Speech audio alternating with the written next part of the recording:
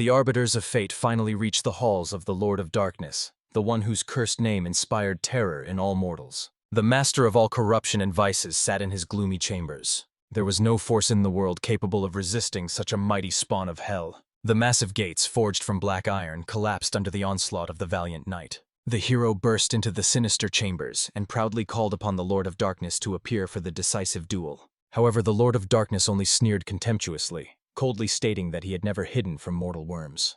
The noble warrior finally removed his helmet, politely introducing himself to the Lord of the Abyss, but immediately made it clear he had come to grant him death. This fair-haired man with piercing sky-blue eyes bore the proud name Firkin the Mighty, the undefeated paladin of light. Hearing such bold words, the Lord of Darkness only laughed maliciously, amazed at the boundless arrogance of this mortal. However, the valiant Firkin ordered this miserable spawn to be silent. At that very moment, a deadly attack whistled behind the knight's back, which the Lord of Darkness deliberately aimed past the target to intimidate the daring man. The Lord of the Abyss sternly demanded that the warrior cease empty polite conversations and end his life here. However, the noble paladin was outraged.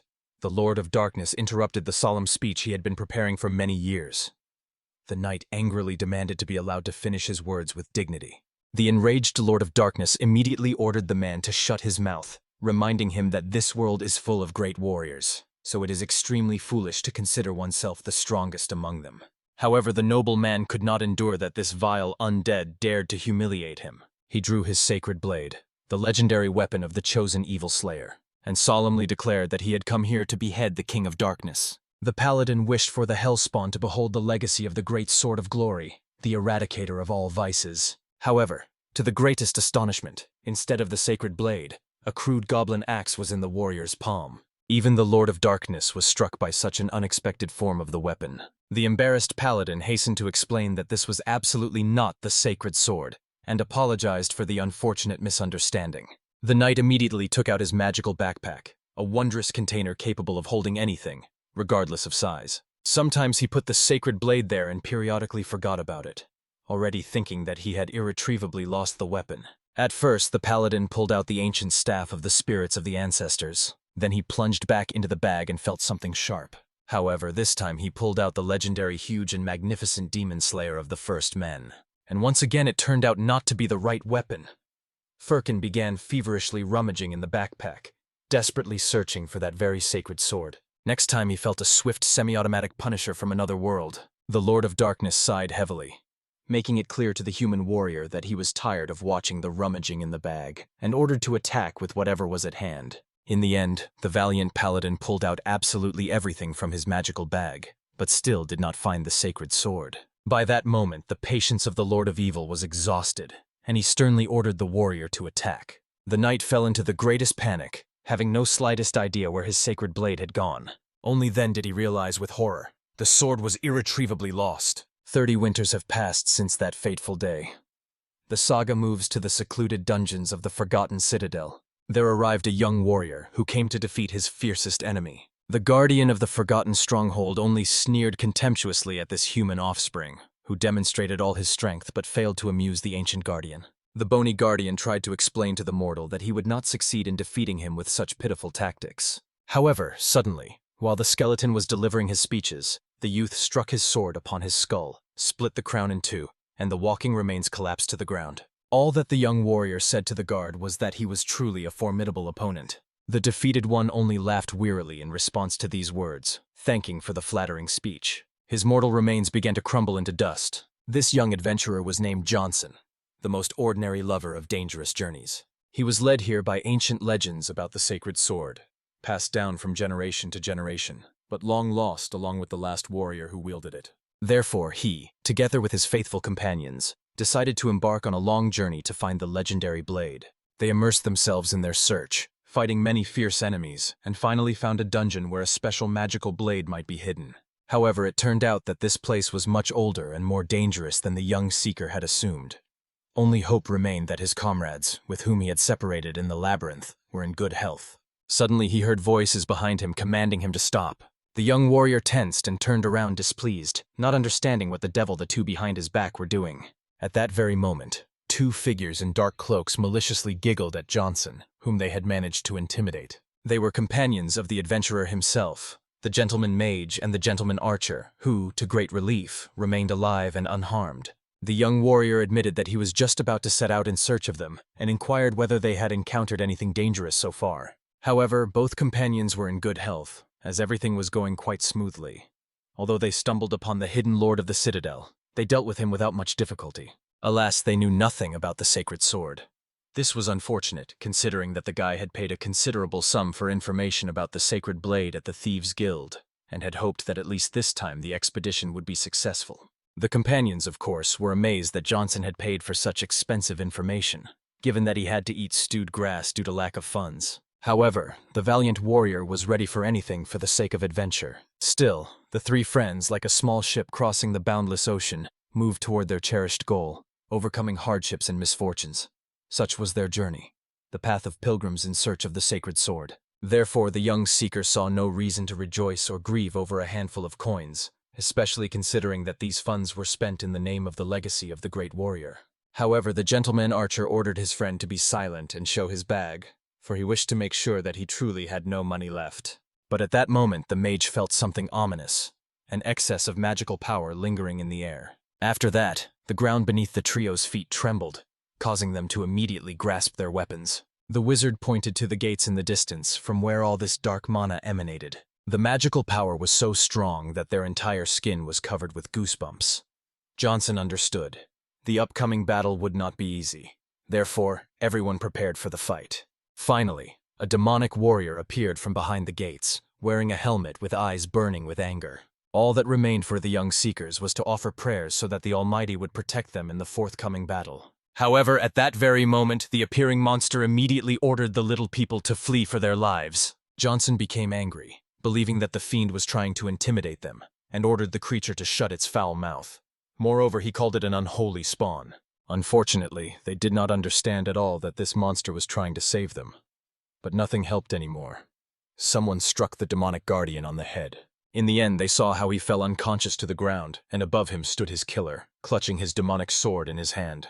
The warrior only sighed heavily, for here too he did not find what he was looking for. Johnson, pointing his blade at the opponent, ordered this man to identify himself. However, he only repeated again and again that even in this place, he had not found the sacred sword. After this, the stranger became angry, looking at the youth, and sternly demanded that the sacred blade be brought to him immediately. But at that moment, seeing his terrifying visage, the wise mage understood. Before them stood the victim of the wrath of the sacred sword. This madman had become the victim of the curse of those who perished in search of the legendary weapon. He tormented himself in endless wandering, seeking the blade and killing all in his path. And so, long ago he was no longer a man, but rather a cursed evil spirit. At that moment the archer realized. That monstrous flow of magical power came precisely from this man. He strongly advised his comrades to flee immediately. However, the valiant Johnson was completely indifferent, whether this stranger was a ghost, the resurrected wrath, or someone else. The young warrior decisively attacked the opponent with his blade, for he understood that even wrathful spirits could find peace if struck properly with sharp steel. However, the opponent with astonishing ease caught the tip of the youth's sword with his aged palm, causing him to freeze in amazement. Then the ancient warrior struck the pesky boy who dared to kill him with the hilt of his blade as well. Instantly he threw Johnson backward with such force that the youth even briefly lost consciousness. At that moment, the master archer had already drawn the string of his bow, hoping that at least this time he would not miss and would strike the enemy with a precise shot. However, the old warrior with surprising ease deflected the arrow and approached with his blade to similarly neutralize this insolent fellow. Of course, the archer was stunned, considering that the stranger managed to knock down an arrow shot by a technique called unerring. The old warrior was even surprised, expecting new arrows to fly into his back, but no, they lay on the ground like scraps of paper. While he was distracted, the archer immediately called upon the mage to use his magical power and finish off their enemy. The sorcerer had already begun his spell, which sparkled with bright blue lightning. It was a teleportation spell with a small radius of effect. First of all, the wizard teleported Johnson directly behind himself. Obviously, the archer was quite angry that the mage chose not to save him. However, the sorcerer coldly reminded that, according to the pirate code, they are obliged to leave behind the laggards. Naturally, those who can survive must use this opportunity. However, the old warrior did not allow the young wizard to complete the spell, immediately throwing his sword at him. As a result, the sorcerer with a wound on his forehead fell unconscious and could no longer escape anywhere. At that moment, the archer did not even know what to do. whether to thank the Lord of the Angry Spirit or curse fate. But in the next moment, the angry old man, scorching the boy with his gaze, decided to find out if the sacred sword was with him. As soon as the archer revealed that he did not have the sacred blade, the old warrior immediately struck him down. In the end, two young men were already lying next to each other, but they were not dead, only unconscious. By that moment, Johnson, having come to his senses, realized this man had nothing to do with the undead creatures. But the monstrous flow of magical power, chilling to the bone, was beyond the limits for ordinary mortals. Considering that the stranger had light hair and deep turquoise eyes, one could conclude he was a very unusual man.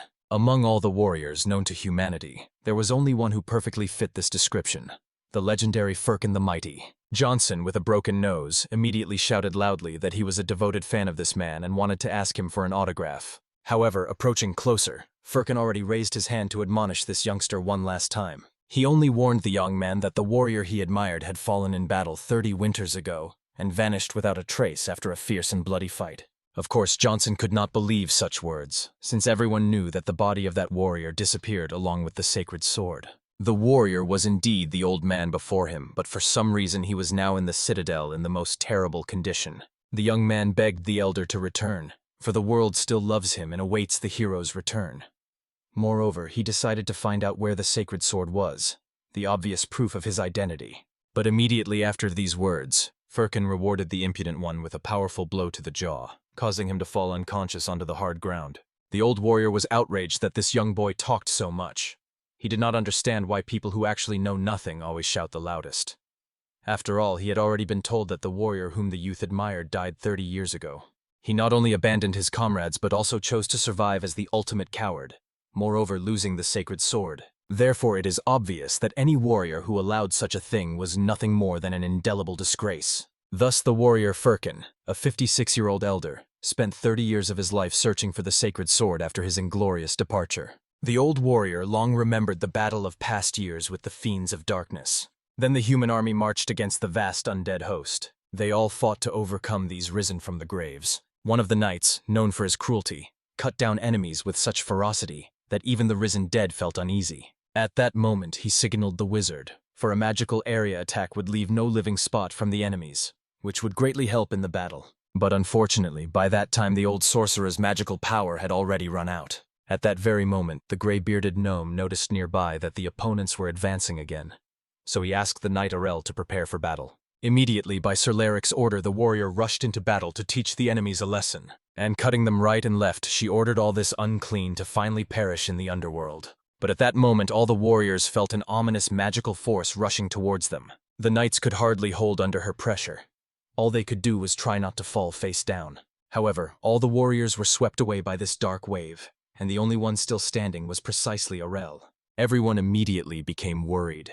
Would everything be all right? For the chief of the strongest opponents had arrived on the battlefield. It was the Lord of the Dead, the first of the 4 commanders of the Lord of Darkness. This man was also called the Phantom King, and now he wished to introduce himself. However, the humans had already nicknamed him Nikak. Immediately, the Lord of the Dead thought that perhaps the humans mistakenly called him that, and wanted to introduce himself by his true name. However, Arel quickly ordered him to be silent. After all, she did not wish to listen to the speeches of such inhuman beings as this King of the Dead. After which the warrior removed her helmet, and finally a female face appeared beneath it. Arel introduced herself and promised to personally take care of this opponent. But by that time the dwarf realized that there was no urgent need for that.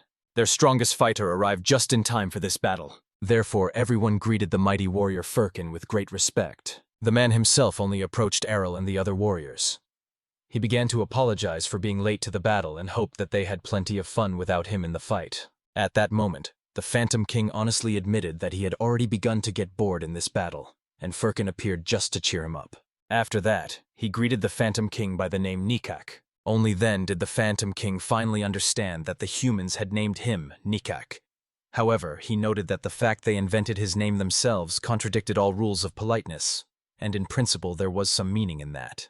Therefore, Firkin suggested he choose a new name, and from then on he would call him the Named. After that, he drew his sacred blade, warning that he had come not to make friends with this monster. He also warned that this battle would long haunt the Named in the most terrible nightmares. The Phantom King only smiled when he saw such a terrifying thing in the warrior's hands, and thought it was some kind of magical sword. However, Firkin proudly presented his sacred blade in all its glory. At that moment, the old man riding in the cart was dreaming, and each time repeated to himself the words about the sacred sword.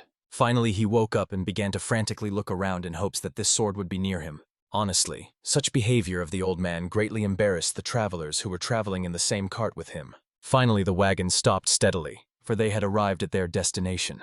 The old man warned the coachman that he could get out. They stopped near the intimidating, cursed, terrible valley, into which one can enter but cannot exit. Of course, the old man immediately noted that it was an excessively long name for just one place.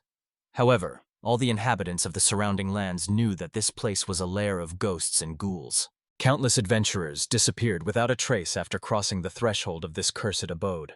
Moreover, among the common folk, sinister rumors circulated that the Phantom King himself dwelled there. Firkin was amazed by such words, and the peasant hastened to explain that this Phantom King was the Lord of the Dead and the first among the 12 Phantom rulers. He was called the Named One, and he was truly a terrible creature who cursed all living things and led countless legions of spirits. Honestly, the old warrior was struck that even after so many years the Named One still remained among the living. Also, the villager decided to find out what this old man needed in his advanced years in that sinister cave, as he considered the intention to enter there reckless. Firkin coldly explained that he had heard some rumors that the legendary sword might rest there, so he came to verify these words. After that, as payment for the ride, he gave the coachman his blade, wrapped in cloth, and explained that it was a magical blade of the forgotten Citadel. As soon as the peasant took the weapon out of the fabric, he immediately saw what incredible power this sword radiated. The old warrior explained that this blade would be a worthy compensation for both coachmen for having to deliver him to such a remote place. He only asked that the peasant not let the blade cloud his mind. However, the peasant believed that such warnings should only be used to scare the weak. After that, saying goodbye to the warrior, they rode away, and the peasant was having a great time waving his newly acquired blade. However, as the old hero knew, this merriment would be short-lived.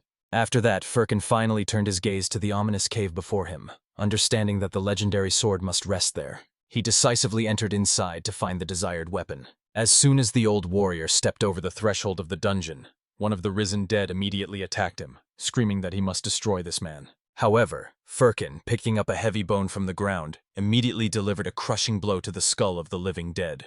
Then he scolded the undead for being so noisy, and the ghost began to humbly apologize to the living man for having trouble controlling his anger. However, he immediately warned the elder that the living were forbidden to enter here, which put the spirit in a very difficult position. The other gathered dead immediately reminded this strange man that this was the land of the deceased, and although they did not want to kill him, they demanded that he immediately leave their domain. However, Firkin rudely demanded that the resurrected dead bring him the legendary sword, and then he would leave in peace. The ghost tried to explain that he had not heard of any blade, but at that moment one of the dead lunged at the old man, so that he would no longer dare to mock the deceased. Obviously, Firkin was outraged by how the undead treated him, although he wished to negotiate with them kindly. Therefore, shattering the skull of the dead man with a powerful blow, he freed him from the endless cycle of life and death, after which he dealt with all the insolent ones who were hostile to him. Honestly, what was seen truly shocked everyone who witnessed it, considering that ghosts were immune to physical damage. But this old man still managed to defeat them with crushing blows imbued with ancient magical power. At that moment, Firkin called everyone to approach him one by one, for he was ready to personally help them meet Buddha. And of course, under the threat of final destruction, all the dead immediately began to scatter in different directions, for they did not want to vanish into oblivion. In principle, this was what Firkin expected. He believed that violence was the best way to communicate through intimidation. At that moment, he heard slow, measured footsteps, followed by a loud scream from one of the fleeing dead. When he turned around, he saw a familiar silhouette from the past 30 years. At that moment, the dead themselves knelt before the Lord of the Dead, praying that he would render justice to this man. Even the named himself smiled, politely greeting the dear guest and asking him to introduce himself. Firkin was slightly upset that the named did not remember him, although he could understand this, considering how much water had flowed since then. After that, he decided to remind the Lord who he was and suggested having fun, as in the old days, with the named king. Only then did the ghostly king finally realize that he had seen this man before. But honestly, it was hard for him to believe that this was the very Firkin the Mighty. The old warrior was somewhat touched that the opponent still remembered him. However, the named only laughed meaningfully. Still, he could not forget the offender who once dared to correct his dignity. Since then, he had recalled many times both Firkin himself and their former battle. The old man himself believed that the named got what he deserved. He behaved badly, therefore he was punished. But now Firkin was just a decrepit old man, so the named had nothing to worry about. The old warrior had long ceased to be a warrior, since he renounced the name Firkin the Mighty. However, the named thought that the old man, in the twilight of his years, decided to stretch his bones a little, which is why he took to attacking his ghosts. But still he decided to listen to the guest. He wished to find out why he had come here, and whether he had really come to destroy him. However, Firkin only scratched the back of his head in confusion. He had no such thoughts. He had simply heard of the legendary blade, and therefore had arrived to take it. The named one pretended to have no idea what the old man was talking about, but the latter asked him not to play the fool. Firkin already knew that the weapon capable of cutting through the heavens and overturning the earth rested right here. He longed to test this blade, so he asked the named one to bring him the weapon. While he asked kindly, otherwise he would be forced to kill him. The Phantom Lord did not argue. The legendary sword was indeed with him, but he saw no reason to obey the old man. Still, he was the one who could surpass death itself, whereas the old man Firkin certainly could not defeat him. However, the old man coldly warned that although he could not kill the named one, he was still capable of torturing the Phantom King to such an extent that he would be unable to move for the rest of his life, extent that he would beg for death himself. On this basis, the Immortal had another question. Since Firkin no longer claimed to be the strongest and had lost his sacred blade, why did the old man need another legendary sword? Firkin did not hide that he no longer had the sacred blade. He once possessed it, but now had irretrievably lost it. The Phantom King barely suppressed laughter at the fact that the greatest warrior had lost his sacred sword. He thought that a true hero could not be so foolish as to make such a blunder. Even a complete fool would not dare to lose such a significant relic. For this reason, the named was sure that the old man had come with the intention to deceive him. However, he was not so simple as to believe in this deception. But the old man only became angry. Although the named was eloquent, he clearly did not realize the weight of his words. After all that was said, the Phantom King Firkin changed his mind about conducting affairs peacefully, and therefore suggested communicating a little through violence. In the end, retreating fearfully, the named tried to calm the old enemy, and even offered to help him if Firkin truly did not have the sacred sword. For this reason, without delivering the final blow, the old man stopped, giving his opponent the right to speak. But the Phantom King used this opportunity to hastily retreat and make it clear that Firkin was definitely no match for him now. He reminded him that he was on the land of the dead, a place teeming with corpses where he, the named, was the strongest of all beings. Therefore, summoning his Reaper, he ordered him to take.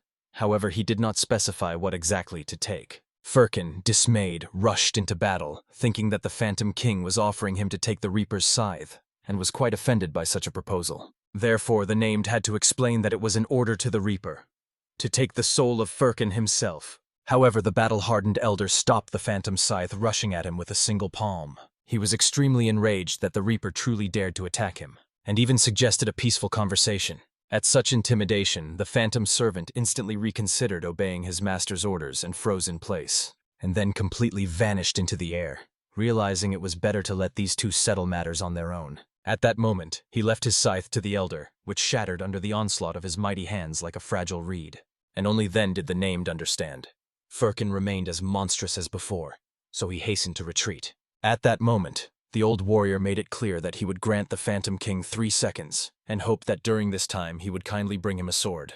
The desired countdown began, from 1 to 3. However, the enraged Phantom King was confident. This time Firkin would not defeat him. He would surely settle the score with the ancient enemy. Therefore, he attacked the elder with numerous greenish phantom crystals, which were supposed to cut his flesh to pieces. A huge column of smoke rose after the destructive attack. However, the elder remained intact and unharmed. By that moment the first second had already passed, and the second had begun. The named one only laughed, understanding that the opponent was not so simple. This only amused him. Therefore, he once again created a blade from his own dark energy to continue the attack. However, by that instant, the third second had begun. As a result, the Phantom King immediately fell to one knee and gave the blade he had created to Firkin himself, presenting it as the legendary sword. The elder himself rejoiced that finally his efforts in negotiations had met expectations. At that moment, even the other undead despised the Phantom King for such pure humiliation, and did not believe that he was the strongest of the deceased, for he fought like a true coward. At that very moment, the named one wondered what this elder had been doing for the last 30 winters, since the former monster had now become a true devil. The old warrior, examining the blade, decided to find out whether his ancient enemy was deceiving him and whether it was truly that very sword. However, the named one calmly explained that he would not dare deceive such a person. It was indeed that very legendary blade called the Long Sword. Firkin listened carefully to his words and pondered them for a long time, and then he bowed his head, reminding that 3 seconds had passed and he was about to kill him now. As a result, the frightened Phantom King had to admit that he had never had the legendary sword. It was just a rumor that they spread to attract adventurers here. Due to recent outbreaks of plague and prolonged wars, adventurers have completely stopped coming here. This deprived the spirits of the opportunity to collect fresh souls of careless travelers. However, Firkin had no idea why the Ghost King decided to tell him about this. But in any case, he saw no point in killing an old enemy. After all, he was doing what he had to for survival. Of course, the named was amazed that the ancient foe decided not to harm him. But the elder calmly explained that he could deal with the Ghost King whenever he wished, but initially came here not to harm anyone. Since he was convinced that the spirit's blade was not the sacred sword, their conversation was concluded. Certainly, he could have destroyed the Ghost King, but he would resurrect anyway. Therefore, he saw no point in wasting energy on something useless. Obviously, the named was very impressed by the nobility of the old warrior. He was just like a true hero. After that, he showed the man the exit and asked him to hurry to leave their domain. But at that moment, thinking it over, Firkin decided to find out. Could the named bring the dead back to life? Unfortunately, it was possible, but not in the form of a full resurrection. Only in the form of a mindless ghost, unaware of its past life. Still, he was not a divine dragon to perform such miracles. He was just an ordinary Ghost King. However, he also said that there is a possibility to summon a soul by placing it into another body. This was the main essence of the living dead. Firkin after these words only laughed, that he had not thought of such a wonderful idea earlier. After which he asked that the Phantom King create for him a personal resurrected dead man. Very soon the elder together with the unknown knight continued their way through the dark forest. Then suddenly from around the corner bandits with weapons, craving loot, jumped out at them. They surrounded the travelers from all sides, and an ominous silence hung in the air. The knight immediately demanded that the vile robbers get away and not even dare to attack them. But an instant arrow shot to the head struck down this warrior. He fell dead to the ground. Only then did the bandits explain to the elder that it was better for him to give everything he had, otherwise he would die just like his friend. But at that moment the knight's body shone with the blue flame of the dead. The resurrected could not believe that they had been attacked, after which he calmly apologized for the fact that they could offer nothing but death. The archer who made the shot immediately got scared when the corpse resurrected and spoke, and their leader immediately attacked, understanding that his comrades needed to gather their courage. After all, it was just a risen dead man. At the very least, they could kill the old man and escape. However, the blade of the leader immediately split into 2 parts upon the body of this elder. Firkin himself calmly explained that once he had a bet with the sun about who would first strip the robbers of their clothes. Then the luminary heated their garments with heat and burned their bodies to the very bones. But in reality, the sun longed not to strip the bandits of their clothes, but to tear off the mask of this rotten world and burn it. To cleanse all evil means to remove the heavy armor from those who inhabit it, and also to burn and discard the flesh of the wicked.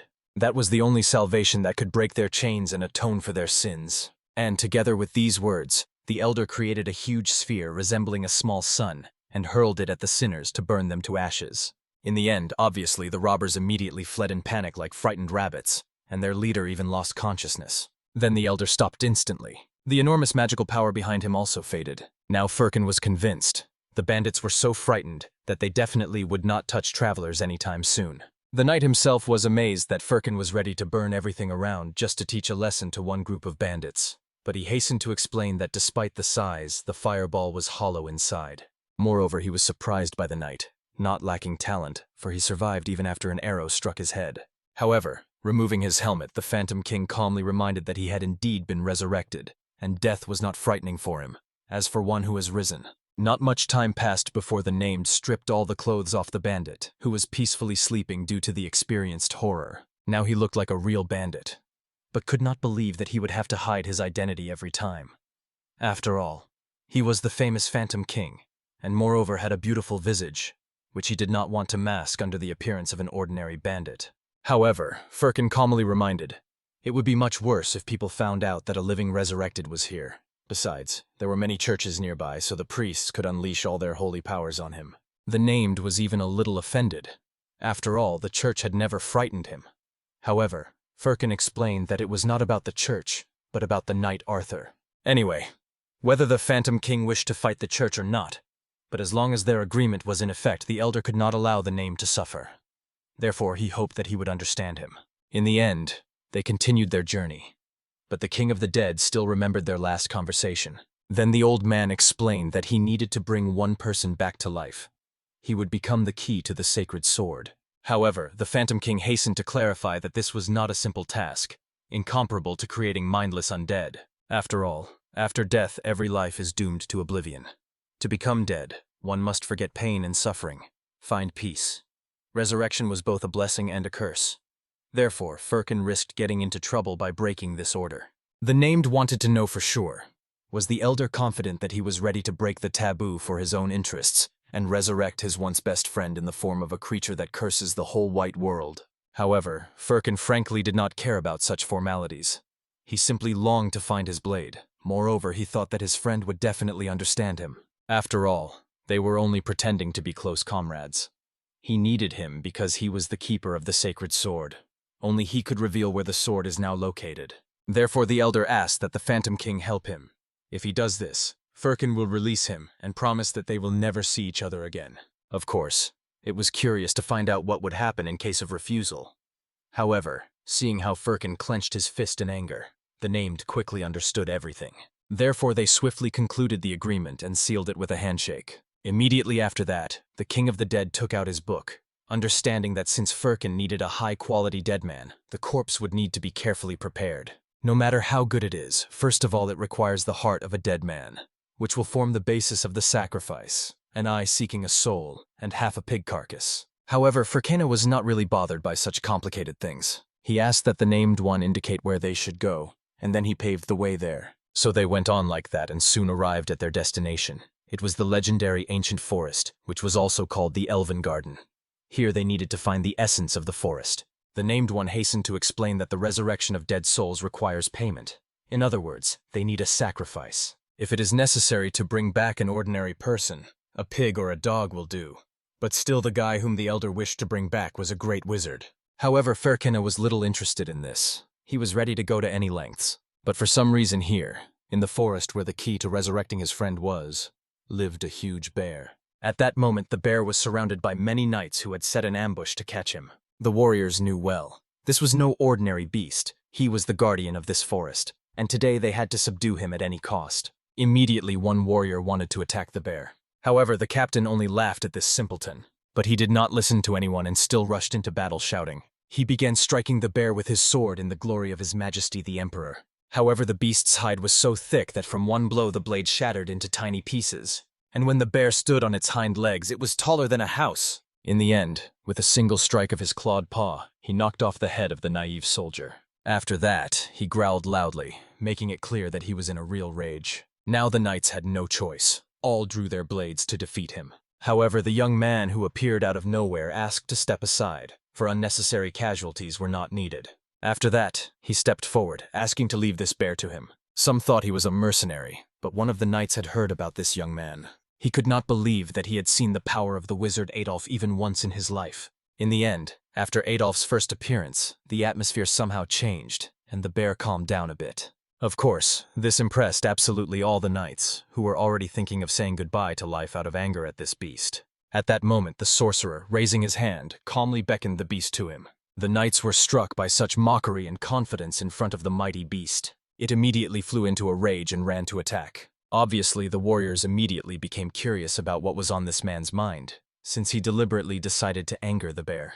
The most surprising thing was that despite the magical staff on his back, the mage took a boxing stance, preparing for hand-to-hand combat. After that, he took one of the bear's attacks, easily avoided it, and immediately attacked the beast from the blind spot with a blow to the liver. He immediately whimpered from pain, which was astonishing considering that the bear's hide was about 10 centimeters thick. But it was still not so easy to overcome him. Therefore, the sorcerer continued to dodge and attack. The wizard's next strike hit the bear right in the snout. He somehow became a bit sad and howled discontentedly. At that moment, Adolf rushed at him, aiming directly at the beast's snout. And the bear retaliated by attacking the fighter as well, forcing the mage to retreat. In the end, the knights were convinced. This beast was truly a formidable opponent. The knights standing around initially thought that the young man was a mage, but he had not yet used magic. However, the warriors clearly understood. Magic was not in the magical staff at all. The magic was already in the fact that an ordinary man could fight such a huge bear barehanded on equal terms and even surpass it. At that moment, the elder together with the named finally entered the forest. Right then Firkin warned that from this moment the king needed to keep his ears sharp and avoid unnecessary attention.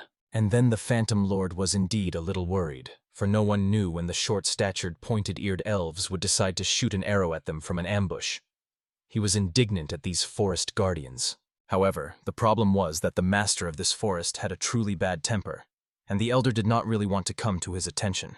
After these words, the Phantom King just chuckled, for it seemed to him that the example of a truly bad character was precisely Firkin, a man who destroyed everything that crossed his path. But immediately after voicing his thought aloud, he met a rather threatening look from the elder himself. Therefore he hurried to cover his head, expecting retribution. However, Firkin passed it by and immediately rushed to the plain that lay ahead. The plain was formed because someone decided to cut down the elven trees that had grown here for hundreds of thousands of years. Obviously, the Phantom King thought that giant beavers had worked somewhere, since they had created such a thing. However, Firkin hastened to explain that the forest inhabitants of this place did not engage in such activities. At that moment, an enemy arrow flew towards those walking. After that, they saw soldiers standing with spears and bows. Therefore, it quickly became obvious. The destruction of the elves' forest was the fault of humans. As far as Firkin knew, the forest guardians and humans were at war.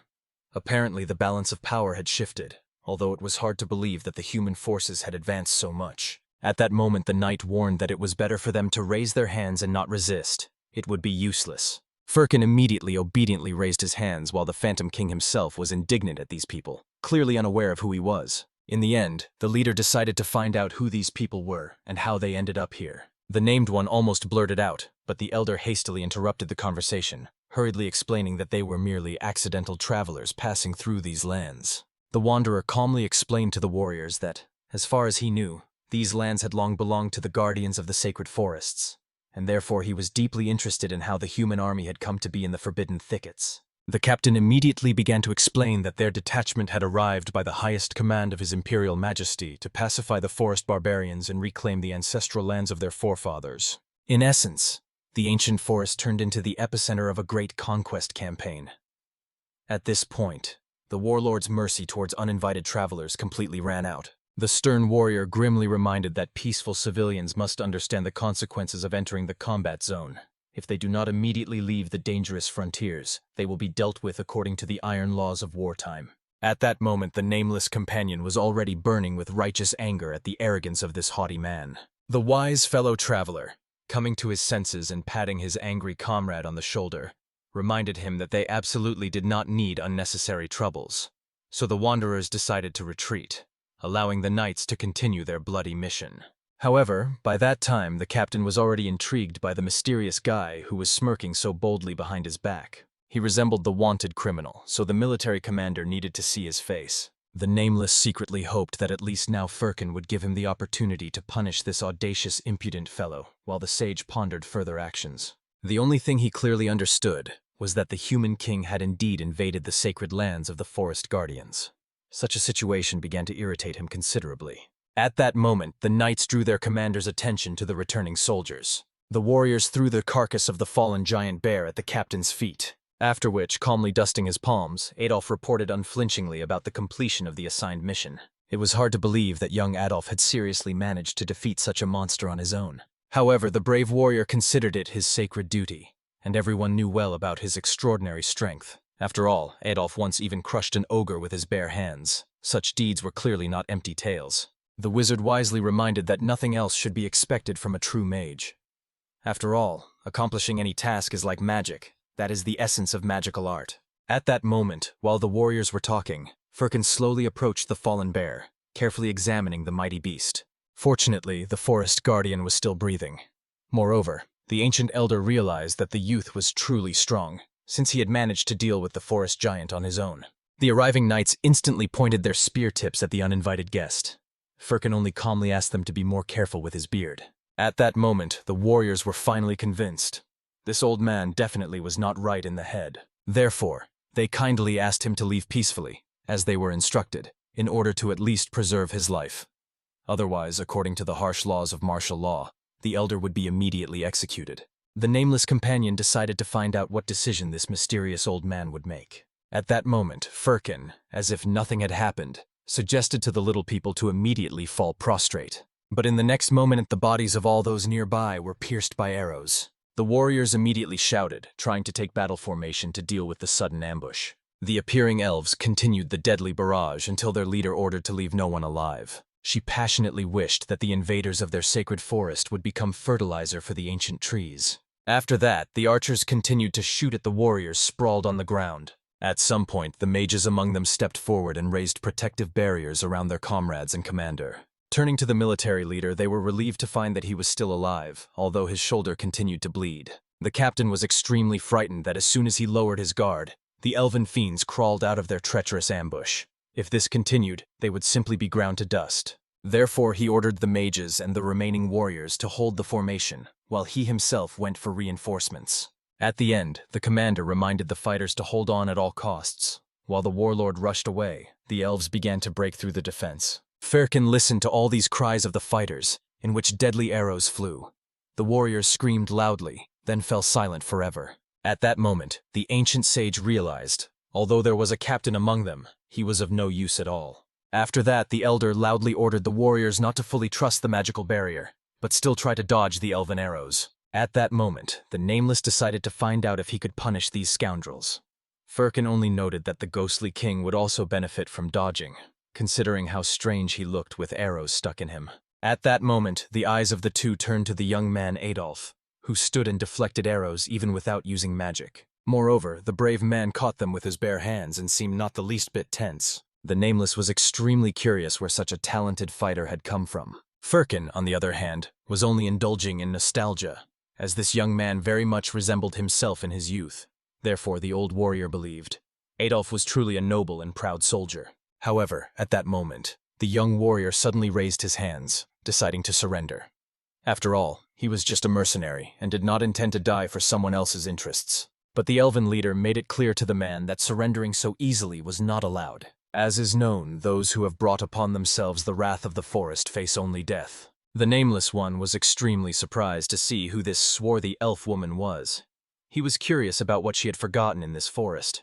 Obviously angered, the elf woman sarcastically reminded that dark elves still remain elves. Not understanding such a clarification, she considered the Phantom King a racist and ordered her subordinates to kill him. However, the old man Firkin instantly moved behind the elf woman and suggested ending their battle without touching his friends. Obviously frightened, the warrior had no idea how this ancient elder managed to move so quickly. Surprise was literally written on her beautiful face.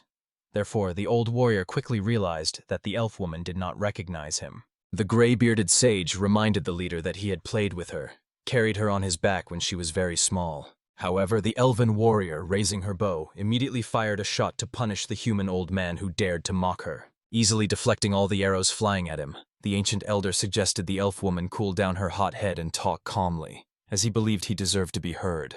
However, the elven leader ordered the man to shut his filthy mouth, as she had nothing to discuss with the vile human spawn. After all, it was the humans who broke the ancient pact by attacking and invading the sacred lands. She considered them nothing more than devilish descendants destroying the forest and exterminating innocent forest dwellers. Even if they tore each of them to pieces, her anger would not subside. At that moment, the old man was convinced. Apparently, he would have to seek dialogue by other means. Therefore, the ancient sage quickly moved to the fallen bear and touched it with his palm, which shone with a bright greenish light. After that, he dispelled the spell, allowing the bear to return to its true elvish form. Obviously, the elf girl was frightened, not understanding what this little human was doing. Preparing to shoot, she immediately ordered to take her dirty hands off their friend. However, Firkin just laughed at her haughty words, after which he grabbed the one who had taken human form by the neck, making it clear that at this moment they are sitting down at the negotiating table. Of course, the elven warrior immediately became afraid that the dear lord had fallen into the hands of that human scoundrel. However, Firkin politely asked to be given time if they did not want to lose their precious master. At that moment, the elfess fired another volley, this time with a fiery arrow, causing a powerful explosion at the spot where the hero stood. She made it clear that she was not negotiating with the traitors, although she felt sad for the fate of that bear. However, Firkin, like an indomitable stronghold, stood firm even before the striking power of the magical arrow. The audacity of the sharp-eared creatures truly overflowed the warrior's cup of patience. Their comrade could fall in vain, and the elf herself was bewildered how mortals could survive under the onslaught of her spells, enhanced by powerful mana. Such questions also tormented the soul of the Named One, yet the ancient warrior made it clear that he did not intend to shed light on the secrets of his art. But already boiling rage overwhelmed his heart. Such blatant disrespect from these forest spawn demanded immediate retribution. He longed to teach them a harsh lesson, only asking his ghostly ally to show some restraint. The elves, in their excessive pride, believed that the human race had overestimated itself, and immediately unleashed a hail of arrows on their opponents, each blazing with magical power. However, with a single commanding gesture, the Named One raised an invisible shield around himself and his companion, against which the elven projectiles shattered like sea waves against coastal rocks. The ghostly lord only laughed mockingly, thanking fate for the opportunity granted to him to reveal his power. When his palm touched the sacred earth, the fallen warriors rose from the embrace of death, as if by the command of the Lord of Darkness himself. The Named One ordered his undead to teach the arrogant elves true manners worthy of noble beings. Meanwhile, events were unfolding at a distant outpost of the human army. There, one of the generals was in terrible anger, whose patience had been exhausted by slow subordinates. But at that very moment, a strange beast was brought into his campaign tent, a zebra, whose unusual appearance somewhat softened the warlord's fury. In the next moment, a breathless captain burst into the general's quarters, the only one who managed to escape the trap. The warrior told his commander how, during the interrogation of suspicious wanderers, their detachment was treacherously surrounded by enemies. By these wanderers, he meant the gray-bearded elder and the mysterious robber in a hood, who dared to invade the elven lands. When the soldiers were already preparing to carry out the death sentence on the prisoners, as required by the military code, they themselves fell into skillfully set nets. The general plunged into thoughts about these mysterious individuals wandering through the protected thickets, and then he turned his gaze to the tall guest, standing apart from the tent. It was none other than Sir Orn, a knight in snow-white armor from an elite order directly subordinate to the royal will. The captain looked with reverent awe at the representative of the First Knightly Order, whose warriors carried out only the most important royal commands. What could have brought such a noble knight to these wild lands? Orn himself at that moment turned to the captain with an important question. Had he noticed the old man's light hair, piercing blue eyes, and the scar crossing his entire face? The captain hastily nodded, explaining that the elder looked very eerie, as if he already belonged to the realm of the dead. In his opinion, the pointy-eared creatures had surely turned the prisoner into a pincushion. However, Orn was well aware, if this elder was indeed the one he was searching for, then most likely the elves had already gone to their ancestors. The general could not believe in the great power of the decrepit-looking old man. He longed to know who this person was, if he was sought by the very First Knightly Order. But Orn hastened to warn the military commander. The less he knew about this person, the greater the chances of staying alive, and thanked the soldiers for their assistance in the search. The noble knight only asked the surviving captain to escort him to the place where the mysterious old man was last seen. Meanwhile, events continue in the sacred temple of the Forest Guardians, hidden behind mighty walls. 4 elven sages bent over a magical cauldron, casting ancient spells to foresee the impending danger looming over their protected lands. Finally, their own warriors appeared before their eyes. One of the sent ones sat peacefully, as if dozing in the kitchen instead of carrying out a combat mission, while the others, including the commander, were already prisoners of the humans. But the leader of the elves immediately recognized the true identity of the enemy in the warrior who captured them, and only rejoiced that the mighty Firkin had finally come to these lands. By that time, Orn, accompanied by the rescued captain, arrived at the field of the recent battle. The ground was strewn with countless bodies, and the captain felt bitter realizing that none of his brave fighters managed to hold out until the arrival of reinforcements. The noble knight knelt down and scooped up a handful of earth, tasting it. He immediately recognized in it the corruption of dark magic. This happened when sacred soil was defiled by black mana. Dark sorcery had the property of poisoning everything around with its harmful influence. It became clear that the sought-after individuals had dealt with the elves and headed deep into the forest. The captain assumed that the old man might be a dark mage, but Orn hastened to object. This old man was a great hero of bygone times. The knight found it hard to believe that a hero could be mistaken for some insignificant old man. But Orn patiently explained that true masters of their craft rarely care about their appearance. And this old man once wielded a sacred sword, so no one could doubt his skill. Only then did the simple-hearted captain realize, if the matter was about a sacred blade, then before them was none other than the famed Firkin, the last owner of the legendary weapon. After these words, Orn realized he had talked too much and could not leave a witness alive. Therefore, he instantly beheaded the captain to keep the old man's secret intact. But still, at the end, he thanked the dying man for his efforts and the indicated path. The knight, slowly bleeding scarlet blood, could not understand why Orn had told him all this, and now had killed him himself. He explained that he had spoken out not by accident. After all, the captain returned to the knight's camp alone, and Orn simply could not stand cowards who wanted to save their own skin at any cost. Now the knight in snow-white armor was convinced that the information about the old man's journey in the company of a ghostly creature was true. But he was struck by the fact that the hero of past years had fallen so low as to unite with the forces of evil. Meanwhile, deep in this protected forest, two companions were rolling a magical cart behind them. The elven captive screamed loudly, demanding that these two simply kill her. Moreover, she considered it the height of disrespect that they turned their backs on her, and she was angry at these scoundrels for their complete lack of honor. Proud forest warriors wished to die with weapons in their hands, so they demanded to have their bonds removed and to fight fairly. Frankly speaking, Firkin already had blood coming from his ears from the furious screams of this inadequate creature, and he decided to ask the named if he knew any spell to calm talkative captives. With age, the ancient warrior had forgotten many useful charms. The ghostly lord only laughed at the old man's softness, who decided to leave these annoying, pointy-eared creatures alive instead of granting them the desired death. This indicated that a spark of justice still lived in the old warrior's soul. However, Firkin calmly explained that this elf girl was the daughter of his longtime friend who lived in these parts. She was like a niece to him, so he showed her leniency. Although Firkin was well aware that killing her was unacceptable, he still intended to use the captive as a trump card to obtain the forest essence.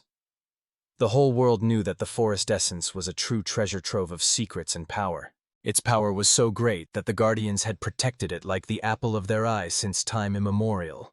Moreover, Firkin was indignant that during the great battle with the Dark Lord, the elves did not use such a weapon, although it was at their disposal. One way or another, to obtain the forest essence, the gray-haired warrior had to threaten death to these young creatures. He believed he had devised a truly perfect plan. At that moment, the elven maiden finally realized the true intentions of the vile old man, and he only ordered the captive to be silent. Due to her lack of patience, she behaved worse than a small child. At the same time, the mercenary was overcome by curiosity. Why do people not let him go? Initially, he was simply observing the development of events from the sidelines. However, the named one, who approached the magical cage, calmly explained to his captive comrade the sad truth. The barrier could not be destroyed without first canceling the spell itself. Therefore, the mercenary had to patiently wait for the negotiations to end in order to gain the coveted freedom. The elven maiden indignantly reminded the gray-haired foreigner of his fatal mistake. The Lord of the Forest would never agree to give him the sacred essence, for it was the very foundation of the ancient forest, a divine heritage that the unworthy stranger had no right to even contemplate. However, to the celebrated hero, such words sounded like empty noise. Knowing little about the customs of the forest people, he nurtured hope that everything would go smoothly and to mutual benefit. At the same time, the old warrior warned the pointed-eared creatures. If events did not unfold according to his plan, he would not hesitate to incinerate the entire protected forest and forcibly seize the precious essence. The elven warrior was enraged by such bold words from the decrepit man. In her opinion, he had only managed to overcome them due to the surprise attack, and he would certainly not cope with the other defenders of the forest. Suddenly, the elf standing behind the angry maiden spoke, urging his tribesmen to realize.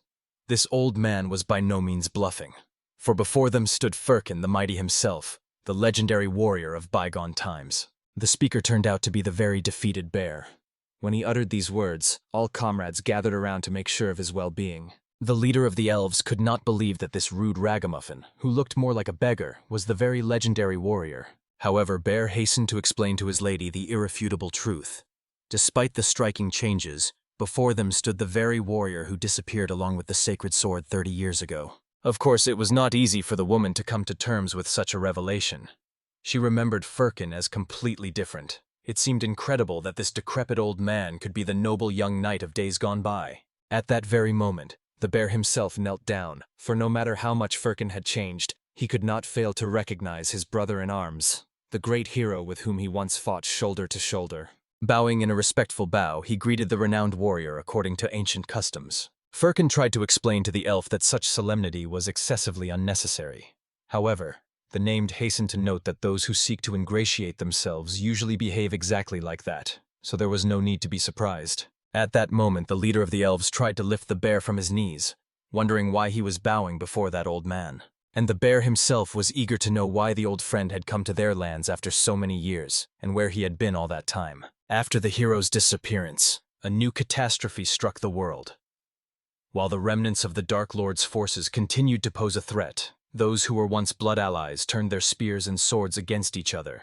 This led to the human king, once a brother in arms, committing terrible atrocities against the elven forest. Even now the moans and torments of their forest hovered in the air, and the bear's soul exuded bitterness from the loss of countless brothers and sisters whom that king had ordered to be killed. The elf thought that Firkin could have prevented all this, but it turns out he was simply watching what was happening from the sidelines all along. Now Medved cherished the hope that the returned Firkin Moguchi would definitely stop this bloody war. But awkwardly averting his gaze, the old warrior made it clear that he did not intend to help in any way. In principle, he only needed the sacred entity from this forest. Of course, he felt sorry that the forest people ended up in such a dire situation. However, such conflicts with humans were not uncommon for them. The elf reminded the hero that he was the strongest of the warriors now living. However, Firkin only reminded that he had long renounced his glorious name. Moreover, he literally felt with his whole being. If he intervened in this war, even more problems would arise, and he had a shared past with the king of the people. The dark elf, after these words, only became more convinced that Firkin was nothing more than a despicable scum. Surely it was he who created the barrier of dark magic around them, which prevented them from breaking free. At that moment, the named made it clear that their conversation was over. But if the prisoners continued to make noise, he would forever gag them. In the end, they continued on in deadly silence until the Phantom King noticed that Firkin had suddenly frozen in place. However, he had not yet asked the question when they were suddenly attacked by the vines of the elven tree. After that, the tree itself blocked the road and began fiercely attacking the strangers who dared to invade their sacred lands. The named immediately joined the battle, and Firkin hurried to find out if everything was all right with the barrier. When the two turned around, they saw that the roots had already broken the magical bonds, and all the prisoners had managed to escape. But the old warrior knew they could not have gone far, so he ordered the ghostly ally to go in pursuit, while he himself stayed to talk with his old friend. Looking at the elf frozen atop the mighty tree, Firkin reasonably assumed that he had made such a long journey out of concern for his daughter. After that, he explained that he was going to visit them anyway, so the old friend should not have shown such impatience. Then he suggested making up for lost time for all the past years. Immediately after these words, the roots continued to fiercely attack the travelers, especially focusing on the Phantom King. However, he easily cut them down with his phantom blades. When another wave of root whips rushed at him, the named honestly admitted that he was already quite bored with fighting them. Therefore, Firkin immediately joined the battle, wielding strong fists. He asked the Phantom King to forget about these roots, since he had a more important task: to immediately catch all the fugitives before they disappeared into the thickets. In the end, the named agreed to fulfill the old warrior's request. However, before letting the phantom friend go, Firkin warned that the named better not even think about escaping. Otherwise, he would come not for the sacred sword, but for him personally. The Phantom King asked Firkin not to worry about anything, for he himself longed to obtain the hero's soul. Therefore, he simply vanished into the air, pursuing the fugitives, and asked Firkin not to die here some boring death. When the named one completely vanished into the forest wilderness, Firkin honestly admitted that this guy still did not inspire his trust. But finally, when the extra ears disappeared, he suggested to his old friend to have a face-to-face conversation, after which he politely greeted the forest elder named Udor. The closer the lord of the forest approached, the more names of his former comrade he recalled.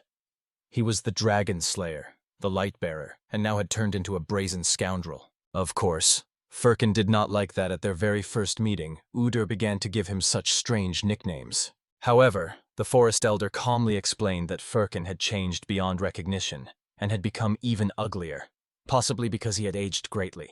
Now he had a scruffy beard and torn clothes. He resembled the strongest of homeless ragamuffins more than the former mighty Firkin. The hero reminded Udor that he was clearly overdoing it, and expressed disappointment. Was that all the old friend could say to a comrade he had not seen for 30 years? And indeed, Udor realized that he had missed a lot. First of all, he told that he was no longer just an elder, but had become the great lord of this protected forest. And Firkin immediately congratulated his old friend on the promotion. After these words, Udor demanded that the warrior choose his words carefully when speaking to him, and then immediately attacked the gray-haired hero. The ancient guardian angrily reminded Firkin that he was forgetting his place. After all, the master of the forest was 100 years older than this insolent fellow, and every disrespectful word made the mighty Confucian dragon tremble in his soul. However, Firkin, despite his age, easily dodged the attacks, laughing at Udor's words, which sounded like the speeches of a hardened old man from a past era. Only then did the renowned warrior notice that the roots of the elven tree had bound his legs, causing him to expose himself to a direct blow. Nevertheless, the old man covered himself with his hands, so the elder's strike did not cause him serious harm, although it threw him back about 10 meters. At that moment, Udor himself had already begun to cast a new attack against the man who appeared after 30 years and dared to bring a dirty dark mage here. To the ancient guardian, it seemed that Firkin had long since crossed the permissible boundaries. But no matter how fiercely the forest master attacked the hero with tree vines, it was nothing to the gray-haired warrior. Therefore, having stopped one of the attacks, he warned that the forest guardians were the first to attack him. After that, he rushed at his old friend, forcing him to hastily retreat under the onslaught. This time, Firkin only became convinced. Despite the long 30 years, neither Udor himself nor his skills as the forest elder had changed at all. Moreover, regardless of age, he remained the same conceited person and could not get rid of it. The forest master himself was surprised that even after 3 decades the great hero had returned to them, seeking a fight. The elder even thought that perhaps he had switched to the side of the human king. However, the hero made it clear that he had no interest whatsoever in their wars. He came for the essence of the forest. This news greatly surprised Udor, who at first took the statement for granted, only later realizing what exactly the strongest of men desired. Taking advantage of the forest lord's distraction, Firkin kicked him in the stomach, causing him to drop his staff and fly back a couple of steps. At that moment, the hero calmly explained that he needed what was known as the core of the giant tree, the source of the forest, which the guardians had so zealously protected for centuries. The old man wanted to use the essence of the forest briefly and promised to return it immediately. He needed literally a couple of minutes. However, the forest lord was very enraged that with age Firkin's mind seemed to have completely clouded. The ancient guardian had no idea how the strongest of men had come to such a miserable state. Sighing heavily and watching as his friend made another attempt to attack, the gray-haired warrior reminded him that he wanted to resolve this conflict peacefully. He asked not to be stingy and to share the essence of the forest with the old comrade, as he wished to settle things without unnecessary injuries and trouble. After thinking a little, the master of the forest agreed to share with the hero. But he had no time to rejoice when Udor declared that he would not share the essence of the forest at all, but would divide the hero himself into parts, sharing his flesh with the others. In principle, Firkin expected such a reaction. No matter how much time passed, the elder of the forest had not changed at all. Therefore, when the ancient guardian attacked him with tree roots, the renowned warrior climbed them as if up a ladder and attacked, hoping that at least in battle he would make the old acquaintance see reason. Burning with righteous anger, the master of the forest wanted to know why Firkin desired to obtain the sacred essence. The ancient guardian was very angry that this man claimed what the lord of the forest could not give to anyone. At that moment, the hero admitted that he planned to resurrect one of the long-deceased people. Of course, Udor considered this complete nonsense and did not understand how the essence of the forest could be used for this. Then the gray-haired warrior calmly explained that there was a way to bring back a person who had been their support many years ago. Immediately after that, he lunged at Udor and aimed his foot straight at his head. At that moment, a picture of a dead friend flashed before Firkin's eyes, whom he held in his arms while he was dying. These memories instantly passed to the master of the forest himself through their connection. The ancient guardian came out of trance and found himself in his elven castle, breathing heavily after the battle. As soon as he came to, he immediately began to wonder what the old human friend was really after. Meanwhile, Firkin, having studied the defeated enemy, finally realized that he was not a real elf. It was a technique called root clone, which could replace the master on the battlefield but increased energy consumption. When the fight ended, Firkin's head, which had been filled with rage until that moment, cleared up. Therefore, he began to ponder whether he had done the right thing. It seemed that he had somewhat overdone it. After all, even after he brings his comrade back to life and turns him into a living dead, he would have to figure out what to do with the consequences. The old man only wanted to find the lost holy sword, but did not know how to act correctly. Soon he remembered the Phantom King. By this time he should have already caught the fugitives.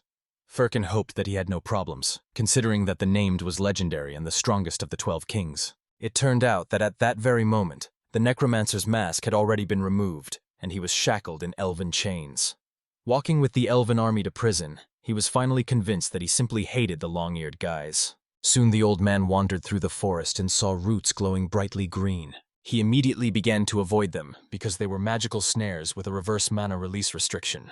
Simply put, it was a trap dug with the help of tree roots to make it harder to notice. The more mana was spent inside this trap, the more was released in the opposite direction, imposing certain restrictions.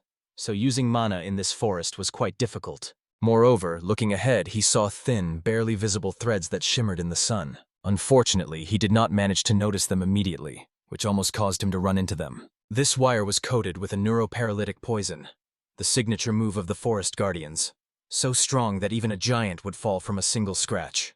What he did not expect was that the Phantom King would fall into such a trap. When Firkin passed all these traps, he found the bandit's mask of an ally lying on the ground. The old man could not believe that the King Ghost himself had fallen into such a pitiful trap. In skill, the ruler, the strongest of the 12, resembled more some primitive soldier.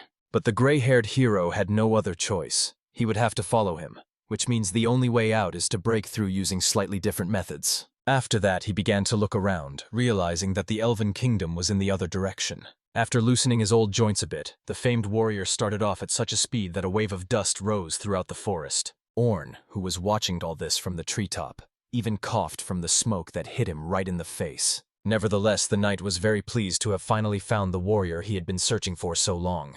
Meanwhile, the events shift to the sanctuary of the Forest Guardians, to the Udor tree. To be more precise, to the underground prison, which was also called the Root Cellar. There, the elven fighters had just placed the Dark Mage, the Phantom King, in one of the cells. After that, the Elven Guard began to complain about the vile servants of darkness, while the name tried to explain his true nature to the guards. At that moment, a prisoner sitting in the neighboring cell reacted to his words. The young man could not believe that before him was the very legendary lord among the 12 immortals, the sevenfold reborn first star. After all, Adolf thought that such a person should look much more majestic. The named himself was quite surprised that this young warrior had heard of him. The prisoner hurried to introduce himself, and also explained that he had heard about the Phantom King from his mentor. Hearing the young man's name, the Dark Lord immediately realized that this was the very mercenary who had been so foolishly captured, and now he was once again in captivity. The named, of course, wanted to give the guy some sound advice. He should have resisted more when he was grabbed. However, the young warrior understood that resistance was useless. Then the necromancer inquired who this man's mentor was, since he had heard of the Phantom Lord. He suggested that the boy's teacher might have been some academic or a dark mage. Unfortunately, Adolf also knew little about his mentor. He had many secrets in his past. All the boy was sure of was that his teacher had once been undead. However much the named one pondered, he had never heard of any of the 12 immortals teaching a human, let alone a mere soldier rather than a dark mage. Adolf himself explained that he was a sorcerer. When the named one doubted this, having seen him wield only fists, the boy explained that his magical art was somewhat different. It was distinct because his mentor was an unusual immortal. He was the 13th of the Dark Kings. However, the Phantom King did not believe Adolf's words, so he asked him not to make up tall tales, for after the 12th Immortal Lord, no more kings had appeared. But the boy cared little whether the necromancer believed him or not. He promised to tell more about his mentor when they got out of here, so he suggested joining forces and escaping. There were things he wanted to discuss with the named one in freedom. Of course, escape sounded like a very tempting proposal. However, the immortal pointed to the shackles called manacles with reverse mana release restriction. The essence was that the more magical energy the spellcaster used, the more was released in the opposite direction, further binding the prisoner. It was the perfect defense against mages, capable of turning even an archmage into a helpless captive. Even the Phantom Lord would hardly manage to handle them. At that moment, Adolf had already suggested using all his strength to try to break these shackles with brute physical power. The named one only smirked at such nonsense. Though he had seen what this young man was capable of in hand-to-hand combat, it turned out that such strength was frankly useless against magical bonds. But suddenly the Dark Lord saw the first cracks appear on one of the chain links. Honestly, after what he saw, even the Phantom King was simply frozen with amazement. Because of the shackles, the young man could not use his mana. Apparently, he really broke them only with physical strength. However, the young warrior himself claimed to be a mage and even carried a wizard's staff with him, so everything became even more mysterious. At that moment, Adolf calmly showed the broken chain of his shackles, hoping to dispel all the prejudices of the Phantom King. After that, he explained that it was still too early to run away, so he suggested waiting for the right moment to escape. The Phantom Lord was convinced. This guy was a very interesting person. And besides, he had a sensible plan. However, he was quick to warn that he surrendered not because he wanted to get stuck here. He came here only to see what the old man he came with would do. After all, the necromancer was sure that to achieve his goal, he would destroy everything in his path and inevitably show up here. So far, he had asked Adolf not to waste his strength in vain. The named one's plan was calculated perfectly. At that very moment, the dungeon walls trembled and stones began to fall from the ceiling. Immediately, the elves raised the alarm. They were attacked.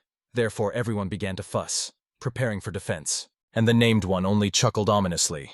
No sooner had he mentioned Firkin than he already appeared here. The elves themselves had no idea what kind of human freak had managed to get all the way here. All they knew was that right now some human old man was tearing down the walls of their castle with his bare hands. Finally, when the wall fell, the gray-haired warrior sneaked inside the palace and demanded that the elves immediately call the steward for him. At that moment, the guards could not believe that the outer fortifications had collapsed after just a few blows. However, Firkin hastened to explain that their walls were strong only in their fantasies. Such a defense was useless against him, but he asked the elven warriors not to worry too much, since he had come for negotiations, and even politely asked to open the gates. So breaking them down was a forced measure. At that moment, the elder of the forest Udor stepped forward ahead of his soldiers, amazed at the stubbornness of his old friend. The ancient guardian was pleasantly surprised to see his acquaintance again. He hoped that at least this time he had come not as an imposter, so he suggested resolving their misunderstanding face to face. However, the elf attacked again, seeing no point in talking with this little human.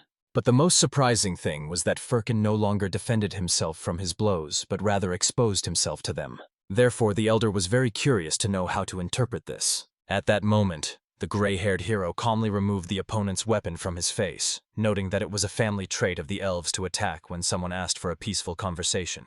He asked Udor to be a little more polite. However, the master of the forest could not help but be angry that Firkin had allied with the Phantom King and come to their lands to sow chaos. He had no reason to speak with this man, for he had long ceased to be the warrior of the strongest people he once knew. Firkin, of course, was not pleased with these words. However, approaching closer, he insisted that Udor simply allow them to talk peacefully. He truly needed the essence of the forest, as did the Phantom King whom he had brought with him. Of course, the elf loudly declared that he could not allow Firkin to obtain the essence of the forest, and the hero knew perfectly well that for the guardian of the forest, this essence was more important than his own life. But he reminded that it would not be more important than the lives of all the elves living here. Naturally, everyone was enraged by such threatening words and demanded that the master of the forest immediately finish off this insolent man. Even Udor himself, despite all his patience, was very angry that Firkin dared to threaten them. At that moment, the gray-haired warrior grabbed Udor by the hands, preventing him from striking. But then an explosion sounded behind them, causing the elven knights to be thrown back. The guards immediately began accusing the hero of having caused some trickery again. However, the gray-haired warrior hastened to explain that this explosion was not his doing. At that moment, another man appeared behind them, who apologized for interrupting their heated discussion. But he hastened to explain. He needed to talk with the great warrior face to face. Firkin, of course, was surprised by the knight's visit, and moreover understood that he probably did not come alone. And Orn only smiled at the words of the famed hero. It seemed disrespectful to meet the lord alone. Therefore, he showed respect and brought his comrades to the meeting. At first glance, the elder of the forest recognized the first knightly order. It seemed to him that the human king wished to end their war by sending his elite here. At that moment, Firkin demanded that the old friend still give him the essence. He offered the ancient guardian a deal. If he handed over the essence, the gray-haired warrior would protect the elven people and deal with those humans. Meanwhile, in his campaign tent, the general calmly played chess with his friend. He won once again, and his comrade even praised the commander for his persistence. Moreover, he made a move after which the young man could not win. The guest suspected that perhaps the confrontation with the elven degenerates had awakened special strategic abilities in the general. He only laughed loudly, explaining that this war had lasted 3 years, its end was near. But during that time he had indeed honed his skills. Then the guest decided to discuss the fact that this time even the first knightly order had joined the battle. The general was surprised that rumors had spread so quickly, but hastened to explain. The knightly squad had arrived here on a special mission. In any case, whatever the order for the knightly order was, it only benefited the other troops, since their main goal was to fulfill His Majesty's will and end this war. But the guest felt that the general was only stalling, leisurely relaxing in the camp, since he could have sent troops after the knightly order and resolved these issues with the end of the war more quickly. However, the military commander calmly reminded his friend that this was not about some ordinary knights, but about the first knightly order. It was an order directly subordinate to His Majesty the Emperor. There served swordmasters and mages, each of whom was stronger than thousands of warriors. Very secretive, little is known about them except that they all wore snow-white armor. All that remained for them now was simply to wait and enjoy the rest, as their powers were no longer needed. Since the elite knights intervened in this war, the outcome of the battle is obvious. So soon the elves will fall under the onslaught of the warriors. At that very moment, just entering the battle, the Elven Guardian transformed into his bear form, a huge predator attacking the enemy. However, when he defended himself with his shield, the beast could not even break through the opponent's defense. In the end, all he had left was to painfully shake his bruised paw, which seemed to be broken in several places as well. At that moment, the Dark Elf woman, the leader of the others, joined the battle, attacking alongside her squad of archers firing at the arriving enemies. However, every time it came, the mage in white armor raised impenetrable shields that barely cracked under all this onslaught. By this moment, the leader was already on the verge of a nervous breakdown. She did not know what to do, considering that the enemies constantly repelled their attacks and, moreover, destroyed a huge number of her fighters. Just at that moment, when the shield was removed, the enemy sorcerer unleashed his energy, clearly preparing some powerful spell. But the Forest Guardian, appearing before his subordinates and enemies, ordered everyone to freeze. At that moment, he had already created a huge entity from the roots of elven trees. Its name was Tree of Udor, a guardian not easy to break. Forward, to fight this tree, stepped a female knight in white shining armor. She unleashed the power of her divine blade and rushed into battle. Watching this battle, Orn involuntarily smiled, for he was surprised that the elves were putting up such stubborn resistance. And yet he was struck that Firkin did not dare to intervene in this fight. Indeed, looking at such cruelty of the battle, the hero understood that he should deal with this problem quickly, before all the elves died. But still, he was surprised that Orn showed him such friendliness, since he saw this man for the first time, despite the fact that the latter seemed to know a lot about him. Orn immediately realized that he had made a huge mistake, and decided to introduce himself, albeit somewhat belatedly.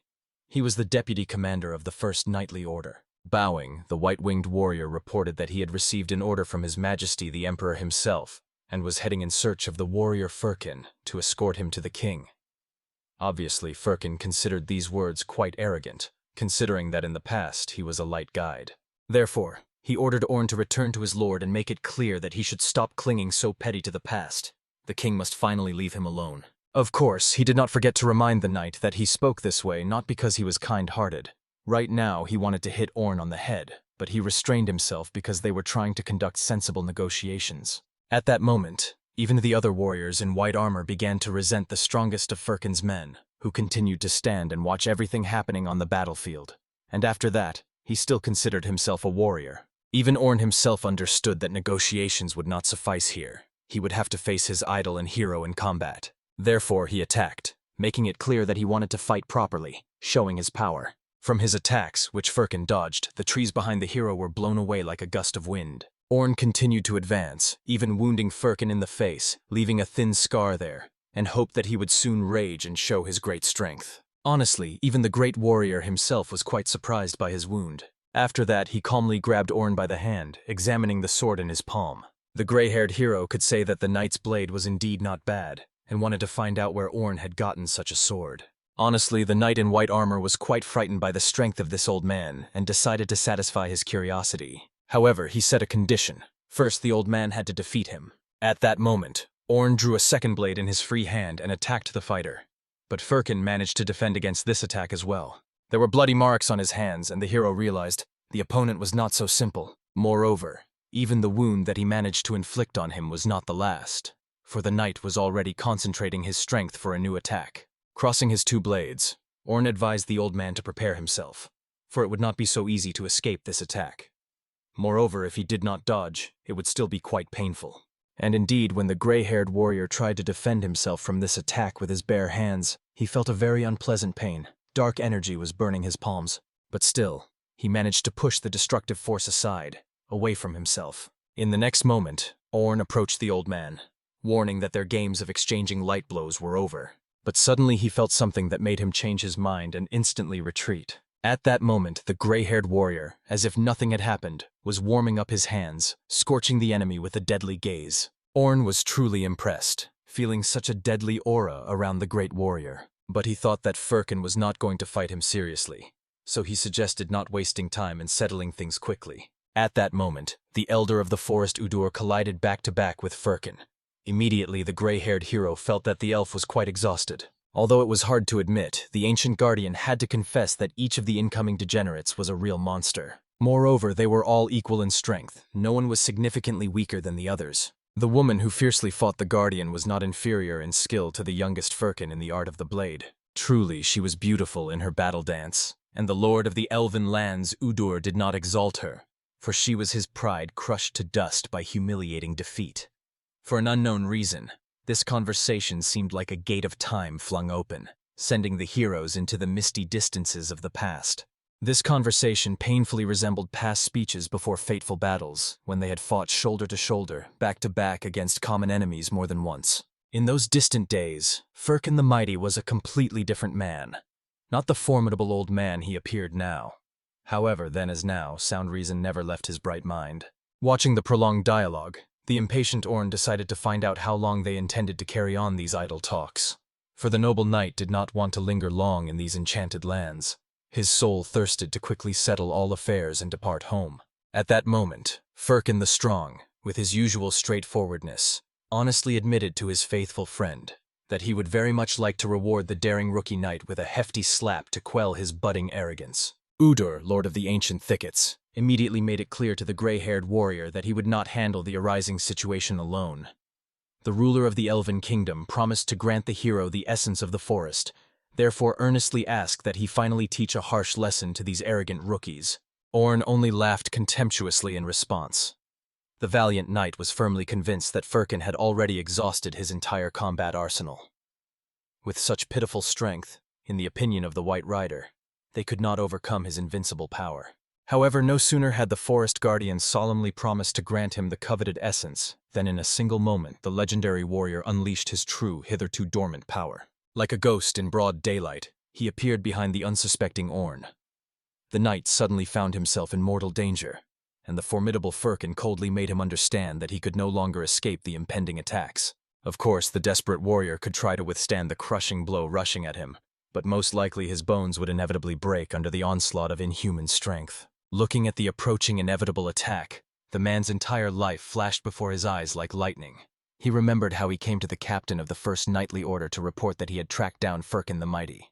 He received invaluable information from a mysterious farmer who, for some unknown reason, carried a magical sword with him. He described that mysterious man as a gray-haired old man with unusually light hair. He bravely entered the lair of the Phantom King and came out whole and unharmed, a truly legendary feat. The captain was eager to know how confident Orn was in the reliability of his reports. All the valiant knight could say was that last time, when they were searching for the fugitive in the lost Citadel, they missed the mysterious old man. But now he had not a shadow of doubt. It seemed to him that the fugitive was definitely heading towards the sacred elven forest. The captain was glad that they had finally managed to track down the legendary warrior, but it still seemed strange that some simple farmer carried a magical blade. It sounded more than implausible. Orn did not understand why. Out of all his detailed reports, the captain was most interested in this mysterious farmer rather than everything else. The captain awkwardly apologized and immediately warned his brave fighter that Firkin the Strong would be an opponent of a completely different level than those miserable enemies he had fought before. If this was indeed the legendary Firkin, Orn would not defeat him alone. The warning sounded like a sentence. The man politely thanked the captain for his concern, assuring that there was no cause for worry. He considered the celebrated hero no more than a decrepit old man intoxicated by the glory of past days. Therefore, there should be no problems with him. So thought the overconfident knight. The captain could not deny that fearlessness was undoubtedly a strong point of the brave knight. However, his vanity greatly upset the wise commander. The captain had seen with his own eyes how powerful Firkin was in his prime. It was no wonder he was called the strongest warrior of the continent. This title did not come simply because he wielded the sacred sword. The whole point was that this man was truly damn strong by non-human standards. At the moment when Orn defended himself with crossed blades, even his battle-hardened knees trembled under the crushing onslaught of the attack.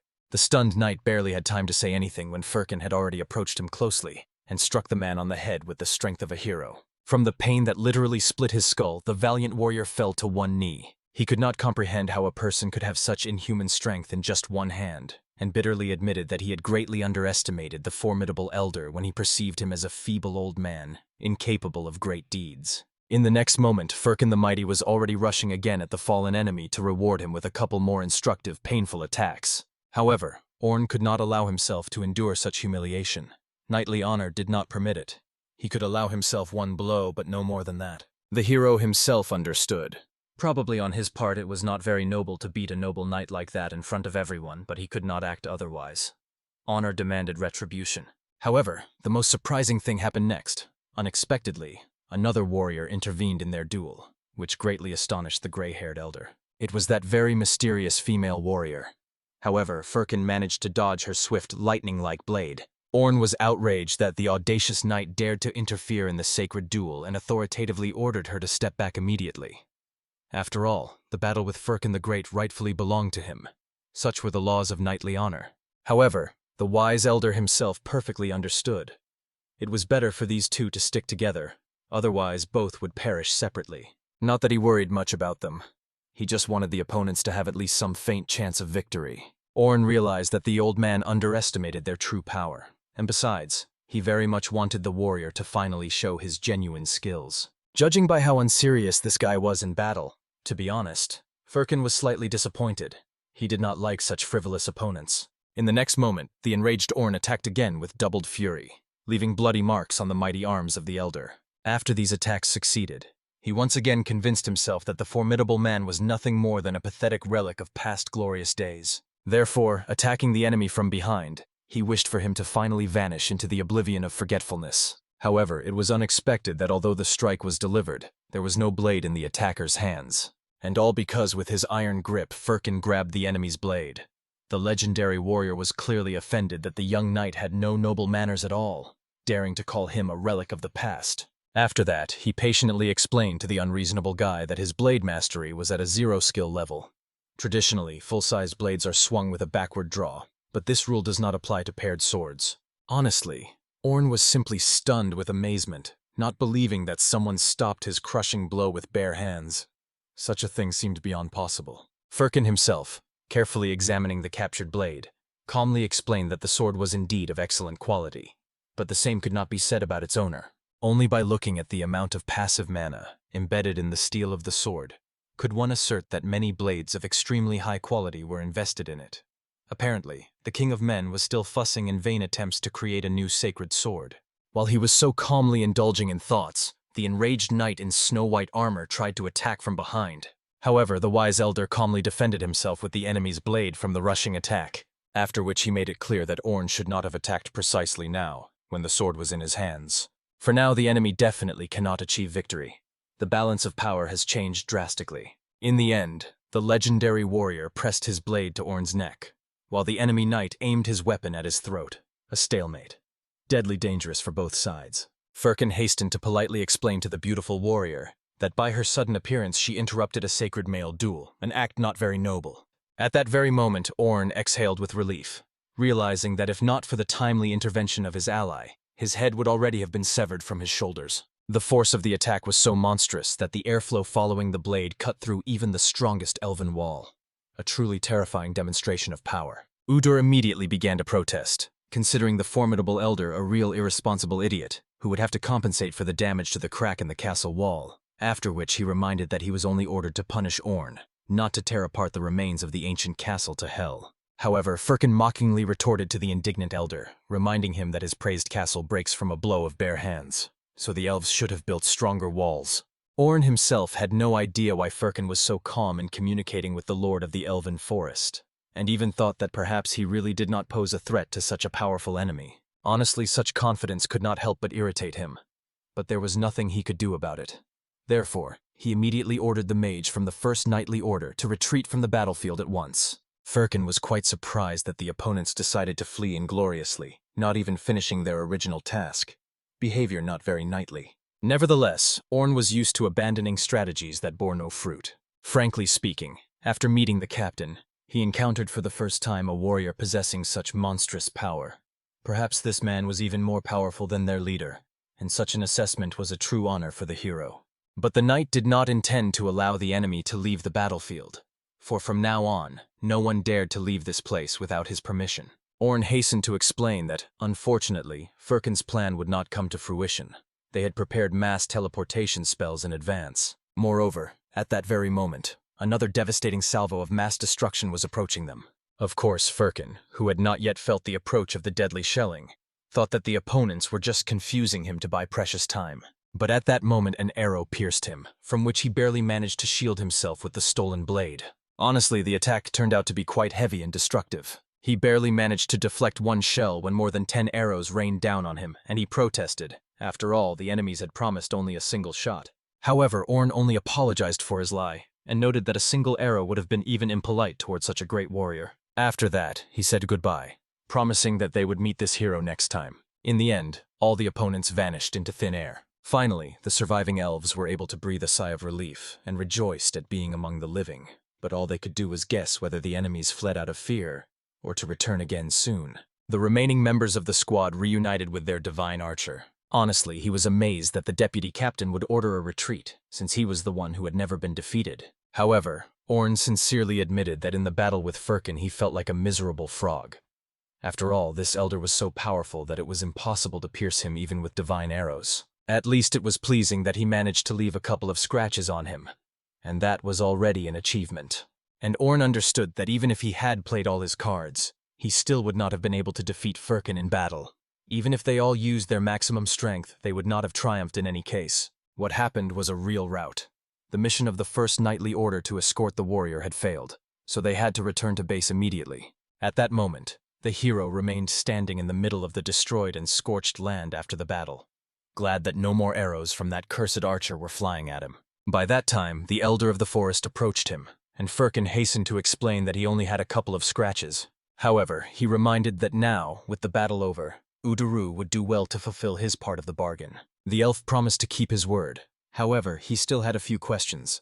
He was eager to learn in more detail why his comrade needed the essence of the forest. After these words, Firkin recalled a conversation that took place many years ago in a basement, which no one knew about due to the level of secrecy. There the elder told young Firkin that he wished to create a living dead, but asked to keep it a secret. However, to be honest, at that time the young man was quite outraged upon hearing such insane words. The mage had to explain that they were not going to create a living dead, but simply wanted to conduct research out of pure curiosity. However, Firkin knew the old acquaintance very well. He was indeed curious and did not stop until he reached his goal completely. It was precisely for this reason that in the end he created the sacred sword. And essentially everything that happened occurred because of his character.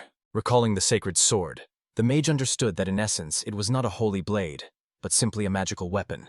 But, unfortunately, such a magical sword devoured the body and spirit of its wielder, and Firkin also had to feel how the weapon sought to dominate him. It was exactly for this reason that the young man used it only in extreme necessity, usually hiding it in a magic pouch, otherwise it would constantly influence him. However, the elder understood that even this would not help Firkin avoid fate. The sword would eventually take control of him. Firkin, of course, asked his friend not to worry. After all, he was the strongest of men. No weapon could conquer his spirit and flesh. However, the elder was more troubled by the fact that due to mana oversaturation, his body would begin to emit magical power, which could lead to his body not withstanding this and simply exploding. The boy would simply go insane and begin to behave as if enslaved by a dark lord. But if the essence of the dead could be applied, physical defects could be overcome. Muscles, blood, nerves, everything in the dead is controlled by the soul itself.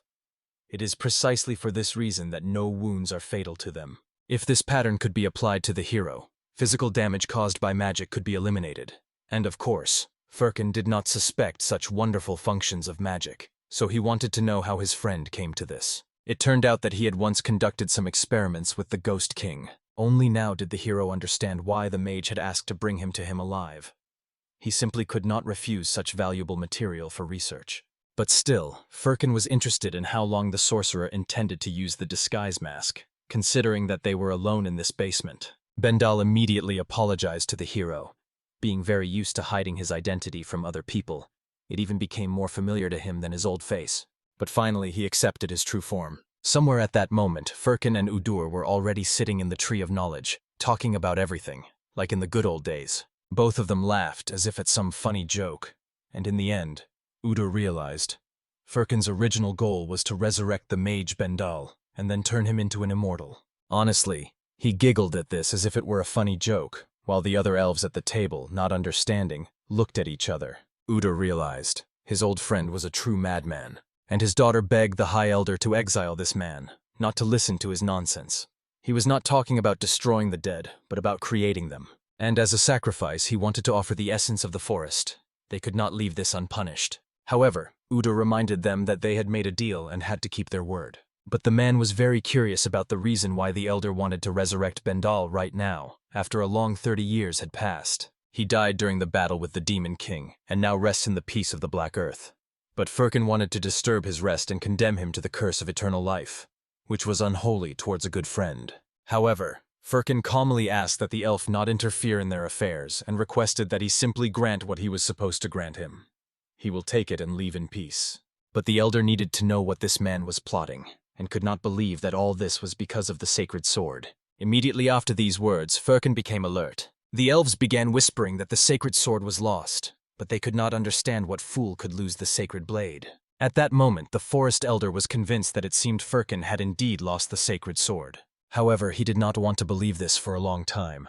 He could not even imagine that his friend would go so far for its search. Apparently, he still had not been able to rid himself of his obsession, and in the end, since there was nothing to hide, Firkin admitted that all this was indeed for the sacred sword. To this end, he came to the nest of Gel, the lair of the dragon of the Grey Mountains. He was also under siege by the king of the elves in the underground tomb of the first man on Earth. In 30 years, he had been everywhere. All searches for the legendary warrior were in vain. Not a single trace, not the slightest clue to the location of the sacred blade could be found. As if fate itself mocked the mighty hero. For all his soul longed for was to reclaim the only sword that rightfully belonged to him, and for this purpose he was ready to endure any trials. The Forest Keeper tried to convince the warrior that he had lost his mind due to obsession with his weapon, but the swordsman firmly made it clear that his mind was still clear. Therefore, he demanded that Udor fulfill his word, threateningly revealing the stolen blade. The Lord of the Forest Thickets immediately became alert, but asked the legendary hero to temper his ardor, for he intended to keep his promise. After these words, he led him into the caves of the Elven Castle, ordering him to follow to the very essence of the forest. Meanwhile, the magical shackles were finally removed from the Phantom Lord. The Dark Lord rejoiced that he had regained the ability to perform magic. Everything was happening according to his cunning plan. While Adolf was still languishing behind bars, the Phantom King was free thanks to an agreement with the powerful Firkin. However, the fate of the youth did not concern him at all. There was no need to free the boy, for he could handle such a task perfectly well himself. Bending the iron bars, the mage proved the truth of his words. The Elven Guard was frightened, not finding magical handcuffs on the prisoner's wrists. And the Phantom King calmly explained that the shackles remained in the dungeon cell. The frightened elf made it clear to the noble prisoner that he could not take their captive with him. However, the cunning mage glanced meaningfully at the overconfident guards and hinted that it was extremely unwise to feud with him, releasing a fraction of his dark power. The elven warrior immediately flared with anger at how the dark sorcerer dared to behave on the sacred lands of their people. The ghostly lord asked the sharp-eared one not to get heated in vain, for this man was not needed by them anyway. Moreover, in exchange for the freed prisoner, he decided to present a good offering and cast a spell directly on the ground of the prison yard. The elf immediately became frightened, believing that the Ghost King would again start spreading his unclean forces across their domains. However, Randolph stopped the elf, asking him to wait a little. It was not every day that one got to witness the magic of the first of the 12 Kings of Darkness. At that very moment, wandering through the insides of the giant elven tree, the hero was amazed by the vastness of these spaces. Udor explained that everything here was thought out down to the smallest details, to protect the essence of the forest from unwanted curious eyes. Finally, they reached the cherished place, and Firkin literally froze in reverence. For the first time, he got to see such a majestic figure.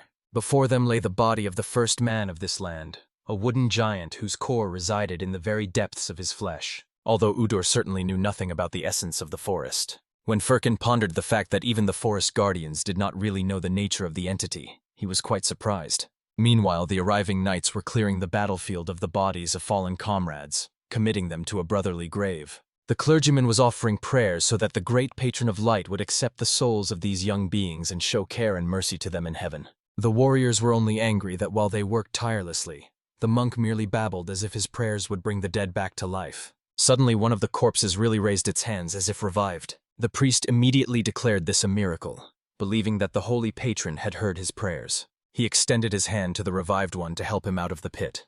But at that very moment, the greedy corpse lunged at the monk, biting into his neck. After that, all the risen ones attacked the living, tearing their flesh. Meanwhile, the commander heard the noise and thought that morning had come, asking for 5 more minutes of sleep. But in the next moment, he realized someone was standing over him persistently and did not want to leave. When he opened his eyes, he saw a living dead man frozen right above his face. The commander immediately cried out, praying for help. But at that moment, there was no help to be expected. From the western side, new hordes of the undead were advancing. Still, the man was lucky. He managed to fend off the attacker and immediately ran out to find out what was happening around. Near his tent there were no guards, so he only resented the fact that under his command there were not warriors, but sheer rabble. Only then did he realize that everything around was soaked in blood and flame, and his entire army had disappeared somewhere. There was not even an elite squad of bodyguards nearby. At that moment, the Reaper of Death was already looming over him, raising his scythe for vengeance. Before killing the man, the Reaper explained that everything happening was done by the will of the Phantom King. Only then did the warlord realize that since none of the soldiers remained, he would have to deal with the trouble himself. He was filled with anger because the enemies had underestimated his power. After all, the post of commander of the Western Front was not given to every mortal. The commander's eyes shone with divine light, after which he rushed into the fight. But not a moment passed before his head was in the hands of the Phantom King, who was reciting a spell. All those present were amazed by such magic, not understanding where that head had come from. The Dark Lord calmly explained that the head had not appeared, but had been moved. Just now, the head of the enemy commander was severed and brought here. The Phantom King was surprised that the elf did not recognize this face. Only then did the pointy-eared one realize. Indeed, it was the head of the leader of the enemy army. The right eye of that head possessed magic, so he wore a prosthesis, thanks to which it was easy to distinguish him from an ordinary warrior. The elf shuddered, but was struck by the power of the Phantom King. The Dark Lord immediately explained that he accomplished this thanks to a combination of 3 high-level white magic spells and 1 black magic spell. Where there is a corpse, there he always retains power. One dead man begets others, and for people who prefer to exist together, this becomes the greatest catastrophe. Truly the elf understood. The Phantom King was the most terrible creature. Their supreme elder had not been able to end the war for 3 years, but this renowned mage managed it with ease, and even with a bit of amusement. At that moment, the Phantom King considered that he had paid enough to the elves for the release of the captive. Now the pointy-eared ones were only winning, so their overseer immediately released both prisoners. But Firkin, who appeared in the dungeon, was extremely curious about what the Phantom Lord was doing and what he was talking about, mentioning payment for freedom. The warrior addressed the Dark Mage as the Phantom Count, and he was offended by the new nickname. But Firkin demoted him from king to count for allowing himself to be captured by such weak creatures as elves. Ignoring the offensive words, the mage decided to find out whether their agreement had been fulfilled, and whether the hero had obtained the essence of the forest. When he learned that everything had gone smoothly, he wished to see the artifact. However, to the greatest surprise, after these words, a giant of unprecedented size appeared behind the warrior. Everyone immediately became curious about what kind of huge carcass was before them. Firkin asked not to call his new friend that, for he was the essence of the forest himself. Shortly before this, the hero had addressed the king of the elves, not understanding how he did not know where the essence of the forest was located. But the lord of the forest asked his friend to calm down and listen to the explanation. To begin with, he decided to clarify what the essence of the forest was, created from the dead body of an ancient giant. In former times, when he was dying, his flesh was torn into many parts and scattered across the world. From these parts, the essences of the forest and their guardians were created, who guarded the sacred lands from generation to generation. However, Firkin reminded that he had not asked the Elven King to lecture him on history. He had no interest in the nature of the essence of the forest.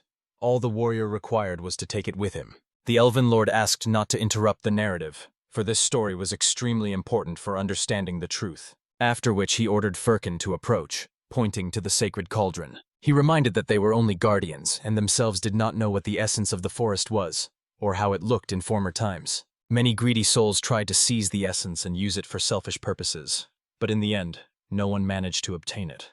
Simply put, the elven ruler had no idea what the essence of the forest looked like, or how to pass it to Firkin. He had explained this earlier when admitting that he could not grant it to anyone because he did not know how to accomplish it. But now he asked an old friend to bring his head closer to the water source in order to see the truth. Firkin had no idea why this was necessary, but warned that he would be very angry with Udor if he lied about the entity's whereabouts. Suddenly, at the same moment, the head of the elves pushed the old man on the buttocks, causing him to fall completely into the cauldron. While the legendary warrior shouted and struggled in the water, Udor calmly explained that the water knows the answers to all questions better than he himself does. Therefore, he warned the hero that from now on everything would depend only on himself. Finally, Firkin emerged from the vat and immediately began to curse the treacherous elder of the forest with the last words, who almost drowned him. He thought that he intended to finish him off by force. However, he suddenly found himself in a completely different space. The hero's first thought was that he had found himself in another dimension. Everything looked quite splendid except for one thing. Everything was suspiciously silent. The warrior was even a little worried, although the atmosphere here was pleasant, and a graceful white tree stood proudly. Suddenly, the white tree began to transform and grow very quickly. Soon, instead of that elegant tree, a huge silhouette of a muscular husband appeared before him. Firkin assumed that this was the very ancient giant, and this place was the world he created in another dimension. While the legendary warrior expressed his guesses, the giant did not even pay attention to him, for Firkin seemed like a tiny gnat to the giant. Therefore, the giant only got irritated, taking him for an annoying mosquito, and decided to crush him.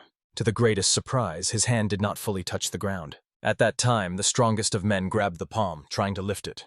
At that moment, the giant realized that he might have been mistaken and desired to crush not the audacious one. But he still did not raise his hand, causing Firkin's capillaries in the nose to start bursting from overstrain. Finally, everything ended, and the giant raised his palm to examine this creature more closely. He quickly realized that a human was before him. However, people had never been in his domain before. He considered this a misunderstanding, so he took a reduced form to talk with the human. Firkin was quite surprised that the giant called a misunderstanding what had almost killed him.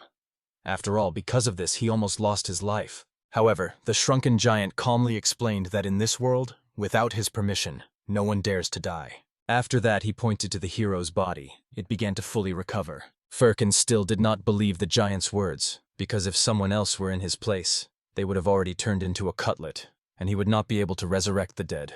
Truly, the giant did not argue. An ordinary person would not be able to withstand his power. Because of this, Firkin's personality became even more curious to him. The legendary warrior wanted to introduce himself by name, but hurried to explain that he was an elderly passerby.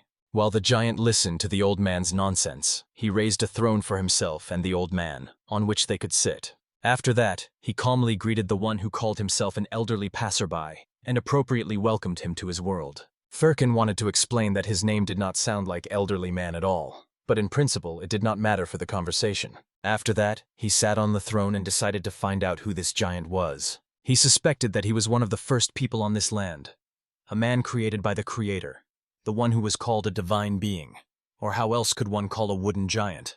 Firkin immediately apologized for his appearance, because if he had known that he would stand before a divine being, he would have dressed up in advance. Only then did the giant realize that his truly mortal ones called him a divine creation. But he explained, the true being had long since passed away, and he was merely its form, recreated with the help of memories. That is, he was not a divine being, and there was no need to worship him. Therefore, Firkin, as if nothing had happened, suggested getting down to business and asked to be granted the essence of the forest. To the hero's surprise, the form refused him this. Not out of greed, he simply did not know what the essence of the forest was. Firkin was amazed. It seemed to him that this giant should definitely know what the essence was, and the warrior himself did not guess what it was. He considered it life energy or something similar, or possibly immense power. In the end, to simplify the conversation, he suggested to the giant to settle on the idea that the essence of the forest is a mighty force. But even in that case, the form of the divine being could not grant Firkin this power, because he did not have it. The old man was furious, immediately struck the ground with his palm, and reminded that the giant himself had almost crushed him in a similar way recently. In the end, the giant had to explain that he was a being who had no power, and at the same time possessed boundless might. He could turn into anyone and anything, could exist everywhere and anywhere, destroy anything and at the same time create. But he still remained just a form. This incredible power did not belong to him, so he could only use it in this space. Moreover, it was simply impossible to transfer this power to someone else. Firkin was upset. In all the tales he had heard, such places gave out power. But still, having found himself here, he could not leave empty-handed and hope that the form would offer him something. Suddenly, out of nowhere, it produced a deer, offering it to Firkin to take. The hero was quite surprised that in a space where there was not a soul, not even an insect, a deer suddenly appeared. At that moment, the giant decided to find out if a person could ask for something else. Firkin pondered this, understanding that it was precisely in this uncertainty that the reason lay for why no one had obtained the essence of the forest. This was not what he expected. He did not know what the thing he wished to acquire looked like. Therefore, he had no answer to what to do next and why he had come. At that moment, lifting the man, the giant made it clear that he would send him back to the previous world if he had nothing more to ask for. However, Firkin asked to wait. He wanted to know why the form could give him the deer. As it turned out, although it could not grant him power, it could give the deer. The fact was that it represented only the form of a living deer, since there was nothing living here. Finally, after this answer, Firkin began to comprehend and realize everything that was happening. Therefore, from this moment, he named the giant the Spirit of the Forest. He reminded that he had the appearance of a divine being, but in the hero's view, he most closely matched the description of the Spirit of the Forest. Moreover, as he himself recounted, the form of the deer could leave this place, so the form of the divine creature could also leave this place. The divine creature was struck by the amusement of this mortal, for many people had visited his world. But Firkin was the first who wished to take him with him. In the end, he agreed to the request of the passing elderly man to go to his world. Soon, stepping outside, the legendary warrior in all his glory examined the Spirit of the Forest, which turned out to be by no means a banal force, as he had imagined.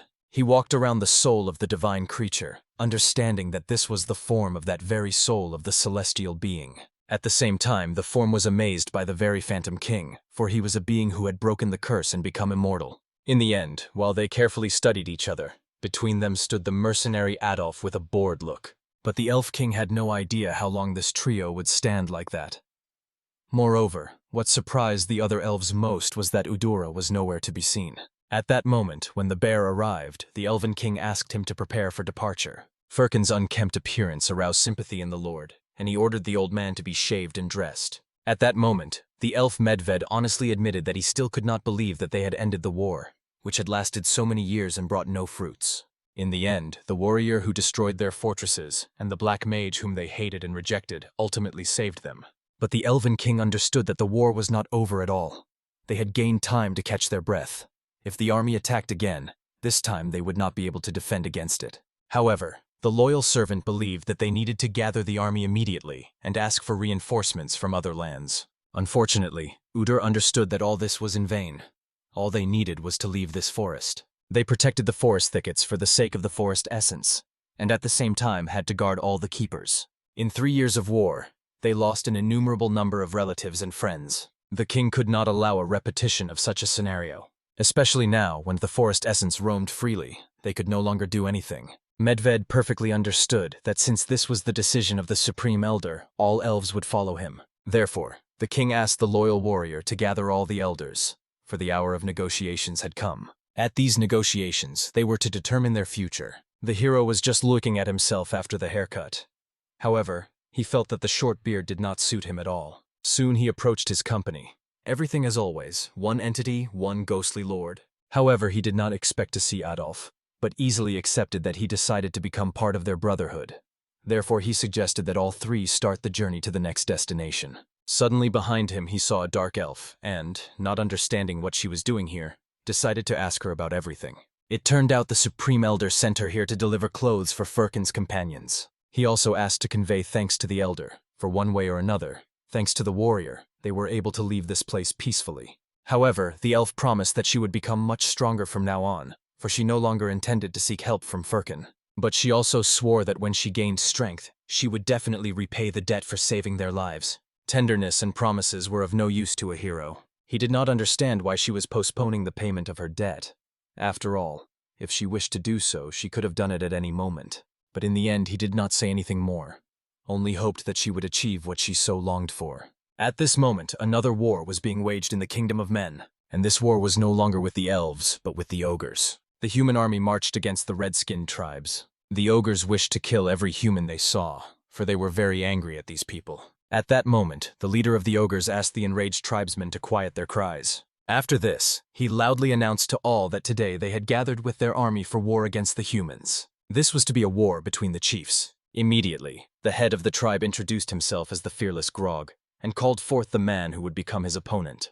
At that moment, a soldier of the army immediately blew the horn. At once, all the knights knelt before their lord, greeting his imperial majesty.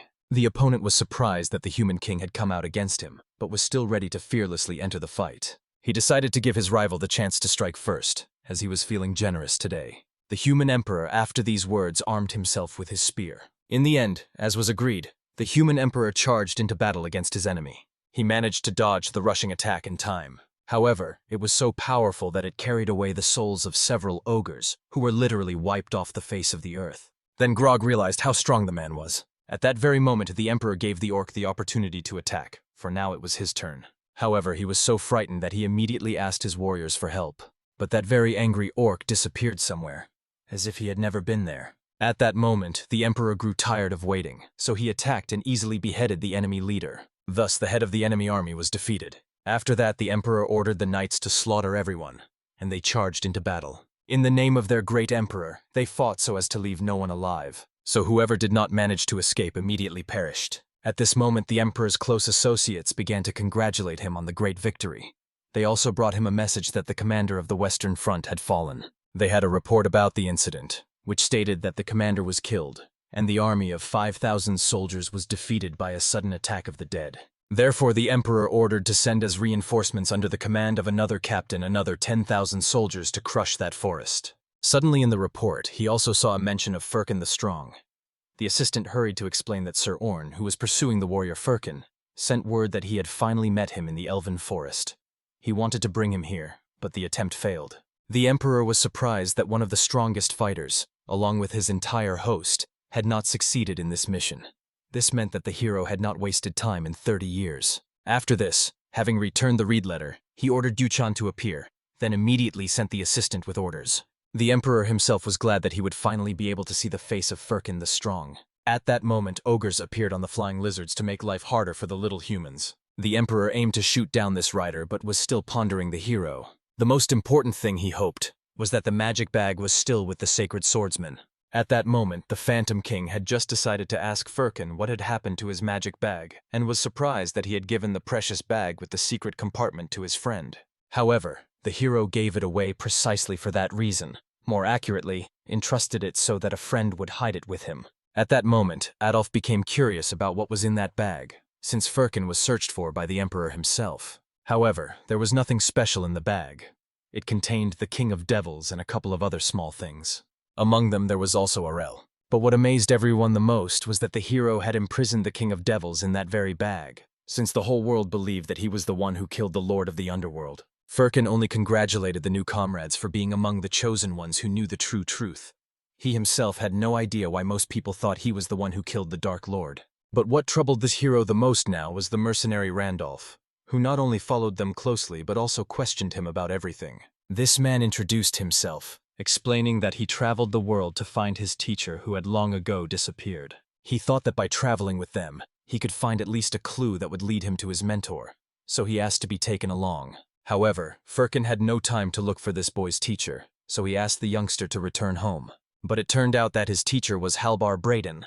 This made the hero freeze and think, because that was a mage whom everyone called the Great Sage, and Firkin also knew him well. And all because he was also his teacher. Firkin hurried to explain to Adolf that the old man had long passed away, but the young man knew that his mentor was both dead and alive at the same time. The Phantom King hastened to explain that, according to this young man, his teacher had become the 13th immortal. This is most likely a lie, but if it were true, it would be interesting to see the immortal former Great Sage.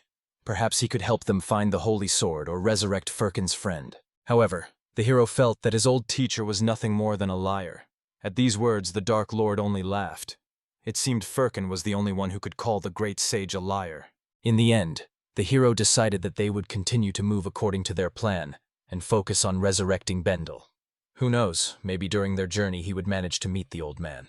He allowed Adolf to follow them, but ordered the boy not to even think about interfering with them. Moreover, now they had obtained the essence of the forest and finally left that terrible forest. At that moment, the Phantom King did not forget to remind them that the essence of the forest was a sacrifice in their entire plan, which they had to offer to the dead souls. Next, they also needed a heart that would restore the body of the dead man. While telling this, the Dark Lord recounted how one of the living demons found the heart of the earth. It possessed inexhaustible magical power. This power could help him resurrect the King of Devils. He believed that his goal was already near. However, Firkin knew perfectly well that resurrecting the Lord of the Underworld was simply impossible. Soon the events moved to a village near the mountain. While everyone there was cheerfully drinking, suddenly the door opened, so everyone immediately turned towards the newcomer. He slowly walked, approaching the bartender who was standing behind his counter. After which, as if nothing had happened, he asked to be given the strongest drink available. The strongest turned out to be strawberry milk, a pinkish drink shimmering in the glass. Immediately grabbing the mug, the guest began to drink. In this establishment, 2 peasants sat down next to him, who immediately noticed that this man was there for the first time, and decided to find out what had brought him here. However, he did not answer, only gloomily cast his gaze at them. They thought that perhaps the man was mute, and were already about to talk to him in sign language. But then the guest became very angry that these 2 cockroaches decided to disturb his brief rest. Immediately after this, he attacked the man to his left, instantly piercing his chest with his hand. After this, the man froze and died, and his friend simply stepped back in fear, realizing that this guest was not human at all. Therefore, he immediately ordered everyone to run away from this demon. This demon was a vampire, who was now enjoying the blood dripping down his hand. Soon the entire bar where they were located was completely burned down. The vampire attacked all people indiscriminately, and enjoyed the tasty blood. At the end, before leaving, he only remembered this strong alcohol, strawberry milk, and with a sly smile, he regretted that he would no longer be able to drink it here. After this, the vampire also met with one of his friends, with whom they had fun in this village. Now, when everything was ready, they could take the still-alive cockroaches to their lair, choosing the plump ones so that the friends could eat well. At this moment, they heard the resistance of one man who begged for mercy. Immediately, they thought that maybe their friend was overexcited, so they ordered him to stop playing with the prey, as it was time for them to return home. At that moment, the coughing vampire still asked his friends for help. But at this moment, an unknown man in a cloak already twisted his neck, and he took his last breath. 2 vampires had no idea what had happened to their friend and why he spoke so strangely. The stranger, paying tribute with his gaze to the corpse, explained that he just needed to stand still. If he had listened, he might still be alive. But monsters never listen. After that, he ordered the remaining vampires to get out of his sight before he took a fly swatter in his hands. Only then did they realize that there was a human before them. But they could not believe that an ordinary mortal could kill a vampire. Immediately, one of them rushed to attack this little human to punish him and drink all his blood. But he stopped as soon as he saw a huge giant standing behind the stranger.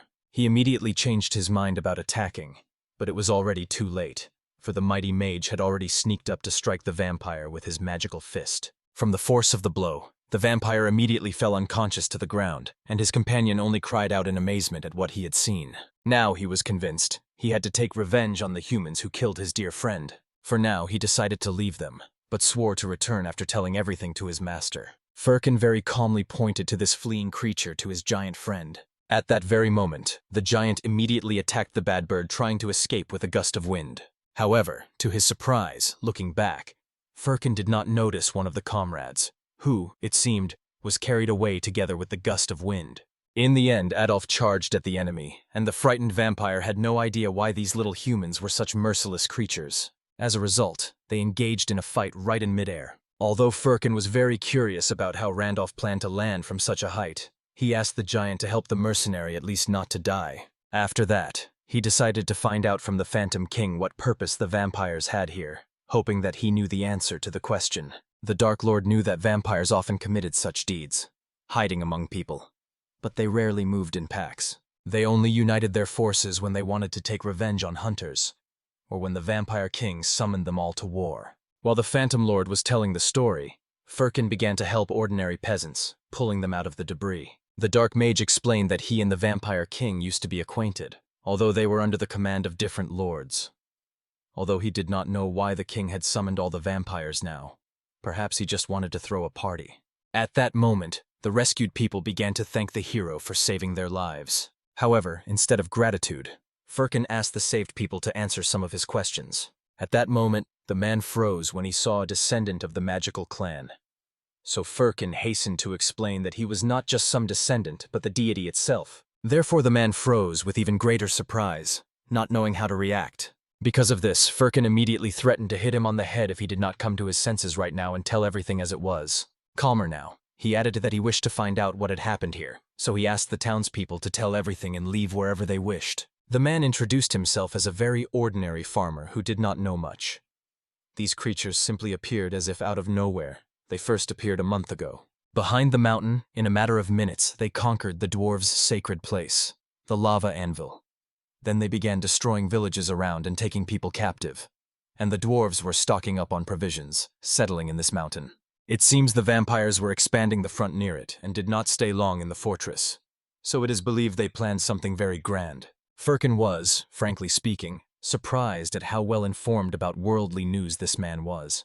It was even strange that he was engaged in farming and not something else. In the end, after releasing the townspeople, Firkin recalled that they were just heading to the lava anvil. At least that was the last known location of the heart of the earth. Therefore, now Firkin had the feeling that the vampires also came for this heart. Although it was not easy, he intended to take it by force, because after all, they could not give the heart to some accursed creatures. At that moment, the Vampire King learned about the mission's failure and immediately threw a golden goblet with blood at his subordinate, all because he was very angry that his loyal soldiers were killed by some ordinary man. Immediately, the vampire began to apologize to his lord, explaining that according to the scouts' reports, they had seen the events with their own eyes. The entire group was exterminated. Therefore, the king of vampires wished to know what kind of man dared to kill his soldiers, for he considered it simply impossible. In any case, whatever happened in that village, they could not leave it unpunished. Therefore, he asked Mogalis Duran to help him, for her time had come to enter this war. The events moved to that very lava anvil. There the dwarves worked with all their might, bound by chains, continuing to extract precious red stones. Suddenly, one of the dwarves fell to his knees, for he could no longer work. The friends begged him to take up the pickaxe and not stop, but at that moment the overseer had already grabbed the man by the hair, pulling him back. The vampire reminded the dwarf that he had not given him permission to rest, so he immediately ordered the shorty to return to work. But at that moment, the other dwarves demanded that this scoundrel and monster immediately release their friend. They were already tired of working. They were not given food or sleep anyway, and sooner or later they would die. So before death, they wanted at least to kill one of the vampires. At this moment, the vampire lord, who came to check the situation, heard the noise. Immediately, the vampire bowed before him, greeting the monster. The dwarves quickly realized that before them stood the very king of these blood-sucking creatures. The vampire hurried to report that these shorties claimed labor rights and demanded rest. This was logical. They lived in the modern age. Even the demon king acted according to labor law. Therefore, he immediately ordered that the vampires grant the dwarves rest, and the dwarves were truly surprised by the kindness of the vampire lord. At this moment, he began to recite his blood spell. Blood began to flow from the dwarves, gathering in his hands. He wanted to make these lazy ones a part of himself. They tried to explain that their blood was of unknown quality, as they had never submitted it for analysis. But in the end, the vampire drank all the blood of the nearest dwarves, causing them to quickly fall dead to the ground. At this moment, the vampire king himself offered anyone willing to rest more. Then he would grant them eternal rest. In the end, seeing the fate of their comrades, all the others dispersed to their places, but were sure, if they were a little younger, they would definitely have fought this bloodsucker. At that moment, the vampire decided to find out what to do with the dwarf he was now holding by the hair. Looking at the hands of this shorty, it was clear. He was poisoned with magical energy. Even despite the dwarves' immunity, they were unable to obtain such powerful magical stones. The vampire king understood. If he left the dwarf untreated, he would die soon anyway. Therefore, he calmly reminded his vampire that he must act in the way he knows how to get rid of disabled slaves. He immediately aimed to drink the blood of this dwarf. Suddenly, a stone flew into his face. The king of vampires was surprised that despite the fresh prey, his subordinate did not dare to drink this blood. But at that moment, another one of the short ones appeared, who ordered the vampire to stop. She could heal this man. The vampire king was quite surprised that the best craftswoman decided to visit him. He hoped she had already finished what he asked her to do, but realized she came here for the missing magical stones. After this, she approached the maimed dwarf and gave him a potion to drink that was supposed to help. However, the vampire was enraged by the impudence of this shorty, who was ordered to stay in the workshop all the time. Having forged a blade from blood, she pointed it at the head of the one she was trying to heal. But when he saw her shock, he hurried to explain that he had not killed her kin. That was the last time he forgave her. Thus he gave a warning so that she would no longer resist his orders, and reminded that the only way to save her people is not sympathy, but the rapid completion of the creation of the heart of the earth. So he asked her to hurry, for his patience was running out. The craftswoman was amazed that this beast was even trying to appear as a kind hero. Soon the lord came to the second watchtower to talk with the sentry. He immediately greeted the lord while he decided to inquire how far their enemies had advanced. It turned out that the hero's company had begun moving towards the mountain 2 days ago. By now they should have already arrived. This was excellent news for the vampire king, for very soon they would meet Mogalisa. This meant they would find out what happens when one of their vampires is touched. Mogalisa was waiting for the enemies, expecting them to appear from the cave. Although they should have already appeared, they were still not there. But at that moment, an explosion occurred above the cave, causing boulders to fly to the ground at speed. Obviously, this was done by Firkin, who, when he couldn't find the way, decided to break through it by his own means. The Phantom King hastened to explain to his comrade that a road is not created by destroying walls. However, if Firkin called something a road, then it was so. At that moment, some frightened gnome ran past them. It was unclear what he was happy about, but he was in a great hurry to somewhere. However, something deep in the soul of the Phantom Ruler whispered to him that he felt no joy at all at that moment. Suddenly, Adolf materialized from behind, dragging several more kin of the fugitive in his tenacious hands. The grim warrior wondered why the incorporeal lord failed to catch the hiding enemy. To be honest, the dark mage saw no point in such a hunt. But Adolf was firmly convinced. If he let these youths escape, his experience would not increase by a jot. What exactly was meant by experience remained a mystery to all present. The main thing was that mighty Firkin derived true pleasure from such a hunt. The legendary warrior longed for every companion to give their all on their difficult path. Even looking at the fugitive, the hero noted, he fought to the last drop of blood, which is why he remained among the living. However, fate cruelly mocked the unfortunate one. A hand threw a wooden stick at him, from which the poor fellow met his death. Then the great Firkin swiftly changed his opinion about life priorities. The most important thing in existence was not hard work, but favorable luck. Without it, any labor turned to dust. At that moment, riders on boars appeared on the horizon. A whole army of dwarves stood before the traveler's eyes. Then the renowned warrior was convinced that they had set out on the right path. However, the solemnity of the meeting exceeded all his expectations. The leader of the bearded army demanded that the unknown travelers identify themselves. The military commander had no idea who these people were, allies or sworn enemies. By Adolf's appearance, the dwarf concluded that he was facing wandering bandits. The visage of the ghostly king suggested thoughts of grim warlocks. Upon seeing the bruiser, the mountaineers decided that monsters had invaded their sacred lands. Due to such uncertainty, the bearded men classified the newcomers as creatures and intended to exterminate every single one. Firkin was somewhat pleased with such a straightforward approach to the matter. The great hero was convinced that physical violence was not the only way to resolve disputes, but definitely the fastest. At a critical moment, one of the dwarf commanders ordered the troops to stop, and they obeyed without question. From the front ranks stepped an ancient dwarf who could not believe his own eyes. Before him truly stood the mighty Firkin. Even the renowned hero himself was amazed to meet Leric whole and unharmed after so many years. The gray-bearded warrior marveled at how little Firkin had changed over the years, only slightly touched by noble gray hair. However, it seemed that of the two old comrades, it was Leric who remained unchanged, except that he had become even more squat in stature. The dwarf commander hastened to warn, if the great hero dared to laugh again at his height, he would pay for it with his head from a trusty axe. However, Firkin smirked and reminded him that with such modest dimensions, it would be quite difficult for Leric even to reach his head. While the ancient comrades joked and chatted carefree, they did not suspect that from the summit of the mountain peak, the headless rider Megalis was watching them closely. Two old friends laughed and teased each other, and soon the renowned warrior realized the bad temper of his comrade remained with him. Leric, however, believed that Firkin had retained all his youthful audacity. At that moment, the approaching dwarf decided to find out from Leric what kind of man stood before them. The bearded man called Leric a konungwan. This word had a double meaning: a military advisor or a warrior who made many mistakes in battle. The great Firkin considered that the man was addressing Leric in an inappropriate manner. Although the gray-bearded man looked like a carefree lazybones, he was still a battle-hardened warrior, and he should be treated with due respect despite his reckless nature. In the end, Leric, in order to stop this useless monologue, hastened to clarify that Firkin was called a great warrior who had defeated the demon himself. The hero became furious at the behavior of the audacious old man who so tactlessly interrupted him. The dwarf immediately apologized to the renowned warrior for his rudeness, and hurried to explain that he called Sir Leric a konungwan because he now served as a military advisor. Firkin could not believe that his ancient comrade had retired so early. However, the gray-bearded veteran no longer even remembered his own years. He only knew that his whole body ached from old wounds, including his back, which prevented him from properly sharpening his trusty axe. After this, Leric decided to find out what winds had brought Firkin to these parts, since the great hero had been missing for many years. Moreover, the dwarf commander was very interested in what kind of monsters he had brought with him.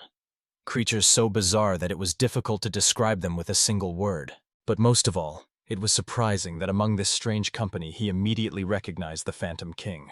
The mighty Firkin made it clear that this story was long and winding, so he asked Leric to listen to him carefully, after which he swiftly recounted everything that was important for the ancient comrade to know. Initially, this information so shocked the elder that he could not even believe it, but when he was convinced of the truthfulness of the words, he only laughed at the fact that Firkin truly planned to turn Bendel into a living dead in order to obtain the sacred sword. The dwarf thought that the hero was either joking very strangely, or had completely lost his mind. However, the renowned warrior calmly explained that the world had made him cold-blooded enough for such deeds. Then Leric understood that the man had come here for the magic stone, and Firkin rejoiced at the insightfulness of the ancient friend. He really needed the heart of the earth. The great hero was already preparing to explain that he was not a reckless person, and wanted to clarify why he needed this artifact. However, the dwarven warlord was ready to give the stone if Firkin managed to obtain it. The gray-bearded warrior said this not just like that. If the hero could not cope with the enemies, he could forget about the heart forever. The renowned warrior understood. Such caution stemmed from the fact that an excessive number of mosquitoes had bred in their caves. The leader of these insects, who appeared last month, captured the fortress and constantly pursued the mountaineers, was especially infuriating. This flying type was a particular problem for the dwarves. Then Firkin decided to find out about the lava anvil, for the stone would hardly be obtained so easily from there. But, as it turned out, the mosquito was not the only one searching for the heart of the earth. When the dwarves descended into the depths of the mountain range, they managed to find the heart, a huge red stone similar to a ruby the size of a human head. Upon learning the location of the artifact, all sorts of evil beings began to gather around it. From demons to monsters and northern barbarians, all thirsted to obtain this tasty piece. After this, the dwarves exhausted absolutely all their supplies to hold back these invaders, but ultimately lost the fortress. The situation was complicated by the fact that mosquitoes took people from the Citadel hostage. If you rush, this could lead to tragic consequences. Honestly, all the dwarves were already fed up with these magical stones and other mystical junk. Leric was ready to give everything to the great hero if he could drive out all evil spirits from the lands. This situation turns out to be most advantageous for Firkin, so he promised to bring the head, heart, and even the stomach of that mosquito, so that it would no longer dare to bother the mountaineers. Of course, the dwarf hurried to warn the hero that in haste their inhabitants might suffer. However, the renowned warrior asked the elder to wake up from illusions. It would not be possible to save everyone anyway. Far more dwarves were dying while they were stuck here pondering plans. Therefore, he asked Leric not to worry about anything. After all, Firkin was a master in the art of killing, and he had no doubts when it came to taking someone's life. However, at the end, Leric stopped the hero, warning that the mosquito there was by no means alone. At that moment, the dwarves noticed that something strange was happening to their commander. He was clutching his head as if he was about to go mad. This was one of the symptoms of the influence of that very monster, the infamous commander of the Demon King. At that moment, the dwarf, armed with a spear, lunged at Firkin, aiming straight between his eyes. However, the celebrated hero easily neutralized the flying dwarf with a blow to the head. He made it clear that such antics would not scare him, but he had no idea where such sudden aggression in the dwarf came from. Suddenly turning around, the great warrior noticed that such fury had seized absolutely all the fighters, as if they had eaten some poisonous mushrooms. Otherwise, I could not understand why they were all overcome by madness. However, Leric quickly explained the essence of the problem. The matter was about the arrival of the Cursitor, Mogalis herself, seated atop the mountain riding her steed. At that moment, the legendary hero began to gaze into the distance. Leric hurried to warn that he must never look at the head of this warrior. It seemed Firkin had already forgotten. If he looked at the demonic eye, he would instantly lose his mind. Therefore, the gray-bearded veteran asked the mighty warrior to focus on his words. Only together could they defeat this enemy. He asked the hero to prepare for battle. Leric was going to deliver the powerful strike first. But at that moment, the dwarven warlord noticed that Firkin was not paying attention to his words at all. Looking at the warrior's face, he realized he had already gone mad along with the others. At that moment, the great hero found himself in his young body somewhere in the distant past. He looked at his three friends, among whom was the very Bendel, the king of men, as well as Arel. He could not believe that everything was truly fine with all three of them. However, in the next moment, the renowned warrior quickly realized all this was just a wild dream. At that moment, enraged dwarves began to throw themselves at each other in fury. However, suddenly the form of the god approached, grabbing one of the Highlanders by the face. After that, he began to hypnotize him with his divine gaze, and finally the curse was lifted from the man. He had no idea what kind of devilry had just happened to him. At that moment, the others whom the god's form looked at began to gradually come to their senses. Leric ordered the warriors to immediately grab their spears and go into battle. They had to stop those who were still out of themselves at once. At the same moment, the gray-bearded veteran approached the god's form, who had helped save several of his comrades. He made it clear that the real problem lay not with the dwarves, but with Firkin. At that moment, the legendary warrior finally went mad. He immediately began to scan the field with his eyes, as if looking for a new victim. To help his friend, Leric rushed at him, wanting to end the evil forces inside his body. However, not controlling himself, the hero immediately rewarded the elder with a blow to the jaw, throwing him back. The elder's back was pinched, and he rolled far backward. At that moment, Adolf entered the battle, who tried at least briefly to stop the possessed hero. However, he defended himself using only the power of his magical fist. At that moment, for some reason, the old man saw someone familiar from the past in Adolf, which caused him to completely lose control. The mage quickly realized that the hero had completely lost his mind, and decided to use his magic to bring the hero back to his senses. Leric, having risen, watched the fight between the two. Despite the fact that Firkin was already a considerably aged warrior, he swung his fists properly. Moreover, the dwarven warlord was curious why the ghostly king was just lying there watching.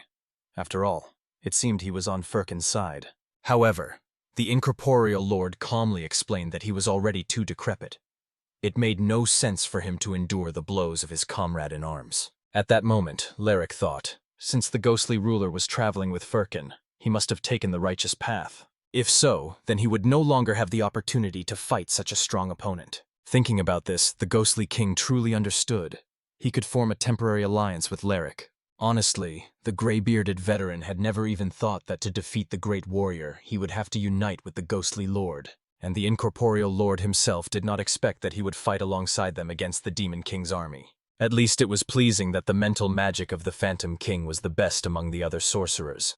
So he planned to have a proper good time while Firkin was out of his mind, and unable to take revenge for this. As far as Leric knew, the only way to break the control was either to kill the spellcaster or directly crush this madman, which turned out to be an even more impossible task. And meanwhile, the great hero himself watched his younger self as if from the outside. At that moment, he raised his holy golden sword and led the entire team to victory in the battle. After that, he turned to his friends and reminded them that when he says, "forward," they must support him to create team spirit. Watching what was happening from the side, Firkin could not believe that he had once been such a weakling. After all, his fight even with the two-headed dragon looked quite difficult. Moreover, in the past, he had many weak spots. He was a real puppy, yet he was still called a great warrior. But at that moment, the celebrated warrior remembered. Although he was dreaming, in reality he had some important matter he had forgotten about. But he simply could not remember what exactly he had done. Therefore, he thought that perhaps the matter was not that important. After that, he looked nostalgically at the four adventurers below, realizing that youth had indeed been quite a good time. It was fun to go through all the adventures with a big company. Moreover, he was curious about how much their lives would have changed if not for the war with the demons. Perhaps they would be laughing and chatting as before. However, the legendary hero understood that thinking about it made no sense. At that moment, some strange voice rushed straight behind his back. When he turned around, he saw the silhouette of the Dark Lord standing behind. Not recognizing him, Firkin only realized that the creature had some kind of familiar, disgusting intonation in its speech. At that moment, the Dark Lord himself considered Firkin a real idiot, in whom the very reason for his loneliness lay. Yet it seemed he continued to blame others for it. Of course, the great hero immediately ordered the fool to be silent. After all, he could not understand what it was like to lose happiness.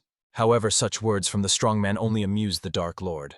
After all, he was the one who lost the Holy Sword. Bendel died precisely because of him. Therefore, the Grim Lord believed that all misfortunes happened precisely because of his stupidity. Saying this, he took the form of a young hero. However, Firkin knew perfectly well. Despite his foolishness in youth, he never betrayed his friends. At that moment, the sinister silhouette continued to convince the warrior that he would sacrifice even Arel if he lost the Holy Sword because of her. Moreover, if the hero had not acted foolishly, the King of Men would not have changed, and Bendel would not have died if it were not for Firkin. In the end, it was precisely he who ruined everything. Not only did he lose the Holy Sword, but he also doomed everyone. However, the celebrated hero only asked the stranger to stop babbling everything that came to mind. He is still going all out to find the sword and turn back time. However, the Dark Lord thought that nothing would change, even if this idiot found the blade. It seemed he just wanted to get rid of the stigma of a warrior who lost the Holy Sword and to take revenge on the Demon King. That was exactly the only reason why he so desperately wanted to return the sacred weapon. And all because he was thinking only of himself again. However, Firkin was convinced that he was simply the only one who could wield the holy sword. But at that moment, the hand of the ghostly king gently rested on the hero's shoulder.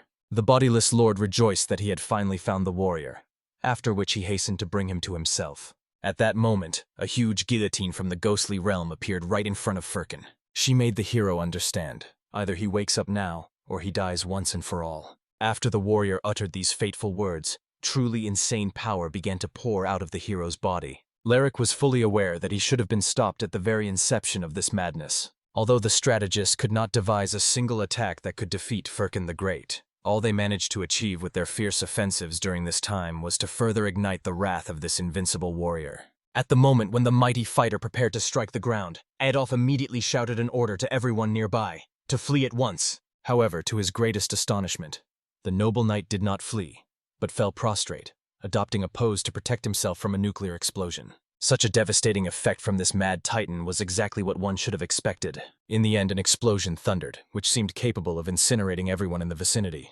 But by a fortunate coincidence, at the last moment the hero stopped.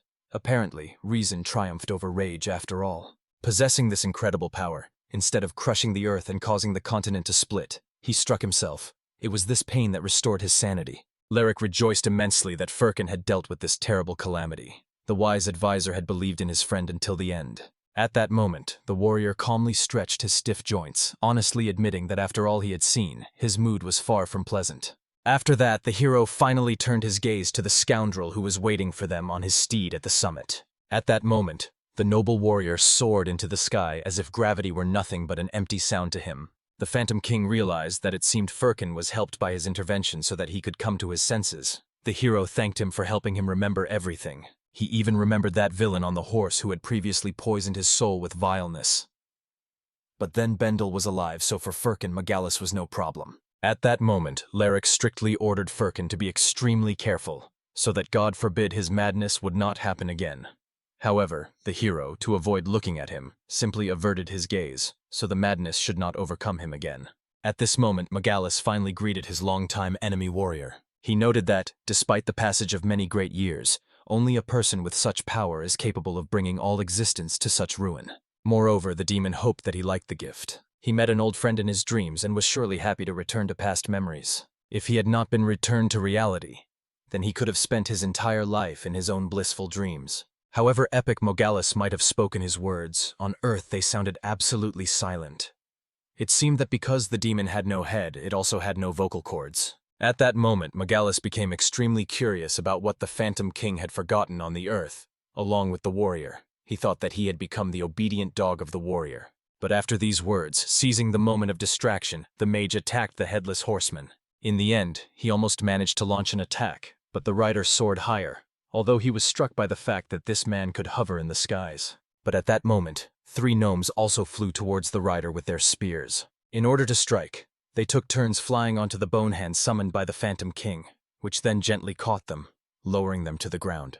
At that very moment, the headless horseman himself was in confusion, for he did not understand where all of them were soaring upwards from. At that moment, the giant used the single-shot technique, and the dwarf rushed at the speed of 200 arrows. Only then did the horseman finally understand what kind of monster had torn his control over the minds of the dwarfs. Moreover, he was attacking him now, so the horseman decided to crush him first, considering him the easiest opponent. At that moment, Firkin asked the deity's form to prepare the next dwarf for the attack. But at that moment, the form of God noticed that this horseman was already trying to penetrate his mind.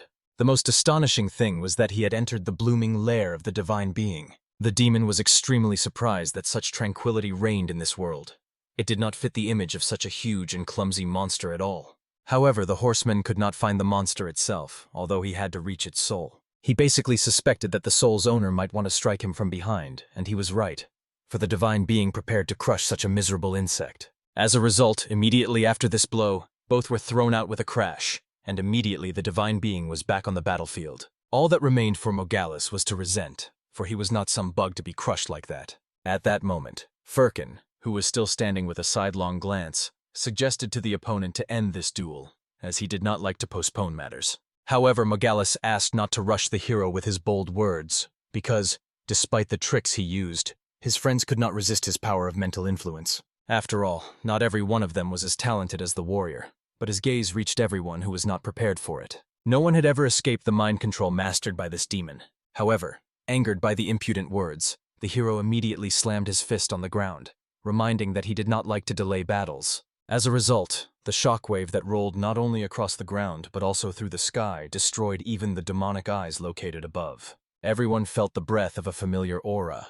It was the aura of death. After 3 moves, the rider was, frankly speaking, already extremely enraged that Firkin had the audacity to so absurdly oppose his will. But from the surge of power, the demonic head of the rider flew straight to the Phantom King at his feet. She immediately began to protest, demanding that the Phantom King not even dare to touch her. However, he only apologized to the dear Mogalis. After that, he decided to borrow his head for a short time for a couple of important matters. At the same time, Firkin pounced on the rider's body and, together with Adolf, delivered a couple of strong blows from above. At that moment, the hero noticed that the Phantom King put on the cursed armor. He thought that he had completely lost his mind, while he quietly giggled inside his helmet. The 2 warriors got the impression that the Phantom King had neither shame nor conscience, since he so brazenly appropriated someone else's. The old man even got worried that perhaps he decided to start a rebellion against them. However, he only laughed, making it clear that he was not committing such foolishness. After that, he immediately apologized for what he wanted to do out of pure curiosity. After that, he cast a demonic glance at Adolf standing ahead to check the power of the new helmet, and to make sure that what Adolf told him was true. In the end, very soon the young man's eyes rolled back, and he fell into unconsciousness. The Phantom King instantly found himself in some wooden house, which was filled with magical items. Someone clearly lived here. Moreover, what was most surprising, despite the house being quite shabby, there were a great many valuable magical artifacts here. So it felt like the owner of the house was quite the thief. However, unexpectedly, he felt a bright splash behind his back. He turned around with interest, assuming that Adolf was surely hiding somewhere in that place. However, the most amazing thing was that as soon as he stepped out the door, a flash of lightning rushed towards him, its heat preventing him from passing.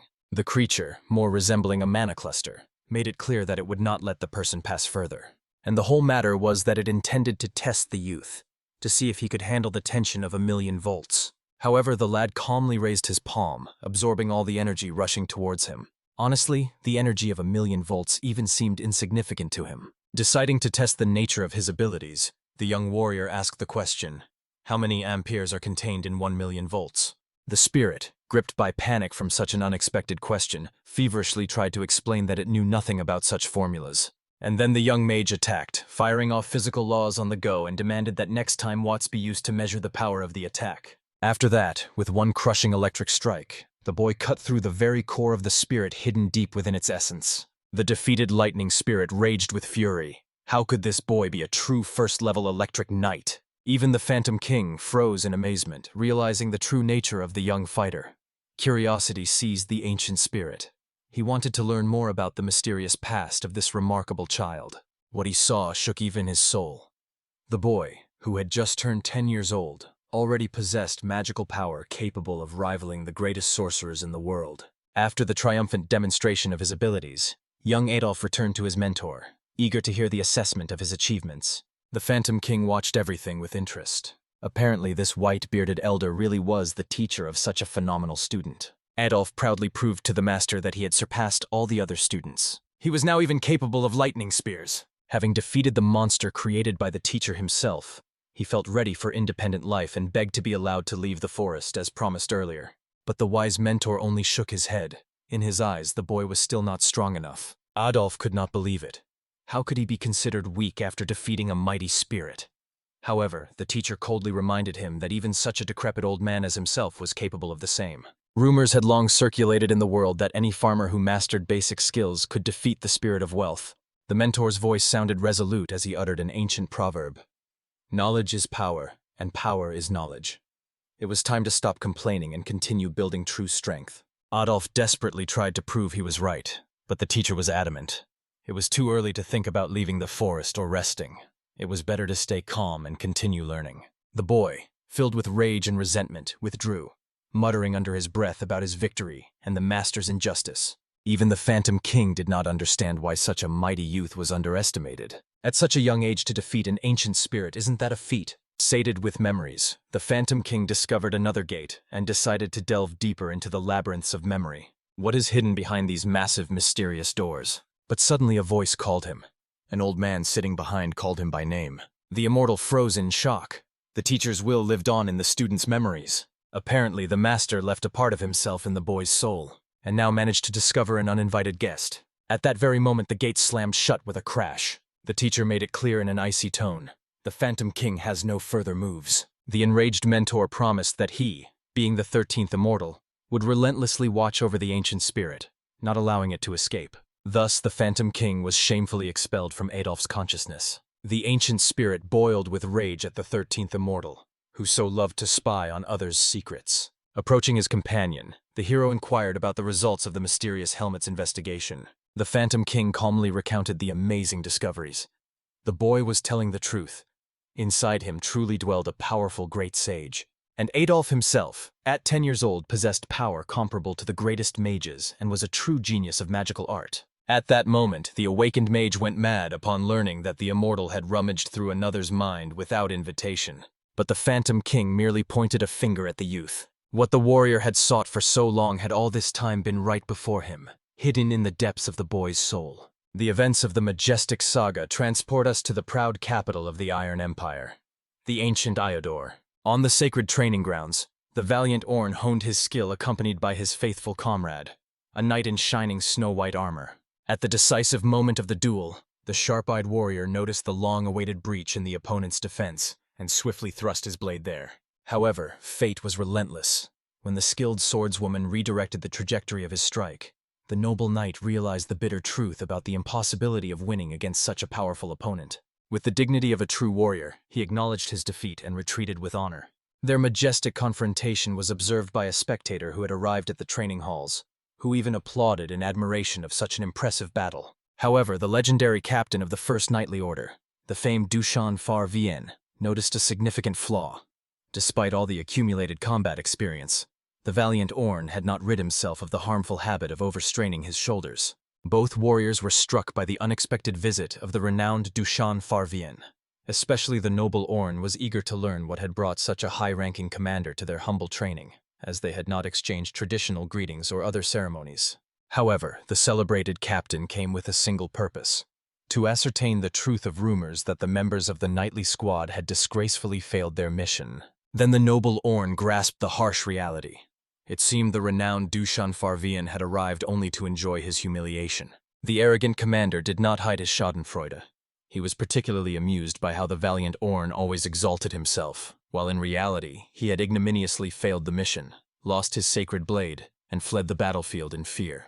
Therefore, the haughty commander wished for the disgraced Orn, after such a crushing failure, to shrink into a corner instead of tarnishing the glorious name of the First Knightly Order.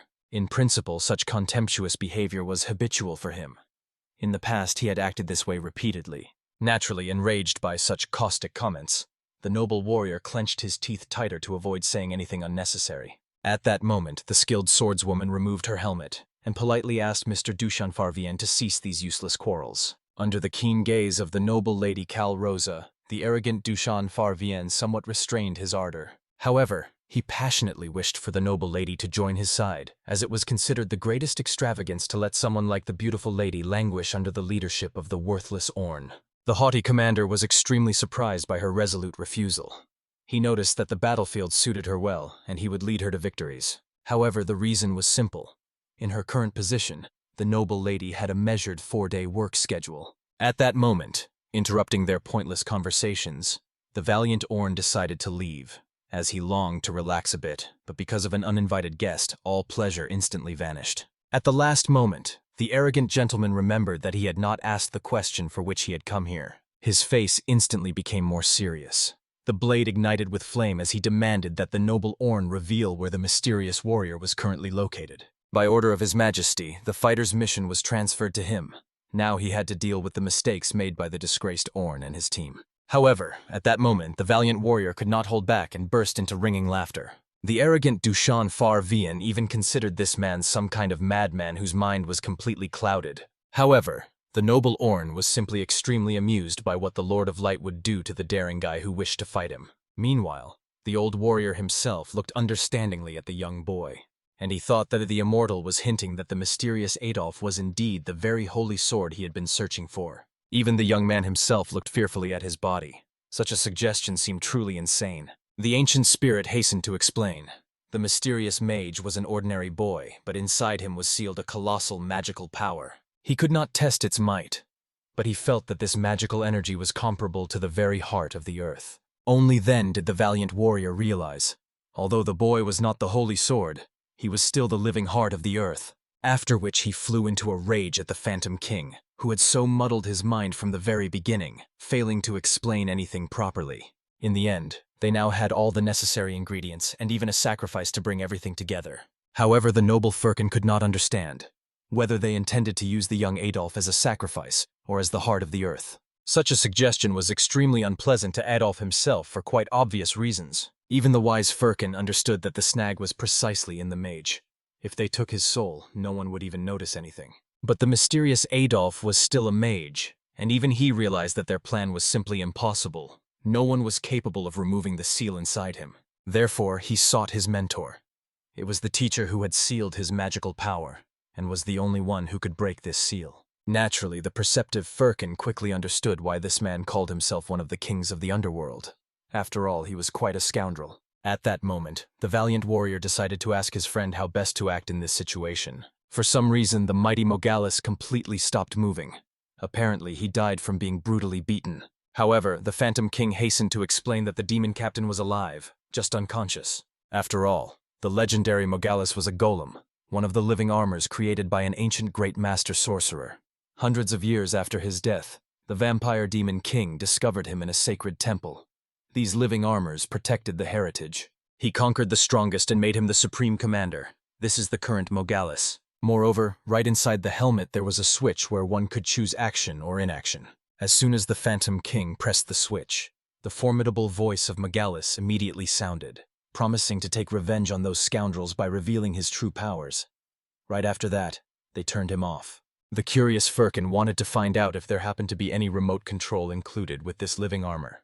In any case, often it was not so important. So the wise Firkin suggested going to catch that mosquito, take the heart of the earth, and disappear. The perceptive warrior explained to the noble Leric that they would go to the castle on foot. However, when he began to beg for the salvation of his people, the warrior decided to find out if they had spare or secret passages through which they could pass. However, there was a problem with the moves. During the battle, the valiant warrior lost sight of the warhorse Mogalis, because of which the master will clearly strengthen the guard when he finds out that the horse returned alone. Then the wise Firkin decided once again to go through the main entrance, while the noble Leric begged him to find another way. At first, he suggested capturing this enemy general. After all, first and foremost, the commander must conduct negotiations, which have never failed before. However, the valiant warrior began to ponder whether there was a better way than ordinary negotiations. For some reason, his gaze sharpened on the helmet of the Phantom King, and a brilliant plan appeared in his mind. Soon the whole company set off for the gates to the lava anvil. Right there, the vampire guards saw the glowing silhouette of the formidable Mogalis in the dark, who approached them together with the prisoners. Obviously, inside Mogalis himself, all this time sat the Phantom King, which was visible by the bluish energy that oozed and enveloped the body. The events moved to the sacred workshop of the dwarves at the lava anvil. There, the very same dwarf woman continued to work diligently in the workshop on the scarlet stones.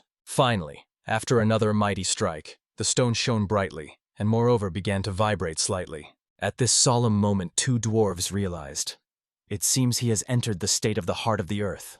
They immediately retreated, and a small stone soared into the sky, shining around even more brightly than before. Finally, the simple heart of the earth transformed into a purified heart. The skilled dwarves rejoiced that they managed to complete such painstaking work, for it had been 3 sleepless days and nights of relentless labor. However, at a fateful moment, the sharp-eyed craftswoman noticed that thin cracks had appeared on the precious stone. Angry at the failure, she struck the fragile crystal with her hammer, shattering it to pieces. At once, her loyal companions bitterly realized. It seemed they were not destined to rest today either, and once again they would have to work overtime in these scorching forges. However, the wise head of the workshop reminded them of a harsh truth. No matter how successful the purification was, it was all useless if the process speed was low. The stone would become short-lived and break at the slightest impact. Therefore, she ordered them to restart half of the furnaces. They would try to create everything anew with a higher purification speed. Obviously, the hard-working dwarves were worried. Would they be able to handle the explosive magical energy? However, the Iron Woman logically decided to find out how many stonemasons they had left. Her apprentice did not answer, so she reminded them of the bitter truth. Right now, the dwarves were treated like slaves and were dying at the hands of enemies.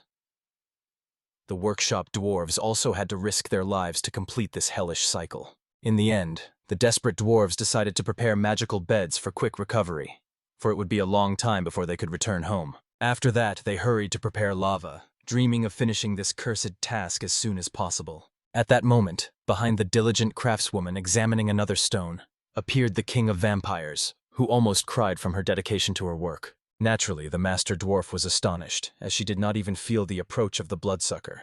However, he calmly explained that he came to observe her a little. He sensed colossal magical power here. The ruler thirsted to know how much energy they managed to release from such a small crystal, but understood that the work on one was not yet finished. The skilled craftswoman herself asked the vampire to wait a little longer. Soon they would create the perfect heart of the earth.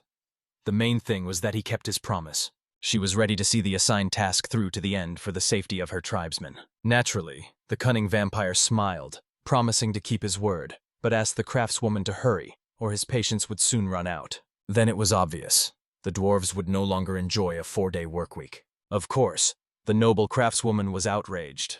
The vampire was truly a vile boss. However, he did not say that he intended to sign any labor contract for them at all. But at that moment, another vampire appeared behind his lord, fearfully pointing somewhere into the distance. Since he could not properly explain anything, he asked the lord to go and see for himself what was happening. At that moment, Magalis's horse galloped to them, but without its driver. It seemed to have gotten lost on the way. Other vampires had escorted it here. Obviously, the same bloodsucker thought. Since there was only one horse, Magalis was in trouble. If the cursed knights of the Order had arrived, then only a few people could defeat Magalis. It was not even worth talking about ordinary people. They would not have come that far. But still, the arrogant vampire ordered to double the guard from the castle gates to the secret passage. Now, with the resurrection of the Demon King imminent, he could not allow anyone to interfere.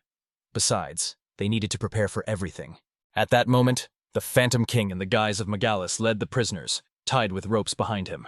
The vampire guards rejoiced when they saw the arriving humans. They immediately began to whistle at these freaks and scoundrels, glad that they had such a strong knight. Moreover, the bloodsuckers were amazed that Magalis managed to catch those scum who had exterminated their brethren. They were truly impressed. Besides, the vampires were extremely eager to know what kind of magic Magalis possessed, since he had such impressive abilities. Shortly before this mission, the valiant Firkin addressed the Phantom King, promising to restore his status. He could even promote him and henceforth call him the Phantom Emperor. However, even the most immortal felt somewhat uneasy about this. The noble warrior addressed the ancient king with a sincere request. After all, he was the only one who could copy Magalis's abilities. Moreover, the skill of carrying one's own head in hand was a great talent. The consenting spirit decided to find out what the plan was, whether he needed to attack or destroy someone, as the valiant Firkin had done all this time. However, the wise gnome Laric hastened to explain.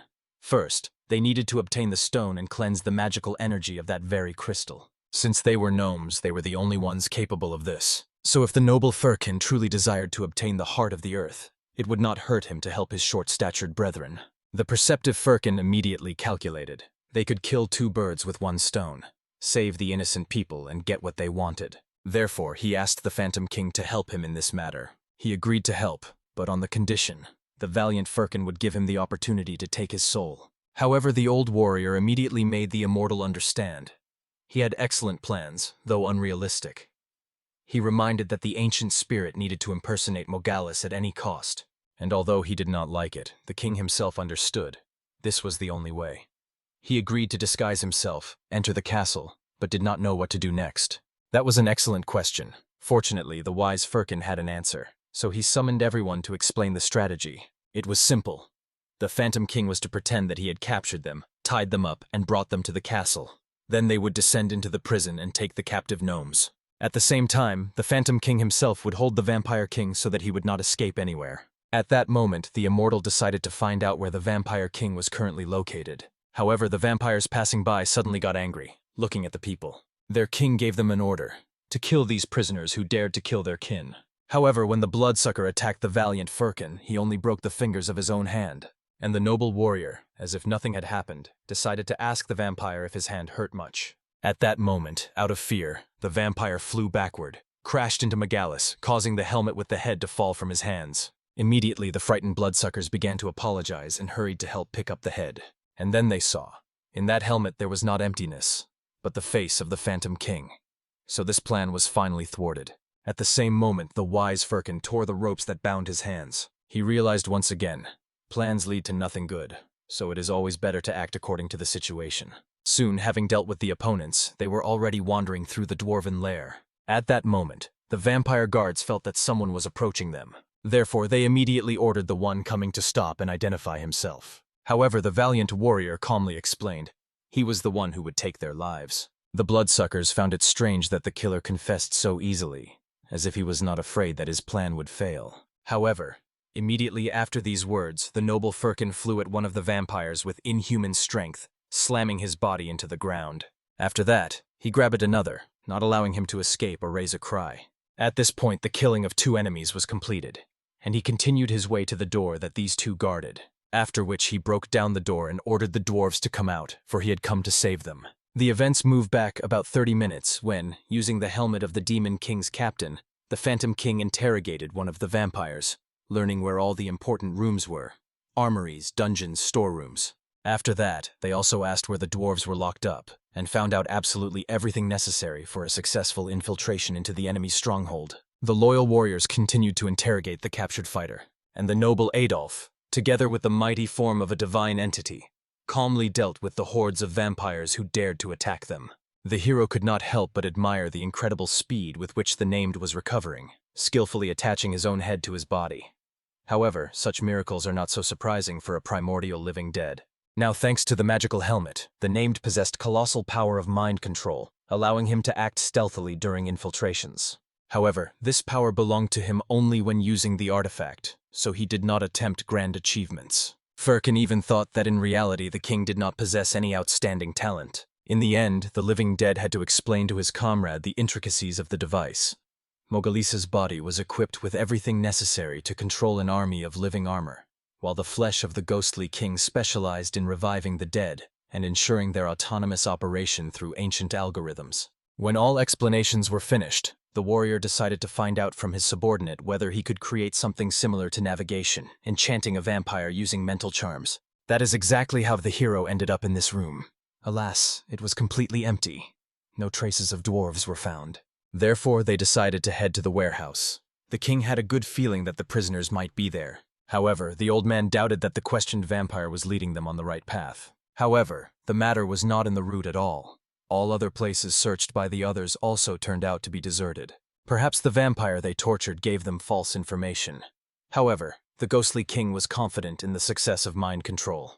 The subordinate could only speak the truth. Therefore, it was most likely that the unfortunate dwarves had already been taken to another place. The ghostly king did not know the reasons for this. Perhaps the vampires decided to hold a feast, using the prisoners as food. Or maybe someone guessed about their arrival and moved the dwarves to a safe place. However, Firkin had no idea who could have caused the commotion, since they had killed everyone who came here. However, suddenly, focusing, the ghostly king noticed something strange coming from Adolf's side. Finally, he managed to find someone! But when the name switched to the vision from his side, he saw only the bloodied body of the dwarf. All he could do was find a sheet and cover the mortal remains, granting the deceased eternal rest. Adolf himself was struck by the cruelty with which they dealt with this gnome, and even worried that they were excessively late. But at that moment he heard a faint cry for help coming from the cage in the far corner of the room. There languished a gnome who begged Adolf to free him. The hero naturally promised to save the unfortunate one, but at the last moment he realized that the dwarf's body was under a serious magical curse. At that moment the prisoner reached out to Adolf through the bars and began to scream about the unbearable pain he was experiencing.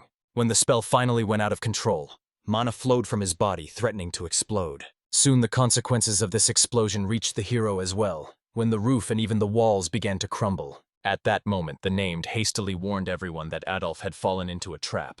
When the smoke from the explosion cleared, he saw many vampires who had been hiding behind the cage all this time. Naturally, Firkin panicked and demanded that the ghostly king explain something to them. Therefore, he hastened to clarify. The enemies lured Adolf using dwarfs as bait. At first, they forced the heroes to split up, and now they wanted to devour him while he was alone. Moreover, the vampires turned out to be skilled fighters, capable of detecting all the enemy's weak spots. But still, Adolf was the first to launch an attack. In the end, a simple but powerful combination of spells led him to success.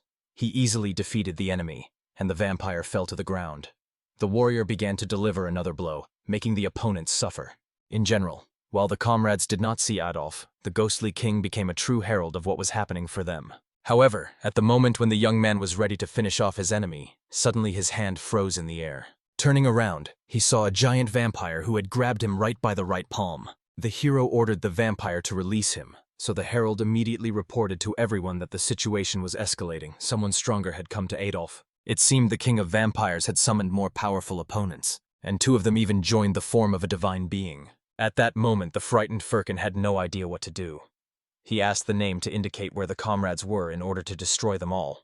However, suddenly, while he was shaking the vampire through whom the ghostly king was speaking, a loud crack was heard. He broke the poor creature's neck. In the end, he collapsed lifelessly to the ground, and Firkin had no idea how to restore contact with the named one. At that very moment, the connection that the named maintained with the hero was interrupted. When he turned around, he saw the vampire king already hovering on his wings above the room. At the same time, the other dwarves stood outside their own stronghold. They were peeking out and waiting for the agreed signal, but so far there was no sign, despite the morning sky already brightening. There was not a single soul visible who could give a signal, so they continued the observation. However, the captain was extremely worried about the fate of the warrior and his companions. Leric knew there was no trial he could not overcome. Therefore, the sage advised the captain to stay alert. If they wanted the dwarves to remain safe and unharmed, they had to be ready to engage in battle at any moment. But at that moment, other warriors raised a commotion, having spotted someone suspicious. The stranger turned out to be a warrior in golden pauldrons and an emerald cloak who stopped near the dwarves. He politely moved aside the spear that was poked right in his face, after which the man in the mask politely asked them not to be so suspicious. However, the mask made this traveler a mysterious figure, so the dwarves demanded that he remove his cover and show who he was. But the newcomer set a condition. If they wanted to talk to him, they first had to put away their weapons. When they did not move from their place, he decided to help them himself by casting the spell of 100-fold gravity. Everyone immediately felt the power of this attack, which pressed on them from all sides. Only then did the trio realize that they did not know what gravity was, and thought that such a concept did not exist in the Middle Ages. As a result, the spell did not affect them. After all, the dwarves had colossal resistance to magic, and perhaps it was because they really turned out to be simple-minded. At that moment, the appearing Duchon Farven calmly explained to the dwarves that gravity is a way to express a warm welcome. They were glad to see the dwarves in 100-fold size, after which he asked the gentleman not to be so cautious since they were not suspicious fellows. Obviously, judging by the appearance of these two, Leric realized that they were unusual adventurers. Therefore, he believed that they came from beyond the mountain ridge. However, he considered their efforts wasted, since no one could enter their stronghold. However, Duchon Farven calmly explained that their house simply did not interest him. He was looking for a friend in these parts, after which he named Firkin the Mighty and asked the dwarves to tell if he had passed this way. Moreover, it was extremely interesting to find out exactly where Firkin is right now. At this moment, the vampire leader finally landed and leisurely approached his longtime comrade. Both were silent, not knowing what to say. Their separation had lasted too long. After mutual greetings, the vampire lord admitted that he was extremely curious about what the first of the dead, the very ghostly king, was doing here. The named hastened to explain that he was no longer the Phantom King, although he was still able to communicate through spirits and possessed the power of necromancy. While he uttered these words, an unbearable roar came from the upper floors, making the entire building tremble. Obviously, the vampire thought his warriors were fighting there, but was surprised that the battle with the miserable humans had clearly dragged on. He considered it a real disgrace to be unable to defeat some unknown mercenary who had fallen into their trap, and also that gigantic monster of an unknown breed. And he was completely silent about the old grandfather. He did not understand how he dared to venture into such a dangerous place. The leader wished to ask the ghostly king what he was doing in the company of such riffraff. After all, he is the great immortal who once led the army of the Demon King. However, the named one only sighed heavily, remembering the times when he himself considered himself great. But this was before he was shamefully defeated. Then he decided to hint to the old comrade who exactly that very old warrior is, whom he doesn't even consider a human. It was precisely this ancient warrior who defeated the spirits with his bare hands. While they dispersed to their places, for 30 years this man constantly balanced between life and death, thereby absorbing all the mighty powers of the continent. For him, hardly a single worthy enemy remained, and no one was capable of stopping him. The most terrifying thing about Firkin is that his power was not obtained by magical means or lucky chance. It came exclusively from his will and relentless labor. The vampire did not believe the words of the ghostly king, considering him a mere weakling who bowed before the power of this human warrior and betrayed the demon king. For the named, all this was just the whisper of a fool who would soon understand his choice. Moreover, the ghostly king reminded that at least he was a true member of the demon king's army, and it was his choice to betray the lord. But the vampire king was not even included in the list of subordinates. The king also reminded the main principles of the demon army: treachery and dishonesty, so betrayal was commonplace there. But the vampire king, with his honor and loyalty, resembled more a supporter of the righteous. Unable to endure such speeches, the vampire laughed loudly, amazed at how amusing the named had become. Speaking of betrayal, he suggested to the ghostly king to betray once more, but this time the warrior, and rejoin the demon king's army. However, the wise undead knew that even betrayal must have its benefits. He saw no advantage in such an act and doubted it would stop the enraged warrior. The vampire was frankly surprised at how mundane the Ghost King had become, but still explained that the resurrection of the Demon King was imminent. When the Lord rises, he will surely come to avenge all who betrayed him. Yet for the betrothed who knew the truth, this sounded more like a joke. The leader of the bloodsuckers explained that the heart of the land would soon be in his hands. Moreover, this place is simply teeming with souls for conducting the ritual. This means that through sacrifices, the Demon King will be reborn as a living dead. In the end, the Phantom King could not endure and decided to find out if his old friend was sure that the Demon King had ever died. He froze after that question, and the named one continued to insist. Had the King of Vampires seen his corpse or encountered his soul? What report did he receive about the death of the Demon King? Did anyone say that the corpse presented as evidence really belonged to the Lord? He wanted to know how this fool intended to resurrect one who had never died. Obviously, the vampire could not believe that the Demon King was capable of being alive. The ghostly king himself explained that he insists on his point of view, because he cannot know for sure. So this could be called the Schrodinger's Demon King.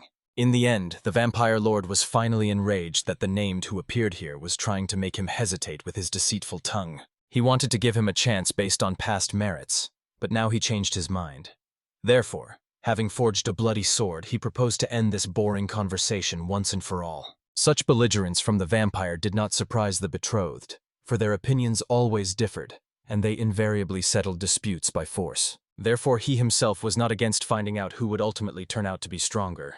At this moment, Adolf continued to dodge numerous flying attacks. The vampires who were beating him demanded that the hero stop fussing and running away like a rat. Now, when the young man could only dodge their blows, the leader of the bloodsuckers grew very bored and no longer intended to play with him. Therefore, from his mouth he unleashed fiery breath, as if parodying a dragon. From the power of this flame, the other vampires shuddered in fear, being struck by the incredible strength of the fire. Even Adolf was forced to admit that this scoundrel was truly strong. There was no doubt that the vampire leader had properly prepared for the battle, since the difference in skills put the mage at a severe disadvantage. At that moment, Adolf rummaged through his pockets and finally found a vial with an azure potion inside. The vampire became extremely curious about what the youth was going to do with this water.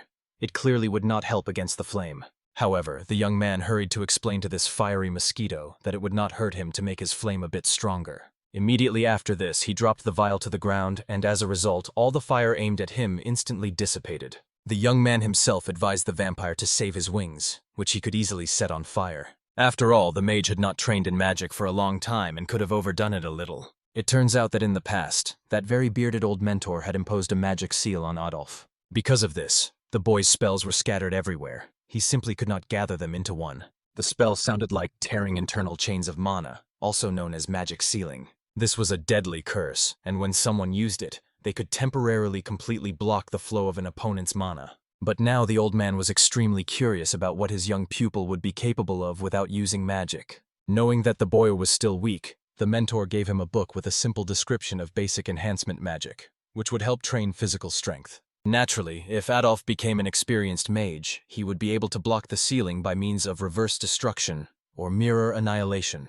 If applied unexpectedly, even great masters of magic, such as immortals, would become easy prey. But seriously speaking, only an immortal would be foolish enough to fall for such a trick.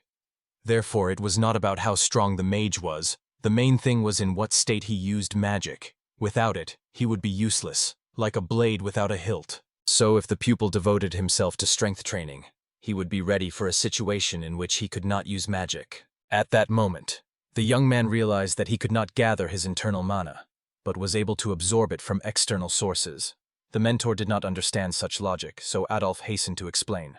When a river's channel is blocked by a dam, the flow finds a new path. If the magical chain can be disrupted for a short time, then there will be an opportunity to absorb mana from outside, but a person must be able to apply this wisdom in practice. Meanwhile, the wise mentor began to praise Adolf for such a brilliant idea. Moreover, there was an ancient legend that someone had already proposed a similar theory 300 years ago. But again, mana flows are as complex as the nervous system of a living being, and there is a great likelihood of making a fatal mistake by disrupting one's own magical flow. Therefore, most sorcerers were not capable of such audacity. However, suddenly Adolf grabbed the teacher's palm, deciding to test his suspicions. At that moment, the elder felt how mana flowed through the hand into the student's body, although the magic ceiling was still in effect. This meant that the youth had managed to create a new stream of mana in a very short time. Even now, the young warrior used the same method when he broke a vial containing mana. Under the frightened gaze of the vampire, the hero admitted that he had not felt this heavy but life-giving power within himself for a very long time. It felt as if he had returned to a distant past where he calmly mastered magical arts. However, today he could not recall how to properly use spells. At that moment, the bloodsucker lunged at the opponent, not believing he was a mage, and thought that if the enemy used a spell, it would be quite trivial. While the opponent approached him, the young man gathered shards in his hands, using the attribute of ice for this, after which he threw them with incredible force at the scoundrel, finally remembering roughly how to use magic. Only then did the vampire realize that magic was the opponent's hidden ability and considered him an ice sorcerer. However, in the next moment, the youth created giant stone boulders that crushed the bloodsucker, and only then did the hero remember that he had forgotten to explain. He was not a mage focused on just one thing. The vampire was extremely enraged that the boy pretended to be an ordinary warrior. He wanted to know how that guy had leveled up his skill tree at all. After all, if he studied everything in a row, his song should have already been sung. However, Adolf calmly explained that he was using magic for the first time in a long while, and hoped that the enemy would appreciate it. In the end, after ice spells and earth magic, he cast lightning spells, and the vampire demanded that the warrior stop breaking all possible stereotypes. But in the end, the young man began finishing him off using electricity magic, which thoroughly roasted the unfortunate enemy. He jumped back in fright, stuck to the wall like a real moth, and realized that the opponent was indeed a genuine sorcerer. The bloodsucker wanted to know how many elements the guy mastered. However, Adolf unflinchingly explained that he liked all the elements, so he mastered all the elements. The vampire considered this simply impossible. After all, the youth should at least be at the archmage level. He calmly explained that he had already mastered earth, fire, wind, water, and even blood in childhood. Therefore, now that he mastered electricity, he possessed absolutely all possible powers. Obviously, looking at what Adolf was preparing, the frightened vampire could not believe that the opponent was so strong. But fortunately for this bloodsucker, at that moment the young man's mana had already run out. The vampire obviously realized that the young man had nothing more to undertake. However, now that he had no magical energy left, the boy mage remembered physical training. With all his might, he struck the vampire on the jaw, and he truly possessed incredible strength, which made it a mystery for the bloodsucker. Was the opponent a mage or still a warrior? The young man calmly took out 2 more vials of liquid containing mana, and decided to give the scoundrel an answer to his deathbed question. His original specialization, which he had followed all his life, was mage bodybuilder. While the boy was accumulating mana from outside, the vampire had already dealt with his comrades to restore his strength. He was extremely enraged that some human pup dared to wound him and thirsted to destroy the audacious opponent. However, honestly, to Adolf this sounded like a real joke. By the time the enemy was feeding on the blood of his own vampires, the young mage had already created a magic circle that could blow the entire castle to pieces. All that was left for the frightened bloodsucker was to try to fly away as quickly as possible so that this mass wouldn't crush him. But at that moment the ceiling was already broken by the old man, who did not allow the vampire to go far, striking him down with his landing on the floor. The old man did not even notice that he had crushed something, so he thought that the cries for help and pain he heard were due to an overactive imagination. Therefore, he was glad that he finally met Adolf, for he was frightened when he lost everyone, and simply moved towards all the commotion, breaking the ground under his feet. It turned out quite fortunate that he arrived just in time for the young warrior. Firkin decided to find out whom he had fought and where his enemies were. However, Adolf calmly pointed to the ground, explaining to the hero that he could see the enemy if he stopped walking on him. Perhaps he was even alive. At this moment, the battle between the Vampire King and the Named continued, and suddenly the Lord of the Bloodsuckers realized that no matter how well the Necromancer held up in battle against such an opponent as himself, this useless duel had to be ended. However, the Named One thought that it was the wounded King of the Mosquitoes who should have surrendered. Naturally, the enemy immediately noticed that the Necromancer's hand had fallen off, which meant he was close to losing. But considering he was immortal, these were mere trifles for him. The King of Vampires was sure. The one whose palm is torn off will definitely lose, while the Named One knew that at any moment he could grow a new limb. While they were fighting, Duchon Farven was already approaching the place of their clash together with his suspicious subordinate. Somewhere at this moment, Firkin lifted that unfortunate vampire and sat him on his lap for a conversation. He made him understand that the Bloodsucker had a choice. He could get closer to the element of fire, water, lightning, or simply talk to a person, which was the wiser decision. The old warrior wanted to find out from the vampire where the dwarves were currently being held. The latter pointed to the main passage. There they would be able to find them. Then the hero suggested starting the torture with lightning, and the frightened Bloodsucker immediately explained. If they go about 30 floors up from here, they will reach a place called the main passage. Closer to its center will be a room where the dwarves must be held.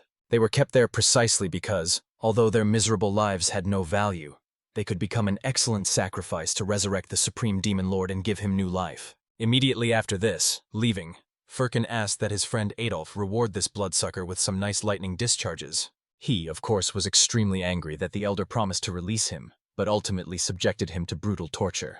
When everything was finished, Firkin honestly admitted that he did not expect there to be any renegades like these vampires left. The mage, however, doubted whether it was worth killing him so quickly, considering they could learn a lot from him. However, the old warrior had already grasped the general essence of what was happening. These scoundrels had turned the entire region into a wasteland, abducting people for sacrifices. The reason they chose this particular place was that the heart of the land was located here.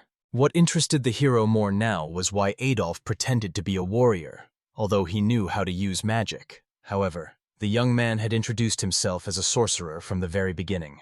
However, he had his own reasons to use swords. After all, he could not use his magical skills for too long. When he experiences overload, there is a chance of a magical cataclysm.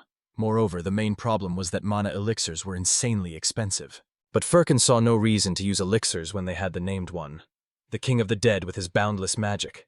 The mage could simply borrow some mana from the Necromancer from time to time. After this, Firkin suggested setting off to rescue the dwarves, and the frightened Adolf proposed to first help the other comrades. However, the experienced hero had no idea which others were being referred to. He calmly explained the essence of the matter to the young man.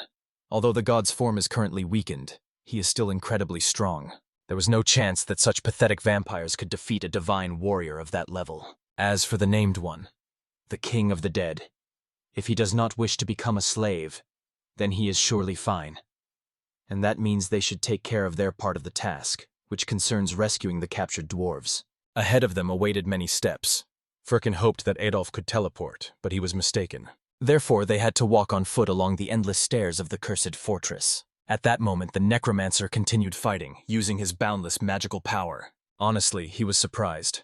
Despite the wounds, the Mosquito King still dodged his attacks quite well. In the next moment, the enemy even gathered strength and counterattacked the Named One with doubled fury. But then the dead, his own fallen subordinates, began to cling to the vampire's hands and feet. They crept closer to the body of their former lord and pleaded for Daddy to carry them away from this cursed place as far as possible. Only the Named chuckled at his sinister joke. He explained that he decided to give the Vampire King a special gift, briefly reunited him with his friends. After this, the Necromancer used the corpse explosion technique, and as a result, these three exploded in demonic fire.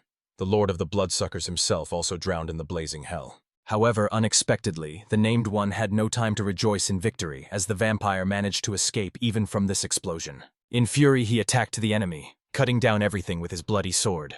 The Necromancer defended himself, using the power of his Reaper of Death. Then, shaking off after the explosion, the King of Vampires explained that the corpse explosion was too banal an attack for a warrior of his level. He was curious about when the King of the Dead would finally stop playing childish games with him. It was obvious that he was not fighting at full strength, which greatly angered the leader of the Bloodsuckers. At that moment, having looked at himself, the Named noticed that his clothes were very worn out. Therefore, he decided to hastily replace her, demonstrating complete disregard for the opponent. The Necromancer also responded to the claims of the Vampire King. admitted that he himself, the opponent, did not fight at full strength. He behaved as if he was stalling for something important. In principle, the undead did not hide that he did not intend to spend all his strength fighting his former comrade, since one matter would soon be completed. The named one was surprised by such secrecy. The Vampire King spoke like a genuine villain from cheap fairy tales. However, the necromancer was sure. It was about purifying the heart of the land. Therefore, he saw no reason for excessive secrecy. After all, everyone already understood everything. In the end, the Vampire King had to admit, very soon the heart of the land will be ready, and even the named must understand what this means for the entire continent. Somewhere at this moment, the dwarf craftswoman finally rejoiced. She managed to complete the entire most complex ritual, and the vampire could not stop rejoicing that soon the endless ocean of purest magic would obey him. The named barely restrained laughter. Therefore, he immediately hurried to interrupt the bloodsucker. If this was their brilliant plan, then most likely they would soon get a beating from a certain warrior known to him. Obviously, after these words, the Vampire King thought that during the fight he had hit the named hard on the head, since his mind was clouded. After all, when it came to that young warrior, he was not so strong. And the necromancer, of course, would like to see how this Mosquito King would fight the warrior he was actually talking about. At this moment, the bloodsucker himself decided to demonstrate something very fascinating to the named. And then a blade appeared from the ground, which was very familiar to the necromancer. It was the demonic blade God's Doom. Obviously, the named was extremely interested in where someone like the Vampire King got a blade of such terrifying power. He believed that it was surely some kind of fake. However, the vampire even had a certificate of authenticity for this blade. True, it was not the entire blade of the Demon King. During the last battle in the Dark Lord's castle, he found the broken tip of the demonic blade. The blacksmith Vulcan took it and forged another demonic sword from it. This blade, which was given a new life, became the last reincarnation of the Demon King's weapon.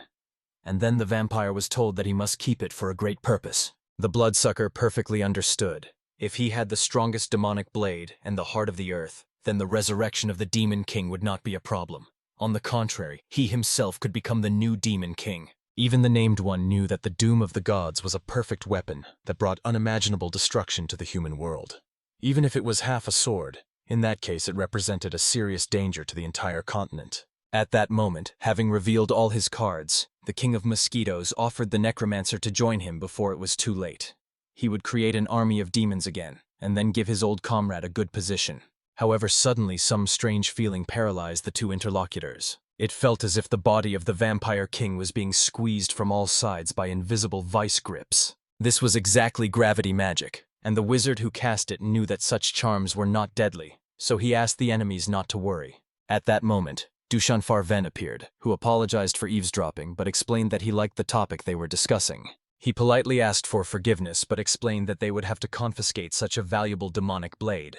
Obviously, the vampire was holding on to his weapon with the last of his strength, unwilling to give it to Duchon Farven. The only thing he could squeeze out of himself was a question about how the stranger learned about their plans. He laughed and explained that he himself was curious about what was going on here. After all, he came here only to meet one warrior but stumbled upon much more interesting things. Initially, the fighter thought that the Demon King's army had long since disbanded and scattered. It turned out they had been gathered here all this time. The strangest thing, he met two generals who fought to the death in the dwarves' lair. Duchon Farven had already heard that the named and the warrior act together. But it seems, while the warrior stepped away on business, the old comrades decided to have a reunion. The warrior wanted to learn much from what he had just seen. However, now taking the sword, which the Mosquito King had obtained with such difficulty, was the main goal. Of course, the enraged vampire immediately declared that Duchon Farven would not be able to take the coveted blade from him. However, the warrior himself knew no weapon had yet been created that he could not lift. But no matter how hard he tried, the sword would not rise. The whole matter was that this item was bound to its owner during its creation. Duchon Farven was, of course, ashamed that he had not thought that the sword might already have an owner. He had no choice left. He understood that if he put the blade's owner to eternal rest, then everything should resolve itself. However, unexpectedly, when the sage aimed at the neck of the bloodsucker, the demonic blade blocked the strike as if by magic. The cursed weapon protected its owner and moved on its own by the will of the owner. In the end, the sword attacked Duchon Farven with fierce power. The warrior laughed, admiring the attempt to harm the Vampire King. Obviously, from such power, this sword became even more attractive to him, for it possessed colossal power even without direct control. At this moment, the gravity mage hurried to shield his lord from the demonic blade. Honestly, the named was even a little offended that this gravity sorcerer dared to be distracted by someone else when an opponent of his level was nearby. After this, the necromancer summoned the Reaper of Death behind the enemy's back. He understood that the cursed gravity would hardly work on a ghost who did not even have a physical shell. In the end, indeed, the magic did not work on the spirit, and the sorcerer had to retreat hastily. When it came to ghosts, gravity was useless. Moreover, most mages were sure that physical attacks did not affect ghosts. The mage understood the essence of the loophole. The ghostly entities became vulnerable at the moment of their own attack. When spirits struck, the general laws of nature began to affect their ephemeral forms, endowing them with mass and subjecting them to gravitational forces. Therefore, the sorcerer immediately began to cast a spell, realizing the possibility of influence through inductive effects. However, at the very moment when the magical bonds were supposed to bind the enemy, the ghost began to dissolve into the air. Now this entity resembled more some quantum mechanical creation, or a true divine incarnation. But the truth was simpler. The spirit was taken care of by its master, who quietly appeared behind the mage. The named quietly said that he believed the mage would one day get answers regarding the nature of the Reaper, but not today. After these words, the King of the Dead calmly laid his palm on the sorcerer's shoulder and struck him with a powerful discharge of dark energy. Duchon Farven, watching his friend's battle, felt anxiety for his well-being. The warrior suggested to his comrade to call for help if necessary, but in the next moment he released a pillar of his own energy, indicating that support was not needed. The named one realized the failure of his plan to overload the mage through magical bonds. This sorcerer had impressive resistance to spells, comparable to the protection of the King of the Dead himself, or even surpassing it. Moreover, all the magical tricks used by this eccentric proved to be quite unusual and powerful. At that time, Duchon Farven continued the fight with the blade of the Demon Lord. However, suddenly this cursed weapon flew away, returning to the hands of its master. Thus, the two demonic allies reunited, and both understood their luck that such a useful cursed sword was nearby. Duchon Farven approached his comrade and inquired about the minor problems with the magical chains, which he was trying to restore in every possible way. Both warriors realized the inevitability. They would have to use the sacred relic, the primordial flame. Initially, Duchon Farven planned to save this power for a more suitable moment. But now, with the mage wounded and the Ghost King with the vampire right in front of them, there was no choice left. And even without the presence of the warrior, the knight could not miss the opportunity to conduct such a battle. Having listened to all of Duchon Farven's plans, his subordinate understood the necessity to write a long explanation regarding the unjustified use of the relic. The vampire, having flown into the sky, honestly admitted that he was trying to refrain from using the demonic blade. But these mortals simply refused to calm down. The bloodsucker had already filled his body with an excess of wild energy to destroy the enemies with a single swing of the blade. Duchon Farven was very curious to look at such a spectacle. He hoped that the comrade would not disappoint him, for the knight was already ready to use their secret weapon for this battle. Of course, the mosquito tried to remind these two of his power, which gave him the ability to crush them to powder in one go. However, now he was not inclined to such actions. Finally, the vampire addressed the ghostly king with a request to also leave the battlefield, after which he dashed away, fleeing from the battle. The named one was even twisted with the realization that this cursed lord of mosquitoes remained as much a piece of shit as before. Even Duchon Farven felt complete disappointment. So he decided to find out the plans of the King of the Dead and hope that he was ready for their battle. At that moment, the named one realized that the arrogant little humans were looking for a warrior. So, first he had to deal with him.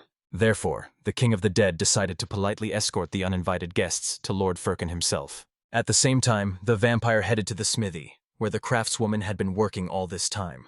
No matter how the bloodsucker looked, he could not find her anywhere. Obviously, the scoundrel had no idea where all the gnomes had gone. He was very angry about their disappearance during working hours. However, the craftswoman suddenly appearing from around the corner stunned the vampire with a blow from her hammer. Of course, the surprised bloodsucker hurried to find out why the craftswoman decided to prank him, as now was not the time for jokes. He wanted to know what had happened to the heart of the earth. Komar did not even suspect that part of the heart of the earth was enclosed in her axe, which she had just used to strike the vampire. After this, the craftswoman decided to deliver a stronger blow, calling the technique the electric fly swatter. At that moment, Komar, having withstood the blow, realized that the craftswoman had managed to carry out everything according to plan. This meant that there was no longer any need for her and her kind, so he intended to kill the gnome woman. At that moment, the frightened craftswoman screamed, signaling to the others. Komar looked back and saw on the ceiling a huge creature, the appearance of a divine creator. Meanwhile, Firkin was rushing up the endless staircase with Adolf at incredible speed. The young man was amazed that the elder was clearly far ahead of him, and wanted to know where he had learned such a spell. Firkin explained that he had seen this in another world. There was a battered guy, and the old man mastered the spell under his supervision. In principle, that guy was quite strange. He shouted the spell every time he used it. He was very similar to Firkin, only a bit more insane. After these explanations, Adolf realized. Although he had previously considered Firkin just some old man with a quirk, the more he learned about him, the stranger and more eccentric he appeared, which, in essence, was not far from the truth. At this moment, the hero briefly slowed down and sat down after climbing 30 floors. However, the most surprising thing was revealed when he looked at the floor number. It turned out to be the 9th. The old man had the impression that they had been circling around the same point all this time. However, the mage hastened to explain that the dwarves' palace was built right inside the rock, so each floor was quite spacious. It was surprising that the shorties living here constantly went back and forth.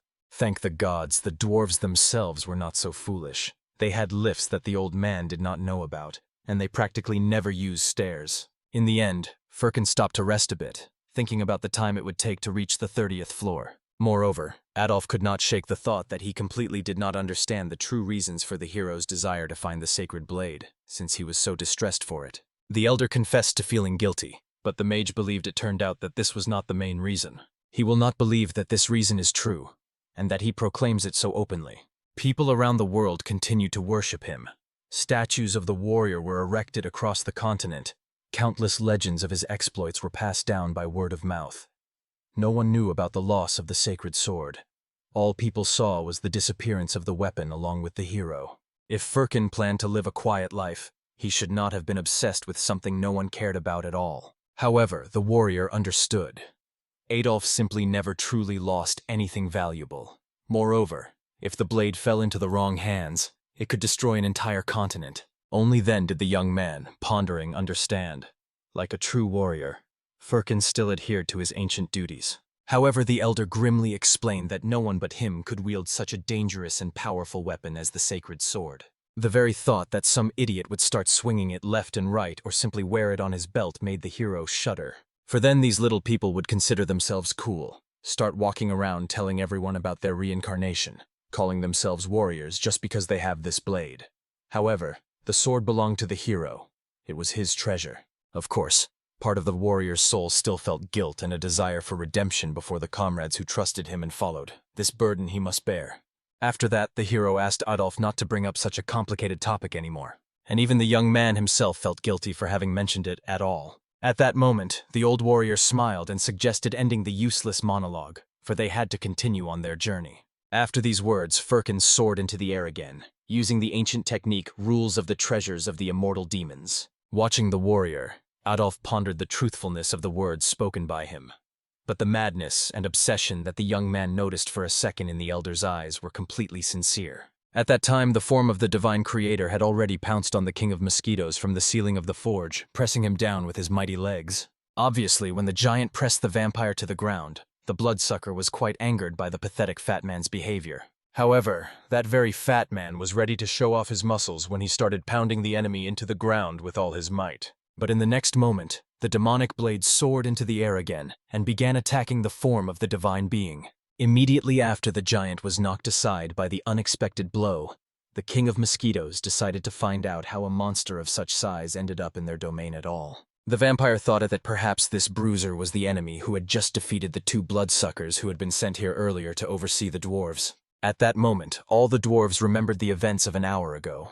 The dwarves of the workshop were literally stunned when they saw a creature the size of a real monster. A giant came to them carrying the weakened bodies of two vampires and explained to the little people that he had come to save them from the oppression of the bloodsuckers. After that, the giant, as if nothing had happened, threw the unconscious opponents to the ground. Then the dwarves recognized in the defeated enemies two henchmen of the king of mosquitoes, who had long treated them like worms, and constantly insisted that the shorties were incapable of quality work in weapon making.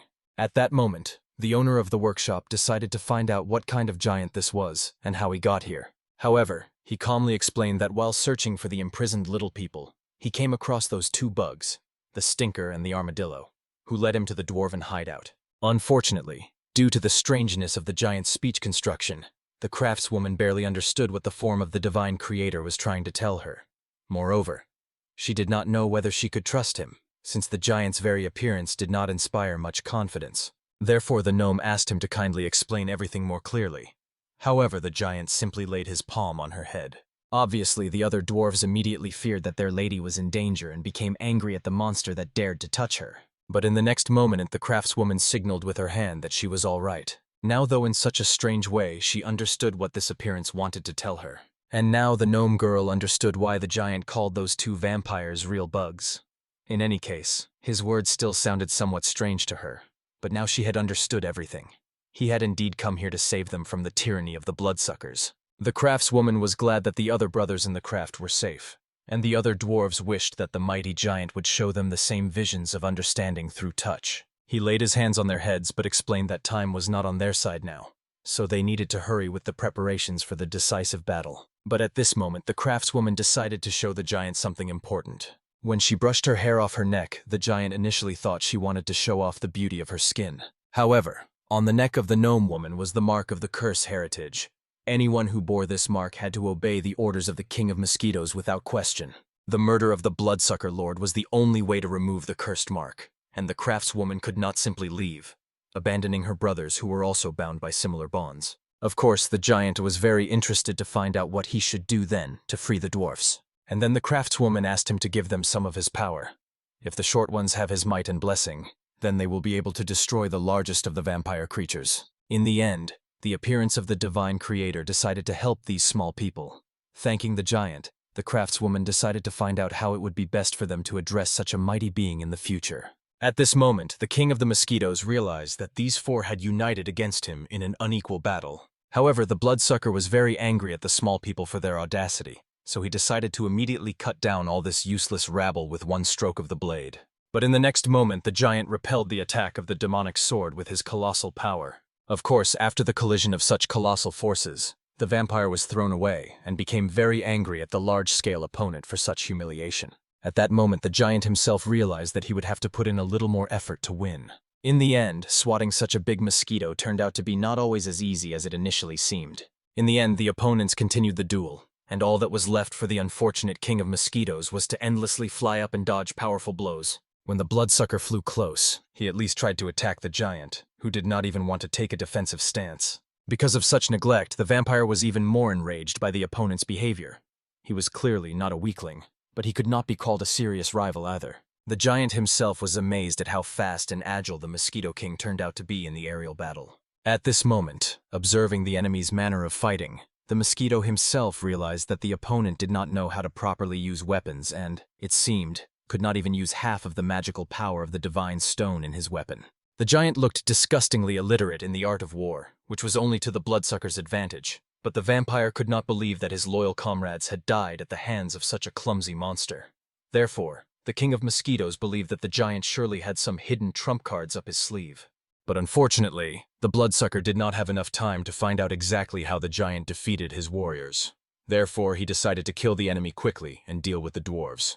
But in the next moment, suddenly the sound of heavy chains rang out, and a huge handful of metal shackles knocked the mosquito to the ground, pressing him against the stone floor of the forge. Obviously, the bloodsucker immediately screamed in rage at these cursed freaks who dared to catch him in such a primitive trap. Meanwhile, the craftswoman commanded the dwarves, ordering them to continue tightening the chains to securely hold the opponent. At this moment, while the mosquito was immobilized by the shackles, this became a signal for the giant to finish off the enemy using his mighty hammer. In the end, the giant raised the weapon as high as his arms allowed, aiming for the most powerful strike. Watching this spectacle, the dwarves rejoiced that at least the giant's stance with the hammer was correct.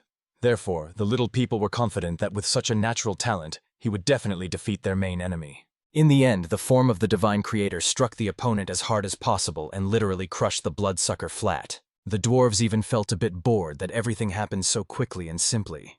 But they rejoiced that as soon as their great savior finished this battle, the little people would be able to return to their hometown and reunite with their families. However, the giant himself understood that this was far from the end of their deadly struggle with the powerful opponent. In the next moment, some terrifying dark force rose from the place where only the pitiful remains of the vampire seemed to be left. The dwarves could not believe that the bloodsucker really decided to rise from the dead again. But the shorties thought that now the enemy was weakened from the received damage, and decided to deal with him together. Only the leader of the workshop immediately ordered the simple-minded idiots to hide far away from the battlefield. What emanated from the resurrected opponent was no longer the power that an ordinary vampire once possessed. This was already something wild and forbidden, and it seemed that the dark energy had completely taken over the entire body of the bloodsucker. The giant immediately recognized the nature of the threat. It was dark forbidden energy. The Colossus decided to protect the dwarves by delivering a powerful blow with his hammer to the resurrected enemy. However, to great surprise, the vampire easily stopped this attack with his bare hand, after which the bloodsucker shattered the giant's weapon into the tiniest particles, reaching the very divine stone of the opponent. The enemy had no idea how the giant with such banal knowledge of magic could even claim to use such a mighty divine power. Obviously, the dwarves could not believe that someone managed to break such a mighty weapon with one hand. They had only heard of such a thing once in ancient legends. Suddenly, the giant grabbed the vampire by the head with an iron grip. The giant's eyes shone with a piercing blue light, and the king of mosquitoes instantly understood the opponent's plan. This monster decided to subjugate his mind to his will. The bloodsucker became very curious to see what hidden powers the giant possessed, with which he managed to defeat two mighty comrades. The vampire began to fiercely push the image of the divine being out of his own consciousness. After successfully resisting, the mosquito laughed, understanding. Now even this monstrous opponent was within his reach, just like the rest of the pathetic world. But in reality, the entire battle was happening only in his head. The bloodsucker was simply giggling. Being in an unconscious state, it felt like he was seeing some pleasant dream. While the vampire was under mental influence, the demonic blade of his master sensed something was wrong. The cursed sword rushed into battle against the giant. The craftswoman immediately rushed to the giant to protect the savior, but the blade targeted her specifically. When the gnome woman lunged forward, she had already mentally said goodbye to life. But the giant took the blow, allowing the blade to pierce his body. The image of the divine creator apologized to the craftswoman and assured that he tried to do everything possible to save them. The demonic blade returned to its master, who completely did not understand what was happening and seemed to be under the influence of dozens of drunk cups of alcohol. Therefore, the weapon began to awaken its owner, slapping him a ringing slap across the face. Immediately after this, the vampire came to and found the divine crystal of the giant in his hands. The craftswoman was puzzled why the figure spoke such tragic words, as if preparing for death, and the giant calmly explained. One warrior taught him to say such speeches when he has to take damage in battle. Observing this scene, the king of mosquitoes laughed heartily. He proclaimed that the whole world should prepare to meet the new ruler. Of course, the bloodsucker could finish off these miserable creatures in a second. However, he wished to show mercy. He will allow them to become food in honor of the return of the demon king. After these words, continuing to laugh, the vampire flew away to carry out his sinister plans. The craftswoman was angry that the opponent managed to get one of the stones. However, she still had the second crystal, which the foolish king did not even suspect. Meanwhile, Firkin, breathing heavily, finally reached the required floor. The elder could not believe it. Despite his advanced age, he still managed the climb. The warrior and Adolf reached the room where all the dwarves were supposed to be. The place resembled a battle arena, but there were no shorties anywhere. A nauseating smell of blood hung in the air. Firkin realized. The blood appeared here for a reason. The elder began to look around, and when he glanced into the corner, he saw many bloodied gnome bodies, scattered haphazardly across the stone floor. At that time, the ghostly king and the knight were pondering whether it would be right to follow the named one to meet Firkin. They could not trust the king of the dead, for he was a servant of the legendary hero. Moreover, being a demon, he was their natural enemy. However, to the ghostly king himself, the knights were true fools. They could trust him, for demons are ready to betray their commander at any moment. To the gravity mage, the logic seemed quite clear. However, Duchon Farven hastened to disappoint him. Demons cannot be trusted under any circumstances. They are skilled liars by nature. The ghostly king did not deny this fact, but he had nothing to lose regardless of the outcome. Victory or defeat of the warrior. And if the old warrior becomes very angry and starts smashing everything, the ghostly lord would be curious to observe this. Then Duchon Farven asked how they would get to Firkin. Would they just wander around looking for the old man? That would look quite funny, considering they have no idea where to search for him. But the ghostly king hastened to explain. Finding the warrior would not be particularly difficult. They only needed to find some ruined places. For wherever Firkin passed, nothing remained untouched due to his wild character. Duchon Farven understood. Now that they had received the necessary information from the ghostly king, he simply became unnecessary. But the knight decided to take the spirit with him in case he was wrong in his assumptions.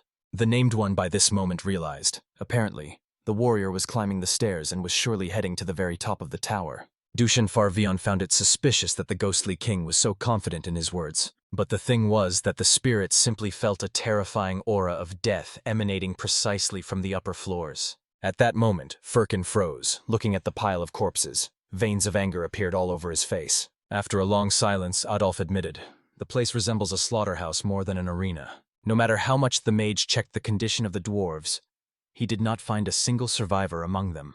But suddenly they heard the quiet voice of the awakened shorty. The dwarf was badly wounded, his eyes clouded, but he tried to make out the people who had come. Firkin immediately hurried to the dying man to find out what had happened and whether he could speak. The elder explained that he was going to help when suddenly the dwarf grabbed him by the cloak.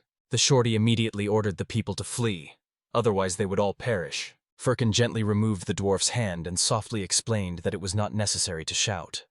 And the dwarf began to apologize for his behavior. He was very upset. Coughing up blood, the shorty made it clear that there was almost no time left, and soon their beautiful home would turn into a real hell. Of course Firkin understood. Hardly anything could be worse than what he had seen. Although the words of the gnome sounded terrifying, it turned out that everything seen so far was only the beginning of the ritual the vampires were preparing for. Hell will occur not only here, the corridors of the castle itself, everything will turn into the netherworld. Everywhere there will be corpses, mountains of dead bodies. The entire mountain has already been soaked with the aura of death. Literally the entire rock will become a huge magic circle for the resurrection of the demonic king. Every living creature on the mountain will be sacrificed. The gnome hoped that people would flee and not become the next victims. Immediately after these words, the little man took his last breath, and his head gently fell on his shoulder. Adolf, who approached, closed the unfortunate one's eyes so that he could rest in peace. However, it turned out, the gnome was not yet dead, just tired from the long conversation. Firkin noticed that the little man did not look particularly dying, so he gave him a healing potion. After drinking the potion, the gnome immediately felt better and repeated, "The mosquitoes are preparing for the second coming of the Demon King, but people can still escape." While the gnome was drinking the potion, Firkin decided to find other survivors. He still had several vials of healing potion. In fact, deep down, the elder resented these foolish mosquito creatures with their uselessly excessive sense of loyalty. Moreover, it was foolish that they tried to bring into the world the one who had been alive all this time anyway. However, Firkin was not completely sure that the Demon King was really dead. Perhaps he died while sitting in his bag. The last blow that struck the Dark Lord was quite strong, and Arel could deliver the finishing blow from inside the sack. However, the warrior did not know if anyone could die at all in that cursed sack, so he was not sure whether the spell needed to be broken to save everyone. In the end, the elder realized it would be very awkward if he had been wrong about the death of the demonic king all this time, and the enemies really could revive him. And Firkin still could not believe that the mosquitoes had staged such a massacre just to save the Demon King. Demons were truly pests, the best solution for which was the simple extermination of every single one. Originally, Firkin came here only for the heart of the land, but everything was turned upside down. The old man simply could not leave after everything he had learned. There was no choice left. He would have to get the heart of the Mosquito King as well. Although Firkin was bitter that he had not managed to save the innocent people who had been here before, the elder at least could pray for the repose of their souls. The warrior decided to think about where to find those mosquitoes who were responsible for the entire massacre among the dwarves. However, in the next moment, the very culprit of the massacre calmly arrived at their floor by elevator. The vampire even praised the dwarf technologies, which turned out to be the best in the world and saved him precious time.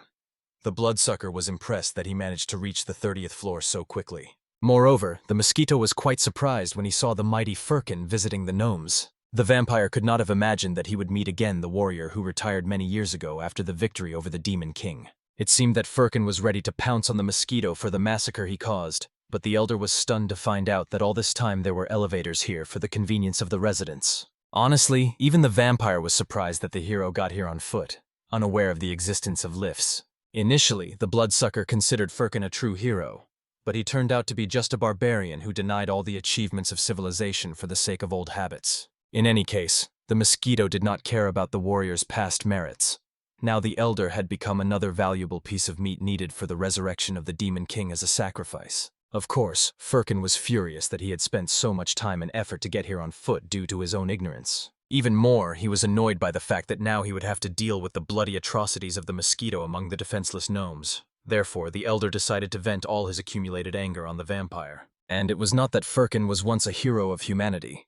It was just that this mosquito insanely irritated him with his impudence and cruelty. Therefore, the warrior immediately approached the opponent with the intention to deal with him. The king of mosquitoes only laughed slyly, understanding. There would be nothing more useful for the resurrection of the demon lord than to offer the legendary hero as a sacrifice. The bloodsucker believed that their master should receive the best sacrifice possible, and the man who once killed the demon king would be the perfect material for the ritual. Saying this, the vampire drew his demonic sword, and the hero was surprised by the predictability of all villains' behavior. They invariably boasted about their weapons before the battle. Only then did Firkin realize what kind of blade this bastard was holding in his hands. The mosquito laughed, fully understanding that Firkin was surely familiar with this legendary blade. When the elder looked at the demonic sword, he felt painful memories of his past despair in the battle with dark forces. One day the demon king suddenly roared so loudly that the roar of the Lord deafened all celestial beings. Under the absolute superiority of his cursed army, the whole earth trembled. The cruel and merciless nature of the demons, which had been restrained for centuries by magical seals, burst out and rushed like a mountain stream, announcing their presence to people. All living things were trampled, crushed, and smashed under the onslaught of the dark hordes.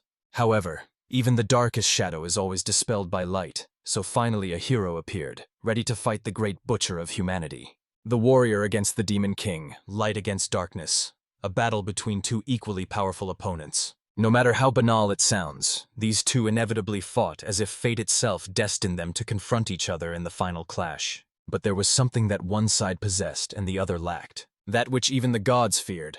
Blessing and curse, birth and death. What the demons had but the hero lacked. The perfect weapon to kill the enemy. The unarmed warrior tried to defeat the opponent using cunning and various items from his magical bag. But the chance of drawing any effective item was so low that Firkin was already about to end the hopeless fight. However, fate did not let the hero go so easily. Then in his hands appeared the Sword of Constellations, destined to prevent the destruction of the world, a blade that cut off corruption and destroyed demons. That very Sword of Light, the sacred weapon. It was an unprecedented blade that had many names, because its very existence was an unprecedented phenomenon. The power was so mighty that even the nickname Magic Sword did not fit. The sacred blade, given by the gods to kill demons, is the only weapon capable of defeating the Demon King, and humanity's last hope for salvation from darkness. However, Firkin lost the sacred sword 30 years ago, even before the victory over the Demon King. At that moment, he was feverishly rummaging through his magic bag, not believing that the blade was not there. The elder thought that perhaps he forgot the weapon at home or dropped it on the way, but was sure.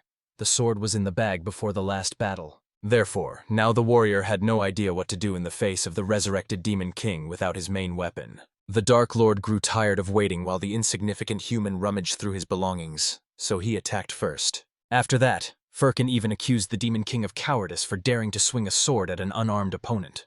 The warrior declared that the king was truly worthy of his demonic title with such unworthy behavior. The Lord of Darkness himself was surprised that the man mocked him while fighting in the strongest protective armor ever created. In the end, the Demon King agreed to wait until the warrior found his last allied sword for an honest battle. Firkin was grateful for the sense of honor even in a demon. Then the elder took out a pistol, wishing to strike the enemy with an unexpected attack. However, the Demon King stopped even such a daring attempt with modern weaponry. After that, the hero decided to use the ultra-modern plasma corrector MK2, believing that the cunning enemy would not withstand such advanced armament. But the Dark Lord easily shrugged off such childish babble of technology. The king made it clear to the hero that he would not be able to defeat him with such petty tricks. Then Firkin drew his trusty old sword, and despite the blade not being sacred, the warrior believed he could eradicate evil with it. However, the opponent shattered the ordinary weapon with a single strike of his demonic blade. Even after that, Firkin did not give up and drew his pistol again to shoot straight in the face. With his attack, he literally pierced the Demon King's head through and through. Unfortunately, this attack also failed. Obviously, the Lord of Darkness was still alive. He only scowled and threw the annoying enemy aside, causing Firkin to fly back with a crunch of bones and crash into a stone wall. If the warrior had not been wearing protective armor, he would have been torn in half by such a blow. Nevertheless, the warrior assumed this might happen and was ready for the clash. He had invested a bit more magical protection into the armor before the fight. At that moment, the Demon King's patience snapped from the hero's endless tricks. Therefore, the Dark Lord decided to put an end to the tasteless human's tricks. While the hero tries to find something useful in his supplies, the king will burn absolutely everything Firkin just pulled out of the magic bag. Honestly, the elder literally froze with horror at that moment. After all, the demon was burning his treasures, which the warrior had acquired over 16 years while searching for the lost sacred sword across the world. Now everything was burning with demonic fire and turning to ashes before his eyes. Firkin felt that what was happening was just a nightmare. Not only had his main sword disappeared, but all the other items the elder had been saving for a comfortable old age were destroyed. The warrior thought this was surely some kind of mind game by the demon. But at that moment the king of demons approached the hero from behind. The dark ruler honestly admitted that he liked the spectacle put on by the man. He had eagerly expected something powerful from Firkin, like the legendary sacred sword, but it seemed there was nothing to show. Of course, the warrior immediately ordered the demon to be silent and not to slander. If he had the sacred blade, the king would have long ceased to walk this earth alive. It seemed even the Lord of Darkness himself was interested in testing the power of the sacred weapon, since all the hero's other armaments seemed ridiculously boring to him. Unfortunately, Firkin could do nothing about this due to the loss of his main weapon. But still, the elder could not leave the opponent in ignorance about the sword's whereabouts, for that would be unfair to a worthy rival. Therefore, the warrior asked the demonic king to wait a little while he found the lost sacred blade. Firkin requested to postpone their final battle until his return with the weapon. However, the angry king ordered the little human not to dare to fool him with empty promises, and attacked with such speed that Firkin barely managed to save his head from a crushing blow. All that was left for the warrior was to propose to the king to agree on a truce, since the hero had to find his sword so they could properly finish the battle that had started 30 years ago. However, the Lord of Darkness showed no mercy to the young opponent. It was at that fateful moment that the Demon King inflicted a monstrous scar across Firkin's face. The warrior froze as if petrified, while the vampire watched with surprise the strange expression of horror on his face. The King of Mosquitoes could not believe his own eyes. Could the famed hero really be gripped by fear of his dark magic? However, old Firkin hastened to explain that this sudden weakness was caused only by post-traumatic disorder from old wounds. While the warrior struggled with the rising panic, young Adolf hurried to him. The young mage sympathetically patted his senior comrade on the shoulder, trying to calm the man and assuring him there was nothing to worry about. At that moment, seeing Adolf's appearance, Firkin was once again visited by memories of former times. Then only the brave Arel saved him from certain death, arriving in the midst of the battle against the hordes of darkness. The girl protected him with her body from a deadly blow, hoping that Firkin would be fine after the injuries sustained. Fortunately, the wounds were not fatal, and even the old warrior felt embarrassed by these painful memories. Therefore, at that very moment, all his worries seemed to vanish as if by magic. After that bloody battle, the human emperor himself visited the Demon King's palace. The ruler held a small bag in trembling hands and shouted the name of his beloved Arel for a long time, believing that the girl was somehow inside this spatial artifact. Of course, all the courtiers hastened to remind the crown prince that this was merely a magical bag, and not Arel herself. However, the prince sternly ordered these fools to be silent, for he was convinced that his beloved resided in the bag. The knights thought their lord had gone mad with grief, as no person could fit into such a small vessel. At that very moment, the ruler of humanity cried out in soul-deep pain, not understanding why Arel had so recklessly sacrificed herself to seal the Demon King. But soon the emperor was filled with determination and swore that he would retrieve his beloved from there at any cost. At that moment, Firkin hurried to stop his comrade, grabbing him by the hand. The experienced warrior fully understood the emperor's feelings, but the time had come to stop. Moreover, he himself realized that destroying this bag was impossible. Thanks to Arel's sacrifice, the Demon King himself was securely sealed inside the artifact. Therefore, at the moment the emperor opens the bag, the imprisoned Lord of Darkness will gain freedom, and the sacrifice of the valiant Arel will be in vain. However, the prince was furious that Firkin had acted so cruelly, making Arel a scapegoat for his own mistakes. First, the warrior lost Bendel, and now he had sacrificed her as well. The emperor understood that none of this would have happened if he had not lost that cursed sacred blade. The ruler believed that he himself should have been the chosen wielder of the sacred weapon, and not someone else. Firkin truly had nothing to say except to apologize for everything that had happened. However, the warrior still admitted that what happened was not only his fault. If they had shown a little more ingenuity, they would have understood. He tried his best, but luck turned away from him. Firkin lost the sacred sword not by his own will, but by the will of fate. Of course, the Emperor was indignant, believing that Firkin was trying to justify his mistakes like a brat. The warrior perfectly understood how his words sounded, and in any case knew all responsibility lay precisely on him. Therefore, the Emperor wanted to know what Firkin intended to do. Was he really going to run away like a coward? Then Firkin calmly approached the lifeless body of Bendel, remembering his friend's last request. The main wish of the fallen was to be buried near the hut where he spent the best years of his life. Now the warrior had to fulfill this duty of honor. Firkin promised that he would leave for a short time to properly bury his deceased comrade.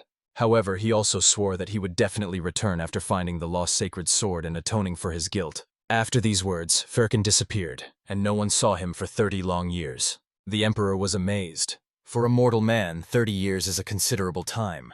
Therefore, all these years the ruler cursed the fugitive. The Emperor, being young, did not suspect that Firkin decided to steal that very spatial bag with the sealed Demon King before his disappearance. The ruler understood.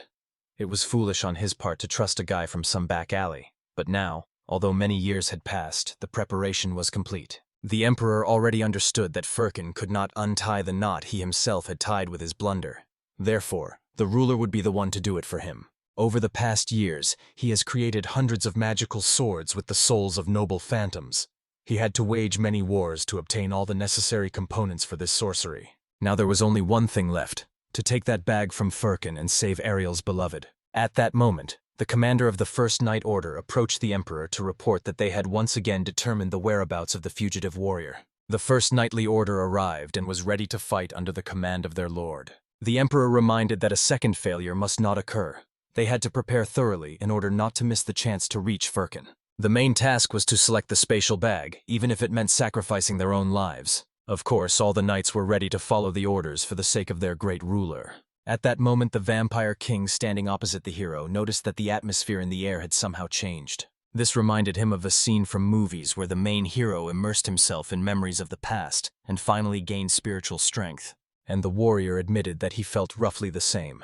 For, having reflected on the past, he was able to let it go, understanding that nothing can be changed. Moreover, this was necessary in order to now face the harsh reality face to face. After this, Firkin praised the King of the Mosquitoes for all the work done in resurrecting the undead army, but did not believe that the vampire was really going to resurrect the Demon King. The blood-sucking creature wanted to revive the Lord of Darkness as immortal, and then make this world demonic again, possibly with some changes. Now the vampire possessed great power. His cursed blade literally whispered dark advice to him. Therefore, the bloodsucker intended to become the new Lord of Demons. But Firkin firmly objected to this insane idea. And the vampire really did not want to listen to moralizing from a mortal warrior. Suddenly, the hero decided to find out who was more important. The King of the Mosquitoes himself, or his demonic blade.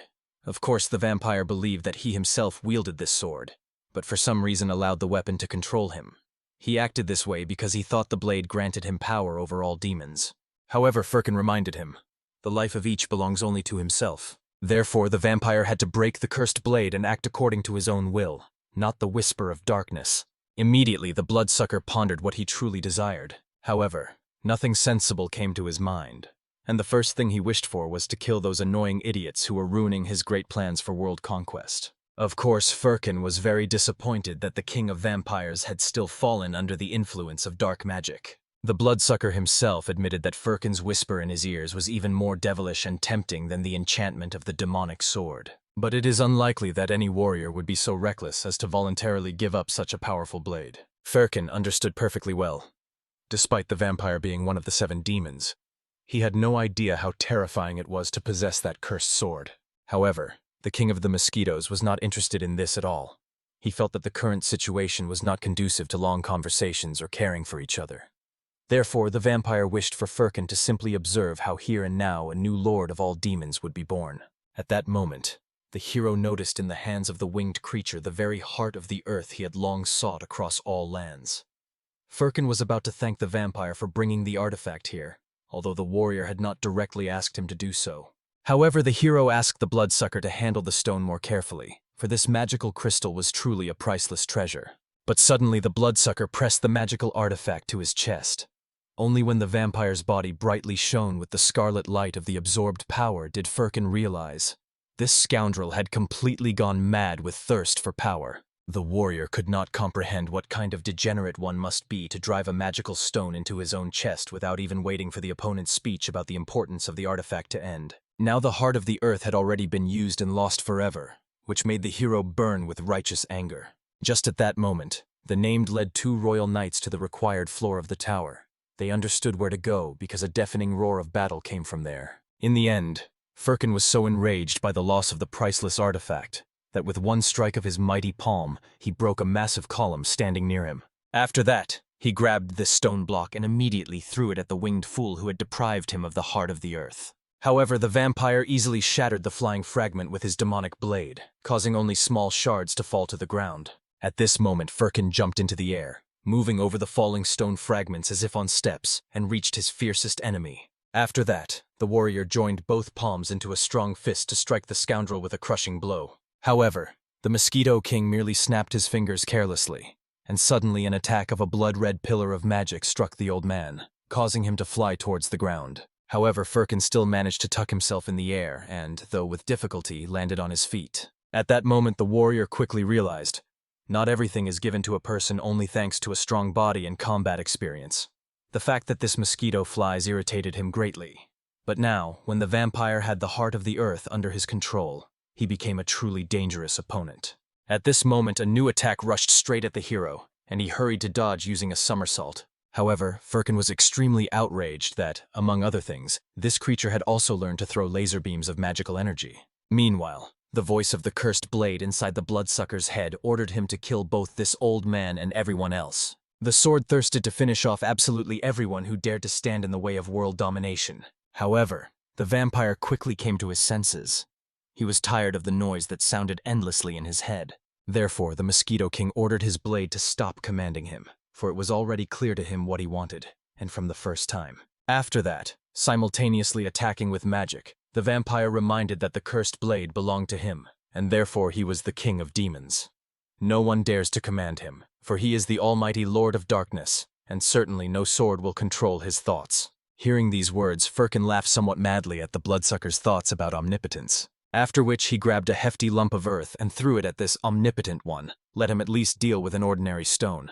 However, the vampire perfectly understood that these were merely futile attempts of the old man, which would lead to nothing against his new power. At that moment he cut the stone lump in half with his blade, but immediately felt something unexpected. At that instant the bloodsucker felt some kind of flame burst behind his back. Young Adolf, sucking magical power from the defeated gnomes, attacked with the best spells he was capable of at that moment. The young mage used the power of water and fire, creating a ring of elemental magic around the winged mosquito. Therefore, the vampire did not notice Firkin approaching him from behind. This was quite enough for the warrior to get close to the enemy, strike him with a powerful blow, and knock this mosquito to the ground.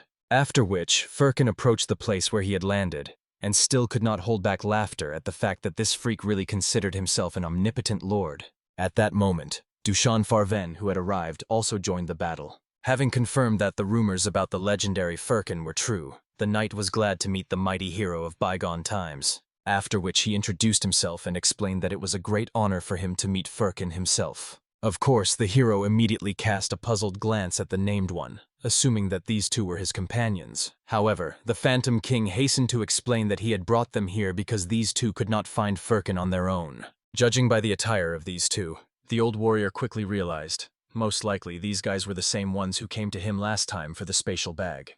Apparently, since the Emperor sent his right hand and he was defeated, now they sent the left hand as a backup option. Duchon Farven was sincerely impressed by the insightfulness of the warrior who saw through everything. Therefore, the knight no longer saw the need to elaborate on this matter for long. Firkin should have perfectly understood why they had come. Still, Duchon Farven, as the vice-captain of the First Knight Order and envoy of His Majesty the Emperor, had to help the ruler achieve his goals. The knights also explained to the hero that despite having gained allies in the form of a mage and a necromancer, sometimes this is not enough to overcome one's fate and atone for past sins. However, Firkin, enraged by the audacity of these two, despite their gravity magic, attacked with fierce force, demanding that they return to the royal palace and bring him an order for his own arrest if they wished to capture him. The most amazing thing was that Duchon Farven managed to notice the fist rushing at him and instantly deflected the attack with his fiery spear. When the hero defended himself from that fiery blow with his hand, he did not immediately realize that it was slightly burned. only noticing the pleasant smell of roasted meat. After this, Firkin noticed his palm and immediately began blowing on it to cool the burn, and Duchon Farven froze, not believing that this old man was so powerful. The knight understood that the hero's resistance to magic was at the highest level. Ordinary magical abilities wouldn't even leave a scratch on him. He saw that the warrior was surrounded by a protective aura, and most likely, even ordinary physical attacks were insufficient against such a powerful opponent. Duchon Farven roughly expected something like this from the legendary hero. He was glad that after so many years he had met such a strong enemy, worthy of his blade. The knight very much hoped that at least Firkin would be able to entertain him in battle, and then he would admire this old man even more. Then Firkin decided to prepare a special strike filled with joy for the young knight. However, the warrior understood that this young man had very strange preferences regarding violence in battles, but he did not want to dissuade him from his love of fighting. At that moment the named one sat aside with a smile on his bony face, watching the unfolding duel. After that, the ghostly king put on his royal bone glasses to comfortably observe everything happening. It's just a pity there wasn't enough popcorn for full enjoyment of the spectacle. When the hero attacked the firefighter, he, armed with his flaming spear, managed to block this attack. But despite the successful defense, a colossal force was put into Firkin's strike, causing the knight to be thrown backward, and deep trenches formed under his feet from the earth's resistance to the powerful onslaught. In the end, Duchon Farven could not deny. Firkin's abilities were truly astonishing. His strength was destructive, and he did all this with bare hands without any weapons. It seemed the hero had long since surpassed all limits of human capabilities and become something greater. Moreover, the knight knew these powers were not yet the limit of the legendary warrior's abilities, and even more incredible displays of strength awaited him ahead.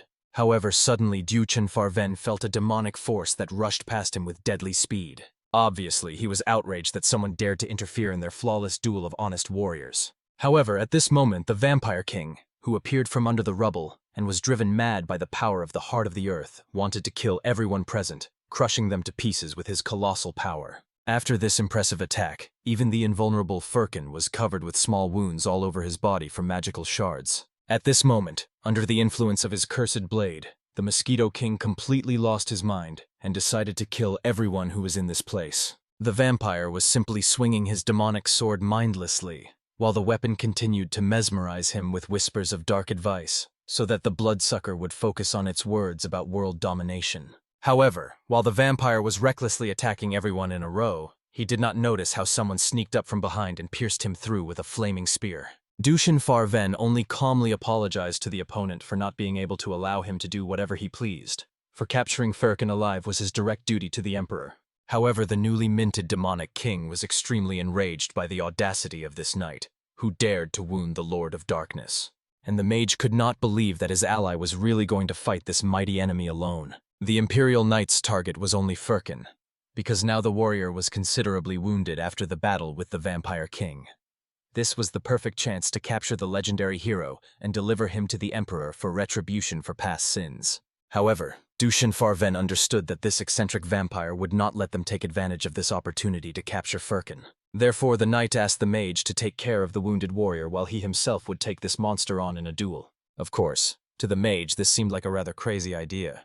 Even with his magical powers and the hero's wounded state, he was unlikely to be able to defeat such a powerful opponent. However, Duchon Farven believed in his comrade, so he quickly withdrew to the battlefield. The mage himself was indignant that he had such worthless superiors, and had already regretted 300 times that he had gone to serve under the command of this reckless knight. At that moment, the royal knight realized that the vampire's wounds healed too quickly, and with the power of the stone in his chest, he was becoming stronger.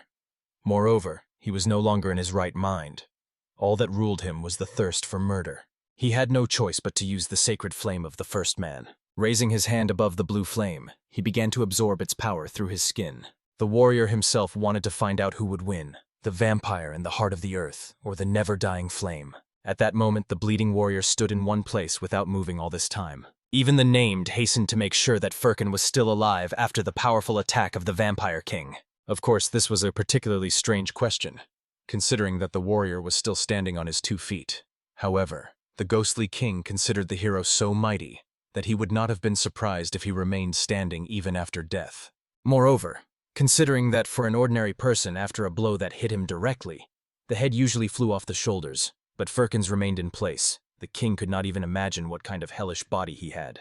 However, Firkin grumpily reminded the named that his body was seriously wounded by the vampire's magic.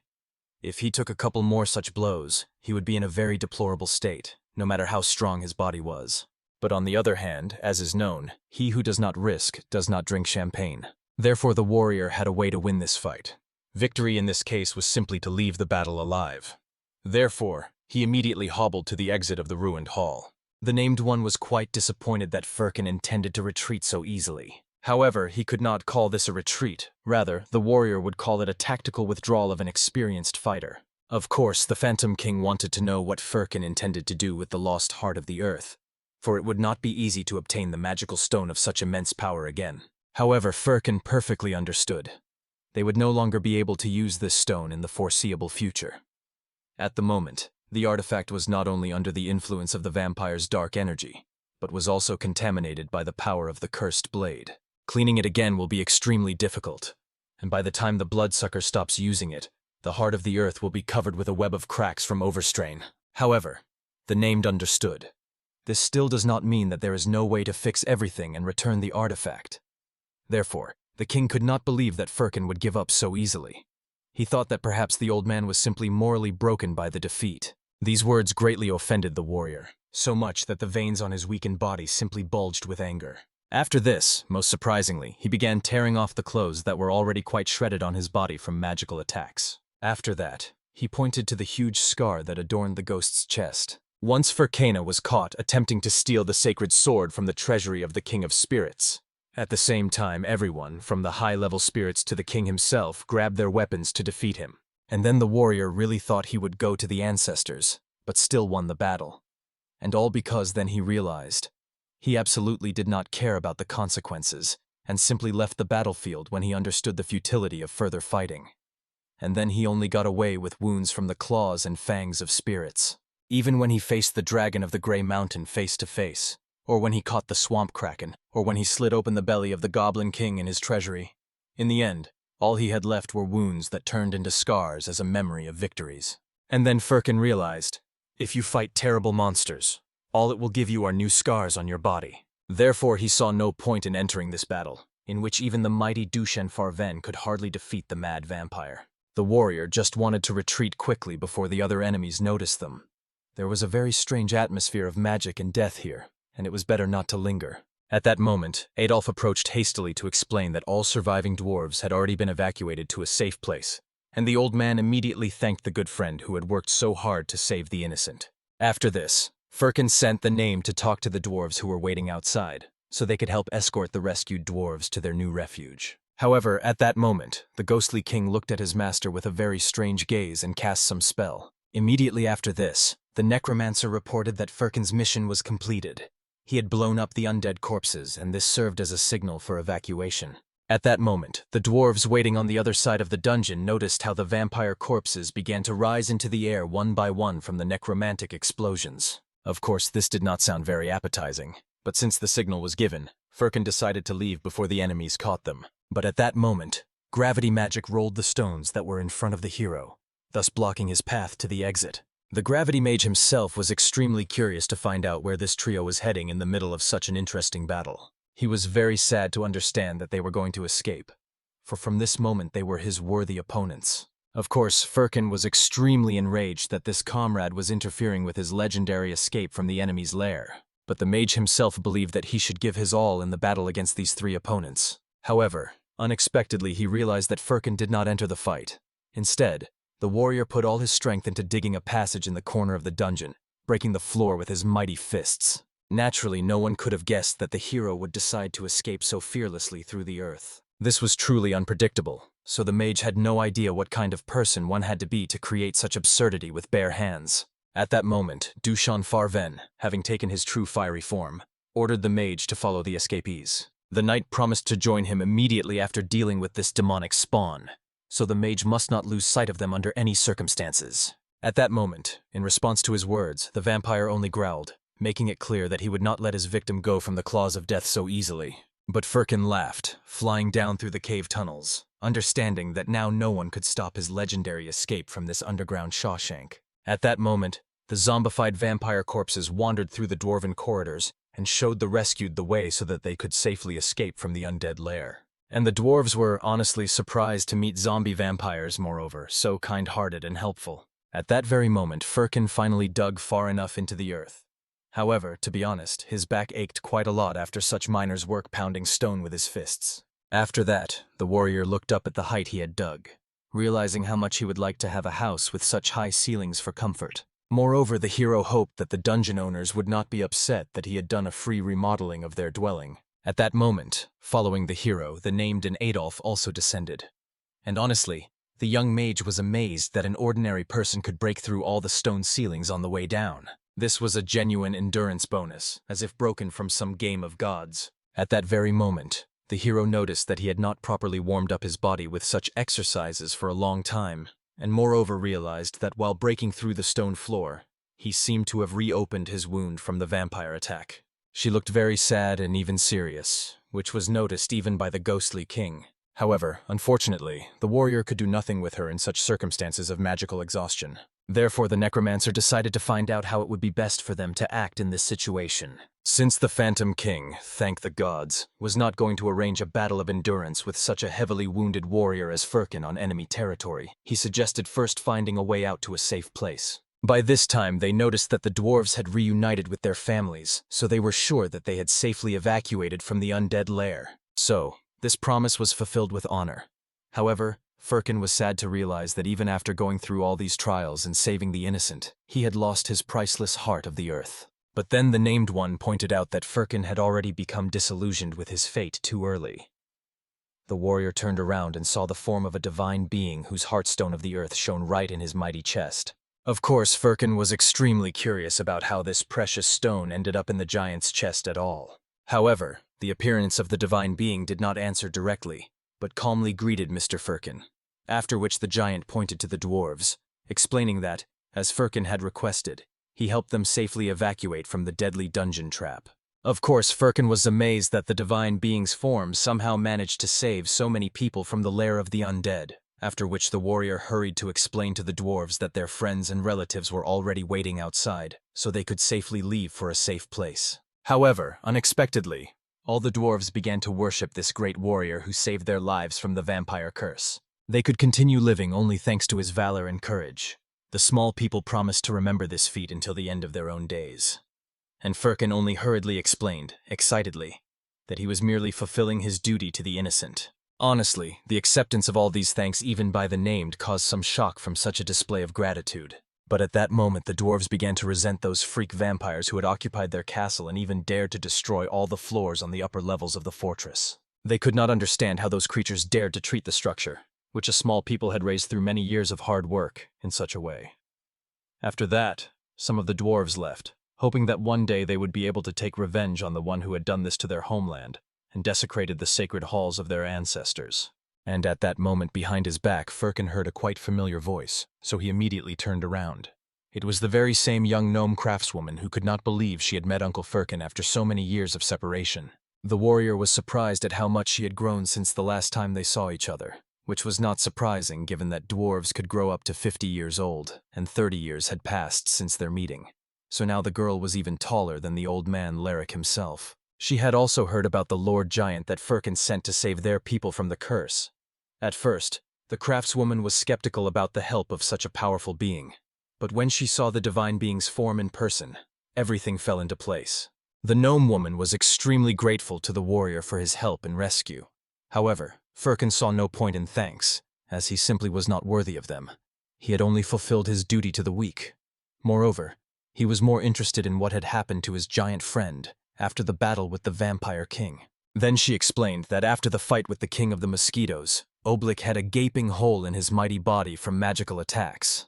Therefore, the craftswoman filled the wound with a precious stone without a single thought about the consequences. She wanted to tell the details of the procedure, but the battle upstairs was just insane, so the building began to collapse right before their eyes from magical explosions. Obviously, Firkin suggested to leave here first and talk in a safe place, and then it would be good to hide as far away as possible from this cursed place. The girl was already about to follow when she suddenly felt something wrong in the air. At that moment, her whole body was gripped by terrible pain from magic, and she fell to her knees from sudden weakness. The gravity mage apologized for having to commit such cowardice against an innocent girl. However, now that he had taken the young craftswoman hostage, the sorcerer ordered no one to move from their place, for he did not want to shed innocent blood, but fulfilling the Emperor's order was more important. Obviously, Firkin had no idea what was wrong with these lunatics and why they just couldn't leave him alone even after 30 long years of wandering. At that moment, the craftswoman herself reminded this unfortunate sorcerer that the resistance to magic among the dwarves was excellent, so she could dispel this wizardly ailment with the help of her natural endurance of the small folk. And then, when there were no hostages left, Firkin decided to ask the mage what he preferred to experience: instant crushing or gradual beating to near death. In the end, the sorcerer realized that he had been very foolish to take a hostage, as he had already experienced resistance to magic from the dwarves and knew perfectly well that he could not handle all the creatures in the dungeon alone. It was precisely for this reason that Firkin was interested in why the mage so recklessly and persistently kept trying to capture him. However, he only apologized to the mighty warrior, explaining that he himself was in an extremely dire situation after being defeated by the Imperial commanders. After these words, Firkin quickly realized it seemed this warrior was also someone's pawn in a big political game, and was not acting of his own free will. At that moment, the sorcerer summoned his magical power and struck the ground, casting the spell Territory Expansion. Now the area of effect of the gravity magic was significantly increased for mass damage to enemies. Surprisingly, Adolf decided that this was a favorable opportunity to train his physical strength against such a powerful opponent. Firkin already felt that this youth had come here only to test his nerves once again with his reckless antics. After that, the warrior looked around the surrounding area. The scoundrel was still about 10 combat steps away for a close combat attack. At that moment, from the amount of magical energy the sorcerer spent on the spell, blood even came out of his mouth from overexertion. However, by this time he had already prepared an ace up his sleeve. It was the magic of gravitational collapse, capable of crushing even a legendary hero. However, the mage did not manage to utter the spell when he saw some bright light breaking through from above through the stone vaults. At that moment, the Mad Mosquito King fell down on them right from the ceiling, causing such a monstrous explosion that no gravity magic worked on the battlefield anymore. The Vampire King was still alive and unharmed thanks to the power of the absorbed heart of the earth. Moreover, the Bloodsucker landed right on the gravity mage, causing him to immediately lose consciousness from the blow, or perhaps even die from such an impact. And above the monstrous enemy, the enraged Duchon Farven was already rushing, intent on finally killing this demonic spawn with a fiery spear. At that moment, an explosion occurred from his crushing attack, which reached all the dwarves waiting outside the fortress. They had no idea what was happening in the dungeons, but at that moment they found themselves back to back with the Imperial army, which had already sneaked up from behind to encircle the fugitives. The events moved to the outskirts of the lava anvil. There, unexpectedly, a huge dull-witted ogre came out to meet the uninvited guests, immediately targeting the knights with a battle roar. However, Orn easily drew his blade, then with a single movement struck the huge enemy right in the heart. As a result, with just one strike, the opponent, who was about 4 times taller than the vice-captain himself, was brought down to the ground. At that moment, Kal Ruza contacted him, who had destroyed trolls wandering around the mountain ridge. Besides that, no suspicious enemy movements were noticed in the Anvil area. The path of the eastern mountain was clear of enemies. Nothing suspicious was noticed at the peak of the western mountain. The southern passageway was also free of ambushes. The northern underground tunnel, southern outer walls, and everything else were in perfect order. Only the sentries of the northwestern part of the perimeter did not respond to the captain, so it was unknown what had happened to them, whether they had fallen into an ambush or simply fallen asleep on duty. As a result, the warriors began arguing among themselves, trying to understand whether the sentries had fallen asleep at their post, or if something serious had happened to them, until the captain interrupted them, ordering them not to clutter the magical communication ether with their empty quarrels. It was ultimately confirmed that the enemy was currently inside the citadel of the lava anvil. Most likely, Vice-Captain Duchon Farven was now fighting the fugitive in the dungeons. But again, the command had no idea what was happening inside the fortress, nor when the runaway warrior would appear on the surface. So now the main task was to block all escape routes and catch Firkin as soon as he was spotted. However, the knights had no idea what condition the legendary opponent was in after the battles, so an order was given not to attack. The warriors were to wait for the arrival of the support group with mages. But the captain warned that he would not tolerate the failure of this mission, and they had to carry out the Emperor's order at any cost. But it turned out that all these epic words he spoke while his magical microphone was turned off. Therefore, the captain was indignant that using this crystal communication sphere was such a complicated matter. He would have preferred the old-fashioned pigeon post of old times. In the end, the commander still contacted his entire team to coordinate actions. But at that moment, suspicious activity was noticed near the southern sector of the perimeter. The archer reported that about 100 dwarves were leaving the mountain ridge through the southern gates of the fortress. But from inside the mountain came a strong vibration and the energy of blue flames from magical explosions. So the captain quickly realized, most likely, Duchon Farven activated the sacred relic of the fiery spear for the decisive battle. Immediately after this, he turned to the mage, ordering him to inform all the knights about the general assembly for the dungeon assault. At that moment, Duchon Farven delivered another of his crushing blows, waiting to see how the monstrous opponent would react. The body of the vampire king continued to endlessly regenerate and increasingly fuse with the cursed sword. Now the bloodsucker no longer even looked like a vampire, but resembled some kind of shapeless scarecrow with many fangs and claws.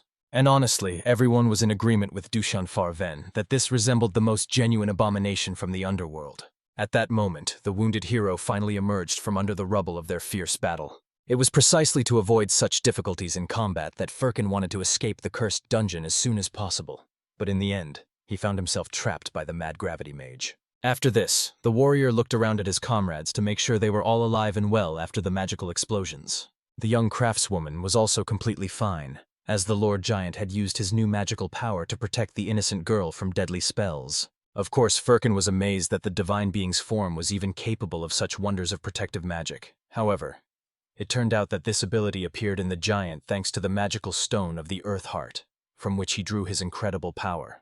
This power was unfamiliar to him, and the giant did not know what the consequences of its use would be for his body.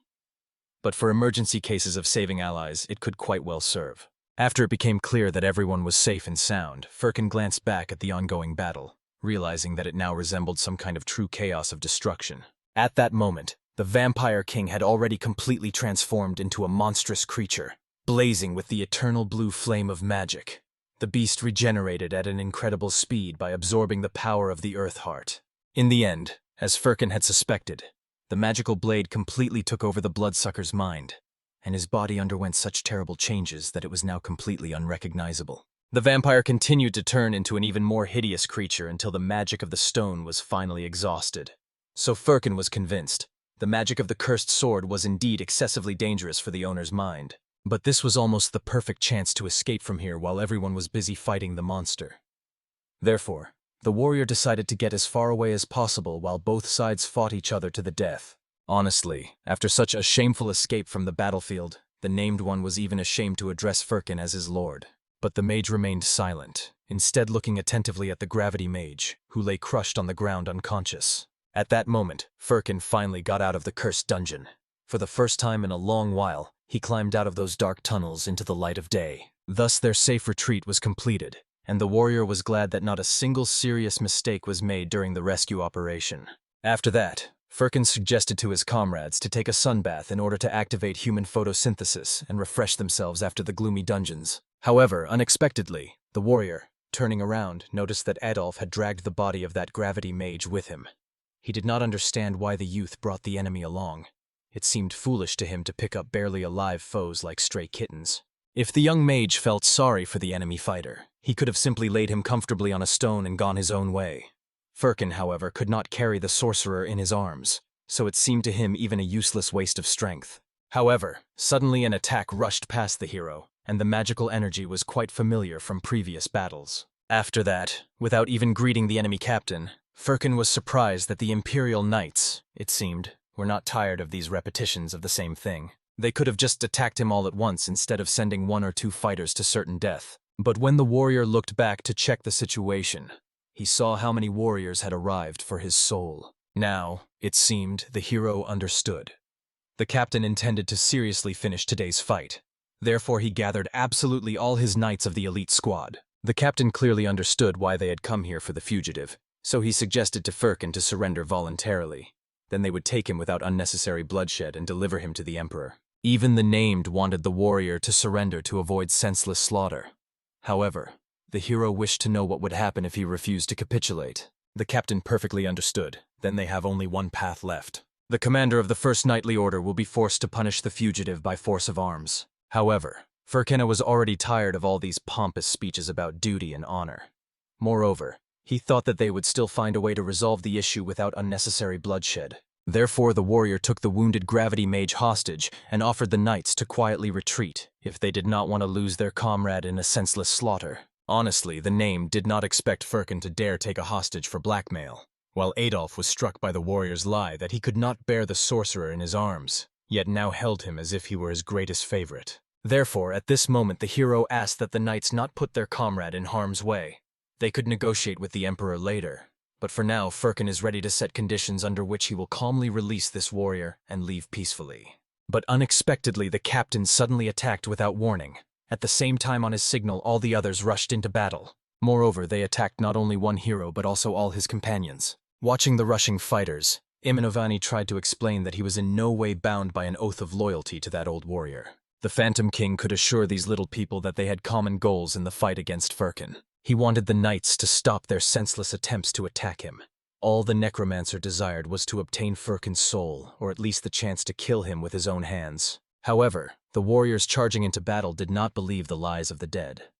They thought that the traitorous servant of the fugitive was only deceiving them to save his master. And honestly, the named one was already tired of constantly hearing that he was some kind of servant of a mortal. Therefore, the Phantom King decided to raise the corpses and the dead who lay beneath the earth in order to take revenge on these miserable little people. They, with their own hands, destroyed in the bud the last chance for his mercy. So now the only thing awaiting them is inevitable death from the undead army. However, the armored Cal Rose quickly entered the battle, protecting the weaker comrades from the rushing skeleton warriors. After that, she aimed at her main enemy, the ghostly king, armed with a sacred sword against the unclean. But the most amazing thing was that she couldn't even get close to the necromancer before being thrown back several dozen meters by an invisible force. At that moment, the named one assumed his true essence, seated upon a huge skeleton of inhuman height and holding in his bony hands the indestructible scythe of death. Honestly, none of the knights expected to see such a dark force of necromancy. But this was not the last thing that could surprise them in this battle. At this moment, the form of the divine being took on its gigantic shape of true power. The Imperial warriors had never heard that there was a real giant in Firkin's team, so this came as a huge surprise to everyone. At this moment, the giant himself realized that he could materialize only 1% of his true body in this reality.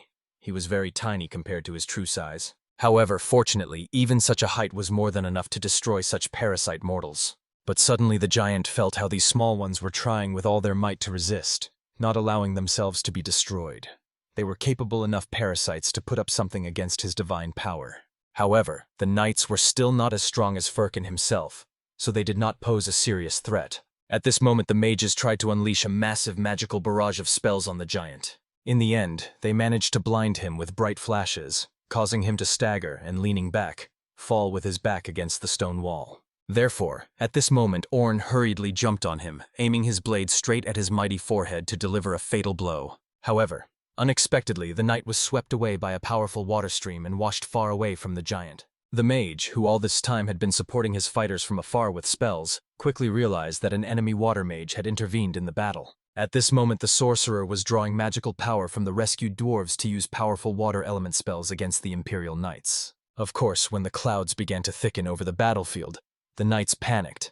After all, they did not know that Firkin had a true high-level mage on his team, and they feared that because of all these surprises they might simply become cannon fodder. Even the Night Mage himself was extremely surprised that this guy so quickly got down to business, and had already begun to cast powerful elemental magic spells. Moreover, judging by the power of the spells possessed by this young man, it was easy to conclude that he was at least a high-ranking archmage. At that moment, lightning began striking the ground while Firkin fought the enemy captain in a duel of honor. In the end, the warrior was left unarmed against the opponent's blade. Although he managed to parry another strike, his side was still slightly grazed by the blade, though it could have been much worse. Honestly, looking over his wounds, Firkin was surprised that the knights had advanced so far in their skill and aimed directly at his weak spots, joints and tendons. However, the captain calmly reminded him that one needed to attack the enemy's Achilles heel to achieve victory. These were exactly the words the hero himself had once told him during training. And now, finally, Firkin understood why this man seemed so familiar to him. This was the guy he called Nosatic, his former subordinate, who had suddenly become the head of an entire order. Time had a significant impact on his condition as the huge bald spot on his thinning head. Of course, the captain quickly realized that Firkin was simply trying to provoke him with mockery. He asked the warrior to surrender, as he was ready to show him human mercy. The knight had no desire to attack the honor of a hero of past times, which he had been in former years. However, Firkin simply calmly apologized to the captain, since he could not take seriously a man who had fewer hairs on his head than he himself had on his backside. The other knights even paused from the fight, understanding that it was very low to joke about the complexes of their respected commander. The captain himself was extremely enraged at how pathetic Firkin had become over the years. He did not understand where the mighty hero of the past had gone. Now he resorted to childish provocations and insults. If this was the only way for the fugitive to get away unscathed, then he failed, because he only made his opponent angrier. However, Firkin simply understood that the best attack is to make a good joke about your enemy before the decisive strike. At that moment, the captain began to combine 6 types of energy within himself: divine mercy, blessings of the celestial beings, the power of life, the might of monsters, the authority of power, and the strength of sacred weaponry. Now the knight was ready to give his all in the battle against the legendary opponent. When the multicolored energy sparkled in all directions from his body, of course, Firkin understood that he wanted to see the captain give his full power. However, the warrior asked the opponent to stop wasting time with empty words and simply attack. They would finally measure their true strength in an honest duel. However, unexpectedly, the attack that flew between these two warriors interrupted their verbal dispute. It was Leric who arrived to help his old friend in order to put an end to this bloody war. However, no one was particularly impressed by the arrival of the dwarf chieftain, even despite his army of reinforcements. Therefore, the two fighters continued to prepare for the attack, to see how far they had advanced in combat technique over the past years. At that moment, the captain of the dwarves decided to ask his advisor how best to act in this situation. Therefore, the advisor immediately ordered all the dwarves to go into battle, for they had to show the Empire that the small people are strong opponents to be reckoned with. At the same time, in his hand, Leric held a small bluish stone, which he was supposed to give to the hero so that this desperate fight would finally end in peace. Suddenly, the earth was covered with deep cracks from which a bright blue light of unknown power emanated, after which something unknown burst forth from the depths of the underworld, soaring up to the very heavenly halls in dazzling radiance. At this decisive moment, the valiant dwarves joined the battle under the leadership of Captain Leric. First of all, the warrior dwarf rushed at the captain of the first knight squad, eager to avenge the undermined honor of his people. These two clashed in a fierce duel, but after a powerful clash of blades, colossal force threw the fighters several meters apart. At that moment, the old man Firkin demanded that Leric not interfere in another's duel. The hero believed that the dwarf decided to help him only to claim the victory for himself. The dissatisfied warrior reminded that Firkin saved their entire people from inevitable doom. Therefore, he called upon the old man's conscience to stop dismissing such noble help. Then Firkin tried to approach from another angle, explaining to Leric that the usefulness of the dwarven swords in this battle would not be as much as he thought. Of course, the knights always recognized the cohesion and persistence of the foothill people, but now their opponents were elite warriors of the First Order of the King of Men. Such skilled swordsmen were clearly beyond their strength. Firkin was quite selfless in his intentions, therefore he asked Leric to retreat, otherwise he would doom his valiant people in an unequal fight. However, the captain himself explained that the dwarves came to help not only for victory over the men. After these words, the warrior showed a small bluish stone, very similar to the legendary Stone of Evolution. This magical artifact was the only way to stop the bloodshed that engulfed the lands. As the hero remembered, this stone in its effect resembled the very heart of the earth, a high-level magical crystal containing mighty magic of interspatial travel. Therefore, Leric considered this the only way to end the war. Unless, of course, Firkin simply intended to fight to the death in this cursed battle on a whim. Firkin was extremely offended that Leric suggested he escape like a coward. Moreover, the old man believed that since the gnome had such a valuable relic, he should have been given this little stone from the start for more sensible use. However, Leric hastened to explain that the magic stone had certain problems in use, which were better left unspoken for the time being. At that moment, the captain of the knightly order had already defeated all the gnomes who opposed his warriors. Furthermore, the commander was burning with rage at Leric for his audacity. The gnome dared not only to return after exile, but also to interfere with the humans' plans to capture the gnome lands. Although the captain had previously shown sufficient mercy to the people of the foothills, the gnomes treated him improperly, violating all the laws of hospitality. However, Leric calmly reminded that according to the humans themselves, they could return to their lands, so now the battle was taking place on the territory of the gnome house. No problems should arise. To the captain, this sounded like a pitiful excuse, so he ordered Leric to retreat immediately, for he would no longer be soft with the unruly gnomes as before. At that moment, Firkin hinted to his comrade that he was truly in huge trouble. This guy even surpassed the old man himself in combat skill, so Leric definitely could not handle him in an honest duel. But at that very moment, all the warriors staggered because the earth fiercely trembled under the feet of the fighters. At that moment, behind the giant, the entire ancient gnome fortress began to crack and fall apart. Of course, Leric was in shock and terrified that his native home had collapsed so suddenly, as if from an underground explosion. People simply froze in stupor, seeing what exactly had burst forth to them from the bowels of the earth. Honestly, it looked like some living, writhing mess of flesh and blood. In the midst of this disgusting crowd was the very magical stone, the heart of the earth. Just by looking at this artifact, Firkin was able to understand that all this shapeless slime represented the Vampire King turned into a monstrous monster. At that moment, the center and driving force of the substance was a sword possessed by an ancient curse. The blade demanded that its owner continue to kill all living things, so it spread its disgusting tentacles, attacking the nearest targets indiscriminately. Many valiant knights said goodbye to their lives in an instant, being pierced by these vile appendages. Those who managed to react tried to take defensive positions, but the assault came literally from everywhere, leaving no hope for salvation. The wizard knight took his mages under his protective wing, desperately trying to protect everyone within the reach of his spells. But it was clear that all the sorcerers were in great fear, for these cursed tentacles did not cease to attack with inhuman fury. Therefore, all the wizards could do was at least try to stop the tentacles until the vile appendages began to commit even more terrible atrocities with the bodies of the fallen. Finally, when the tentacles targeted one of the elves of the royal guard, the arriving Orn managed to protect the maiden. A mighty warrior cut through the vile appendages with a single strike of his blade, and landing on the ground, looked around, trying to understand what was happening in this chaos. Never in his life had Orn encountered such monsters. This monster resembled some ancient creature from forbidden necromancy books. The most terrible of the guesses flashing through the warrior's mind was that this beast could also be an ally of the powerful Firkin. Orn understood perfectly. If their god was indeed a devil incarnate, then there was a high probability that this monster also fought under the old man's banners.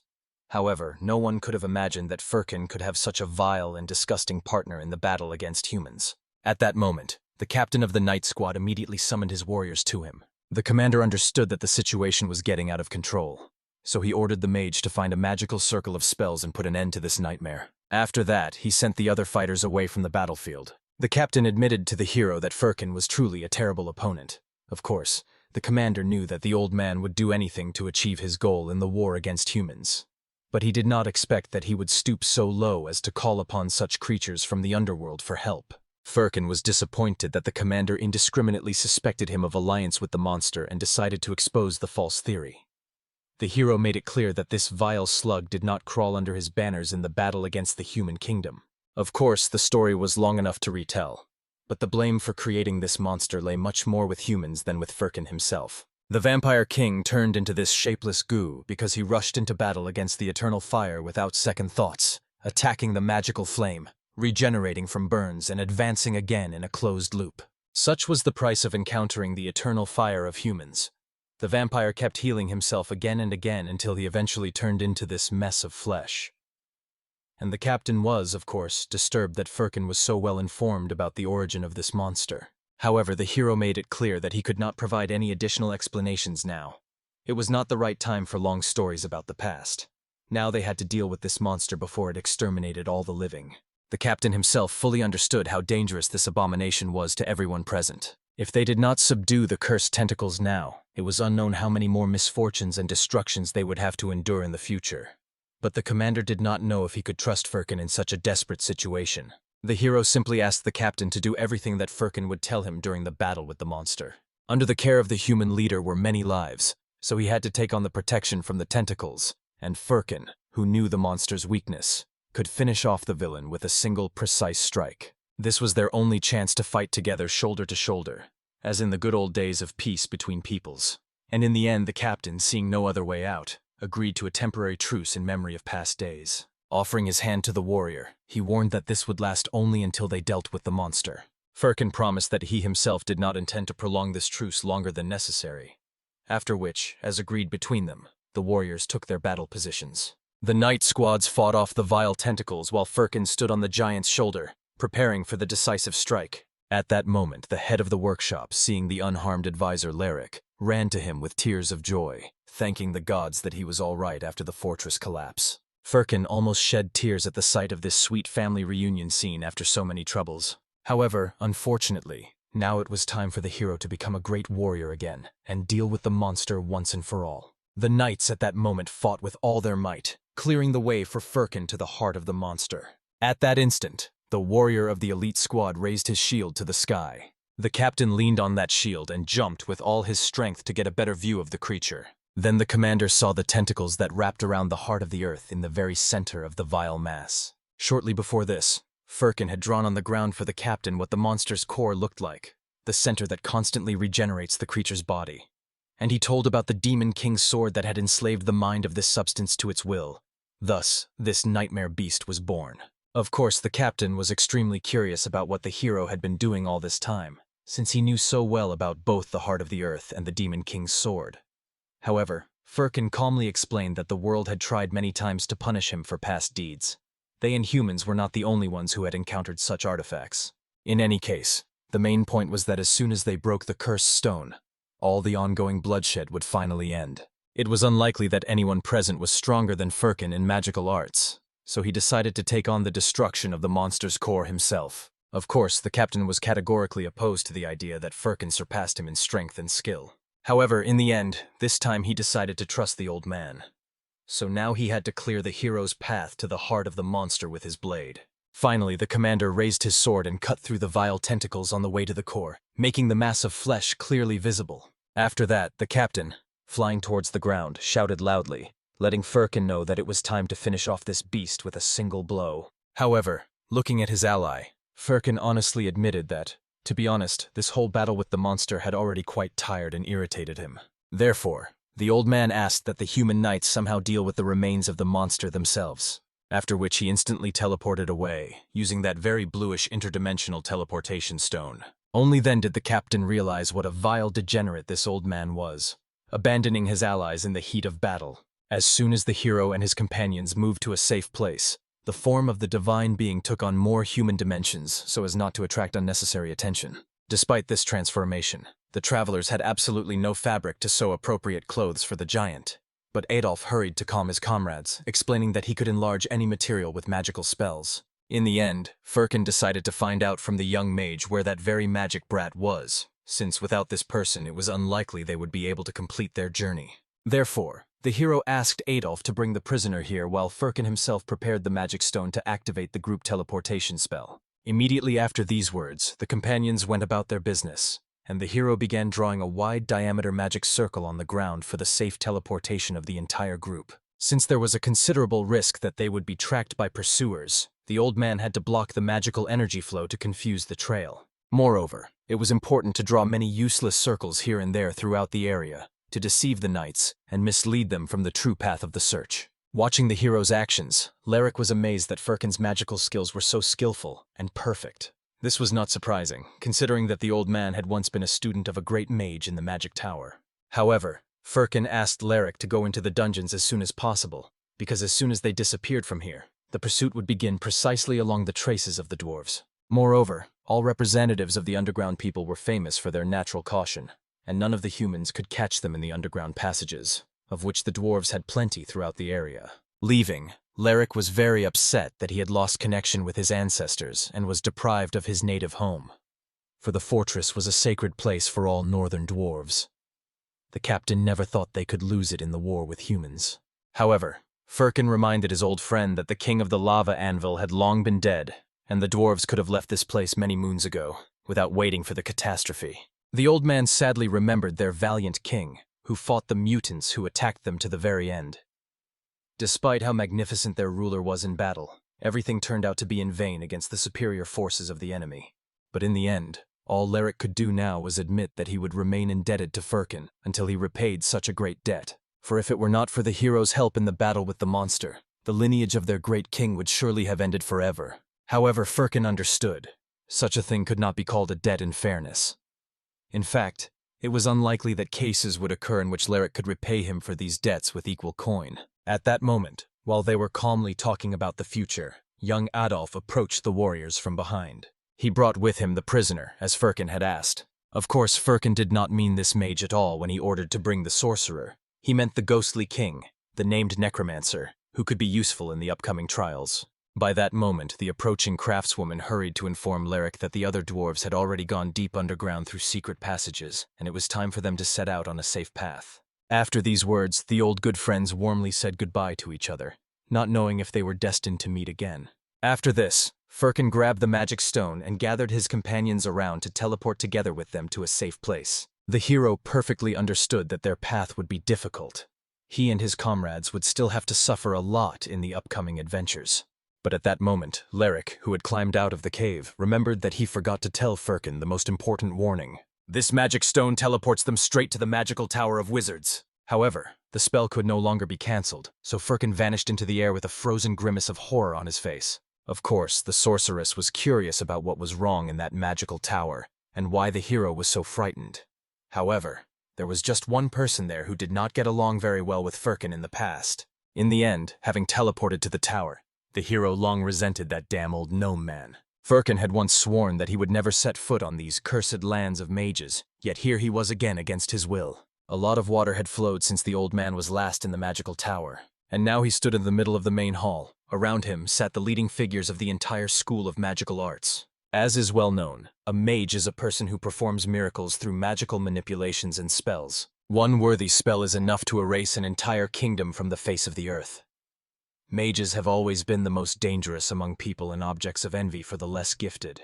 Despite their current status as outcasts, in the past the states were ruled precisely by sorcerers. The world was under the heel of a small group of powerful mages, but their happiness was short-lived. The wizards craved more and more power and forbidden knowledge, and ultimately their burning curiosity sparked the downfall of the world. Complacent mages awakened an ancient evil that should not have been disturbed. That evil, called devils, cursed humanity and spawned hordes of demons. Dark forces have taken over the world using their magical swords and various other devices. Mages fought them using relics, the heritage of the gods, such as holy swords, holy whips, and rings of power. But still, despite the help of artifacts, the world suffered devastating losses in the war with demons. Endowed with magic, people who believed in salvation created otherworldly spaces for entire epochs to prevent such devastations in the future. It is precisely in such dimensions that they have trapped themselves without the possibility of leaving this confinement. The wizards of the Magic Tower were very unwilling to repeat their past mistakes. Therefore, they created 4 sacred disciplines to control magical knowledge. And at that moment, a fierce dispute about the fate of a certain matter was taking place between the powerful mages. One of the sorcerers disagreed with his fellow brothers in the craft, but unfortunately was in the minority in this supreme council of the Magical Tower. Despite being in the minority, the mage reminded his brethren that he interpreted their decision and behavior as opposition to democracy itself. For the wizards claimed that the rights and freedom of the minority could be ignored by the majority for the common good. But at that moment, the disputing sorcerers were hastily interrupted by their chief judge of the Magical Tower. He made the final decision for all present. In the end, in the case Tyrannosaurs versus the 100 male lions, the Tyrannosaurs won thanks to their superiority in strength. Of course, the minority mage was quite disappointed with this outcome. But everyone understood that in this magical duel the forces were simply unequal. The first discipline in this country of the Magical Tower was synthesis of knowledge.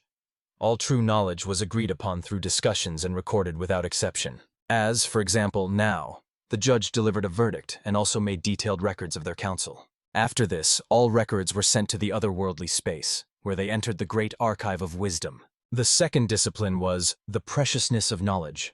Knowledge and truths were entered into written literary sources, and then preserved intact in the treasury of consciousness for future generations. The third discipline was objectivity of knowledge, and the mages of the Magical Tower took no side in worldly conflicts, maintaining neutrality for the sake of truth. The essence of the fourth discipline was not to be subject to external forces and to judge all violators fairly. If anyone violates these disciplines and attempts to steal knowledge from the Magical Tower, any mage is obliged to sacrifice their life to protect the sacred craft of magic. At that moment, appearing among the sorcerers, the hero calmly greeted the mages, who were as old as moldy bread from past eras. Of course, all the wizards immediately raised a genuine cry of indignation.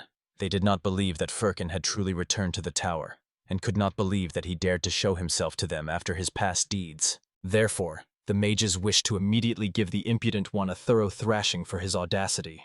However, the judge called his brethren to silence, for first they needed to begin discussing whether it was worth talking to this man at all. Many of the sorcerers believed that even a fleeting conversation with Firkin would ruin the reputation of the magical tower, as they considered him nothing more than 5 times reprocessed dung. The wizards thought that he should be taught a lesson for his shamelessness immediately, without unnecessary talk, for the old man had tarnished the tower's reputation with his past actions. The mages hoped that the great sage would be on their side in this righteous anger. Firkin, enraged by the endless cries of indignation, loudly kicked the stone floor, causing the slab beneath his feet to crack into many shards. Then the sorcerers were convinced that before them stood a true barbarian, whose head should be cut off on the block for such audacity. Firkin himself would not have minded listening to these mages calmly, but their screams were already truly unbearable to the ear. Moreover, there was the main problem. The wizards pretended to be dealing with important tower matters, but in fact they just crowed incessantly like market vendors. The mages shouted that they were defending the sacred order of the tower, but they did not care at all whether dragons attacked the kingdom or the demon king betrayed the world to fire and sword. Firkin could no longer tolerate such insignificant little people who looked down on him with contempt. Therefore, the old man came to their court to find out how these scoundrels dared to persecute him with spells, for he did not deserve such unworthy treatment from former comrades. Obviously, the enraged mages believed that the appearing warrior would not admit his sins before the tower, for they do not negotiate with madmen like Firkin. And, looking at their uncontrollable rage, the hero fully realized that he was unlikely to get out of here without a single scratch on his body. However, the old man asked these youngsters to prepare for the worst outcome, for Firkin was ready to die with them on the same day if honor demanded it. However, the silhouette of Firkin suddenly appearing behind him called him to calmness, after which he asked the other sages to keep themselves in check and not to forget that they were at an official meeting of the tower. Firkin, honestly, was amazed by the wisdom of this mage. The judge turned out to be the best among all his fellow craftsmen, although, to admit, the old man was primarily glad to get rid of the shouts of the other sorcerers. After this, the hero, as befits a warrior, greeted the great sage with due respect. Of course, the judge himself was extremely curious why Firkin behaved so boldly within the sacred walls of the tower. However, the hero thought that his behavior was quite normal and nothing provoking to reasonable people. At that moment, the judge lightly touched Firkin's shoulder and immediately created clothing that covered his bare body after the battle with the monster. Amazed by such magic, the hero even dared to ask that this sage create a holy sword for him for the upcoming battles. But he ignored the bold request and wished to know how exactly the mighty Firkin returned to the magical tower after so many years of exile. Of course, the hero was surprised that such a great sage did not know such simple things, so he explained that he came here not at all by his own will, but because of the unfortunate whim of a foolish gnome with a magic stone. At that moment, the craftswoman was walking with her uncle through the underground tunnels, and both were laughing all the time, imagining what an awkward situation the hero got into in the sorcerer's tower. At this minute, the judge decided to ask Firkin if he intended to leave the tower again in the near future. This was truly a foolish question from the great sage. He could have guessed what the exile's answer would be. Then the sage reminded Firkin at the end that the rules here must be followed by everyone without exception, unlike 30 years ago when the old man threw the tower without any warning. Of course, the hero hastened to remind that he is still paying for the mistakes made in the past. Human life turned out to be an extremely exhausting thing for one who has lived so long. Honestly, tired of Firkin's constantly dissatisfied chatter, the great sage immediately ordered the old man to get out of the tower. Immediately after these words, the hero's body dissolved into the air, as if he had never been in these sacred walls. Only then did the great sage admit to himself that sooner or later the moment would come when he would forever get rid of this upstart Firkin. At that moment, the hero moved to some unknown space resembling a huge square between worlds. But suddenly the old man heard some happy and slightly maniacal laughter behind his back. Firkin immediately recognized the voice of the ghostly king, and thought that the name Necromancer had come to save him from imprisonment. But it turned out that he too had become a prisoner of the supreme mages of the tower. In the end, Firkin once again repeated his bitter fate and got stuck in this cursed place. Although the hero did not recognize this particular area, and unfortunately, the ghostly king also had no idea where exactly they were in the space between worlds. Somewhere at that very moment, a human army of elite knights suffered heavy losses during a battle with that terrifying flesh monster. Even their valiant captain was covered in blood and small wounds, breathing heavily after the exhausting battle. But in the end, the vile monster was still defeated with the help of comrades. At that moment, Orn, who had hurried, joined the captain. The warrior decided to find out the most important thing: what happened to the demonic sword after the monster's death. It turned out that now Cal Rose, together with a mage, was pursuing the blade, which could not go far from the battlefield. All that remained for the captain was to be indignant about the situation, for this cursed sword turned out to be quite a thorn in the side. The commander barely managed to destroy the monster, but he could not have imagined that the demonic blade was capable of trying to escape on its own. Of course, Orn hastened to calm his captain, since two of the kingdom's best trackers were involved in the matter. There should have been no problems according to all calculations. The captain was very hopeful for this, otherwise he would be damn upset that they not only lost the prisoner mage, but also let the demonic sword slip away. In general, everything went completely against the original plan of the operation, and even last time the commander almost soiled himself with fear when they lost Firkin right under their noses. At that moment, a wounded knight approached the captain and apologized to the commander, taking full responsibility for the mission's failure. Orn was glad that the warrior at least sometimes admitted his mistakes and called him a proud scoundrel, moreover, quite arrogant by nature. The captain himself hastily interrupted the arguing comrades, reminding them that regardless of the reasons, this was his mistake as the squad leader. Moreover, the commander understood. If the knight had not thoroughly exhausted the vampire king in previous battles, defeating the monster's heart would have been even more difficult. But, unfortunately, because of this vile mess, they had a huge number of casualties among the valiant warriors. And besides the losses, they also failed to fulfill His Majesty the Emperor's grand plan to capture enemy mages.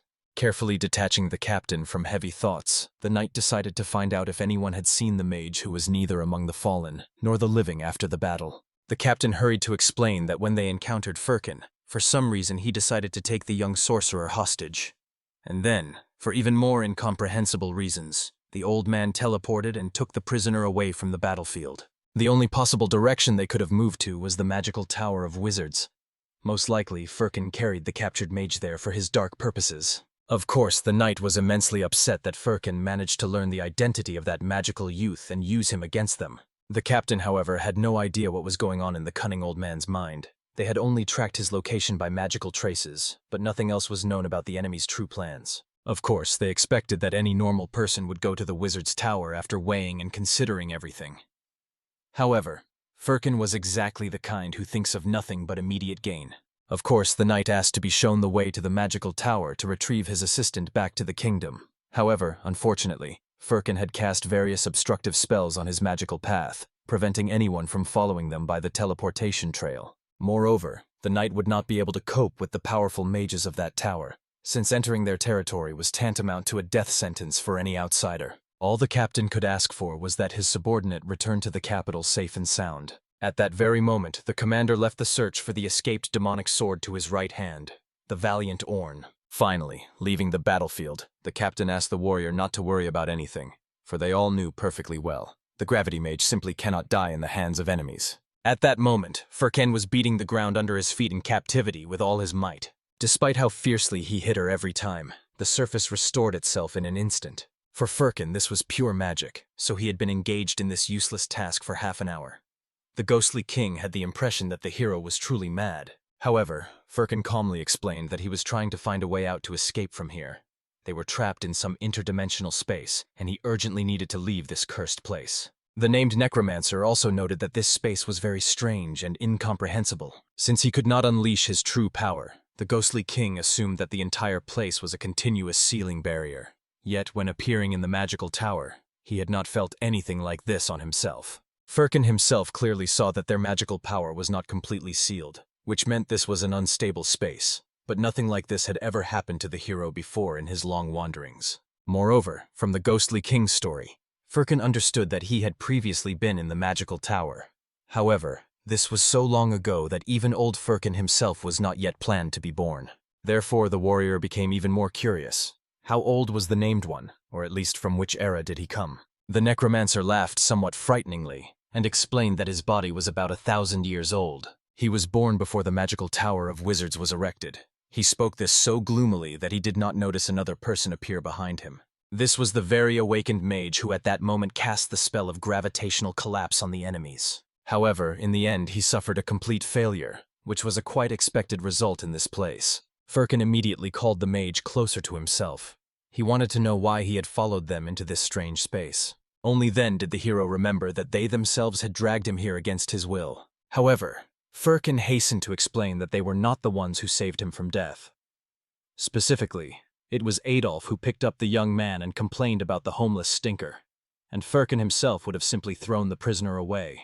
At that moment, the mage perfectly understood that although they had been sworn enemies just yesterday, now there was a common danger before them all, so they needed to unite in order to get out of here alive. Firkin had no idea how one could trust a person who had just tried to attack them from behind while they were talking, and the Phantom King decided to find out what the young man knew about the mysterious place of their imprisonment. He calmly explained that once this place was called the Pass, a place through which people entered the tower or left it on their business. However, Firkin objected that any pass must have a guide, which meant the boy was mistaken in his guesses about the nature of this place. However, the mage calmly reminded that there really was a guide here before the incident that happened 30 years ago.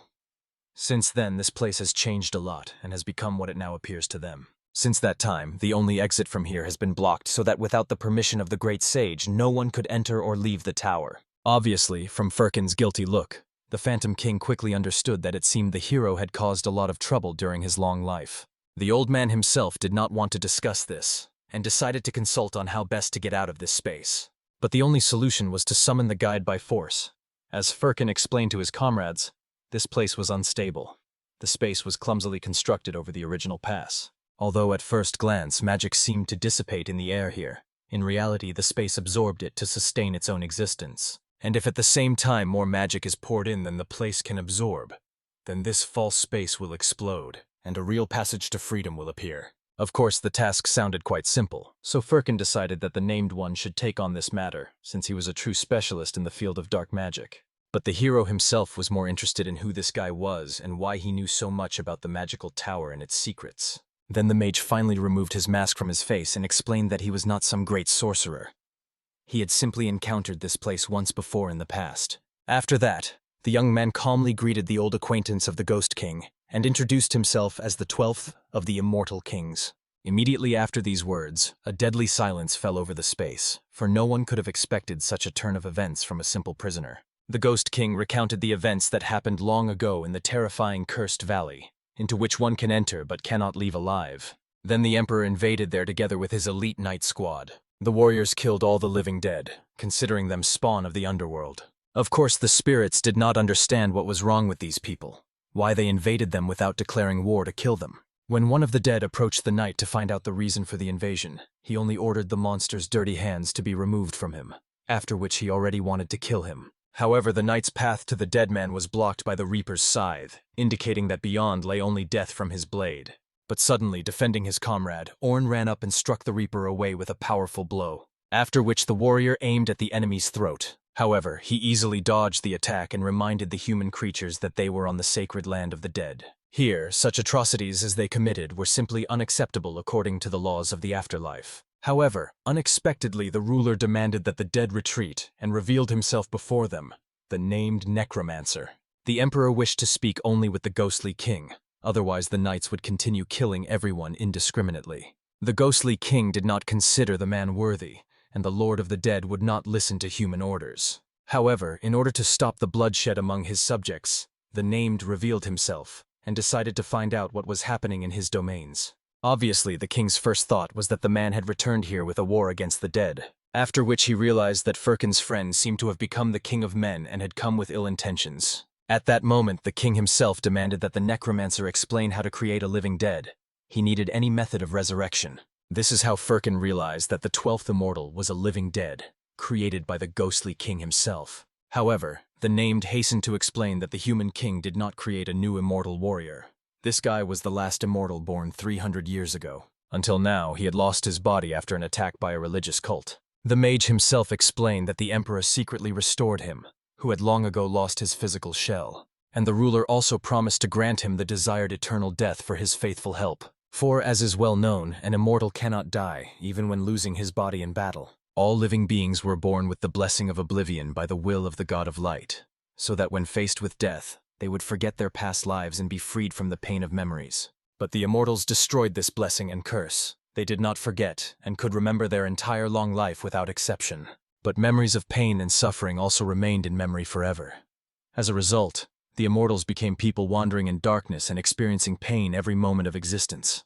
In fact, cursed beings who cannot find peace in death. Immortality was both a blessing and a curse, from which the 12th Immortal wished to be freed at any cost. However, The ghostly king considered him simply a weakling who could not cope with this burden, as befits a true immortal king. The 12th himself explained that there was only one way to get rid of this cursed burden.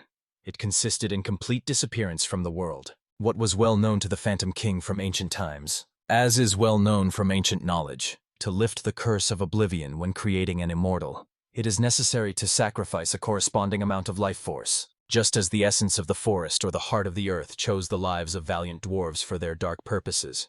In doing so, the sacrificed soul was destroyed forever, even if it was immortal by nature. Firkin thought that in such a case it might be possible to create a new immortal from the soul of another immortal warrior. And although in theory this was quite possible, the Phantom King had never encountered such cases in his long practice before. But Firkin immediately had a daring idea, how he could accelerate the resurrection of Bendal using this knowledge. But in the end, the hero decided not to bombard the named one with questions yet, having understood the true intentions of the Emperor. The ruler of men wanted to use the 12th immortal to create a new immortal warrior for his armies, and he was not against such a fate, as he was born a hideous half-orc.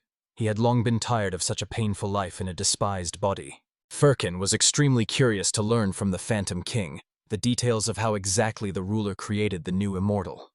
As a necromancer who advised the Emperor in dark arts, the named one should have known something about this firsthand. However, between them there were only strictly business relations without personal attachment.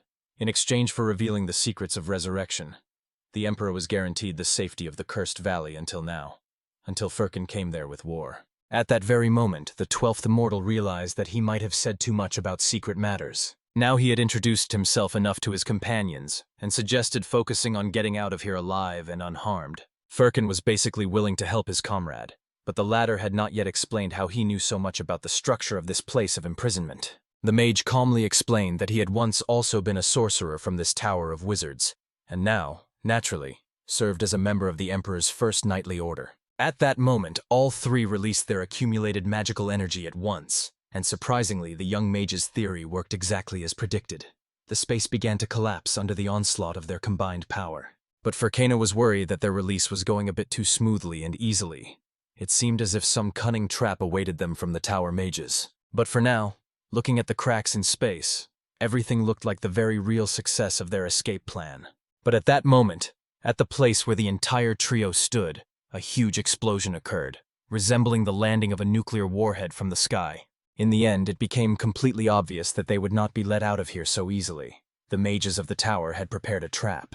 At that moment, the magical judge himself appeared, who explained to Firkin that by the decision of the High Council they had decided to get rid of him as an impending threat to the sacred tower.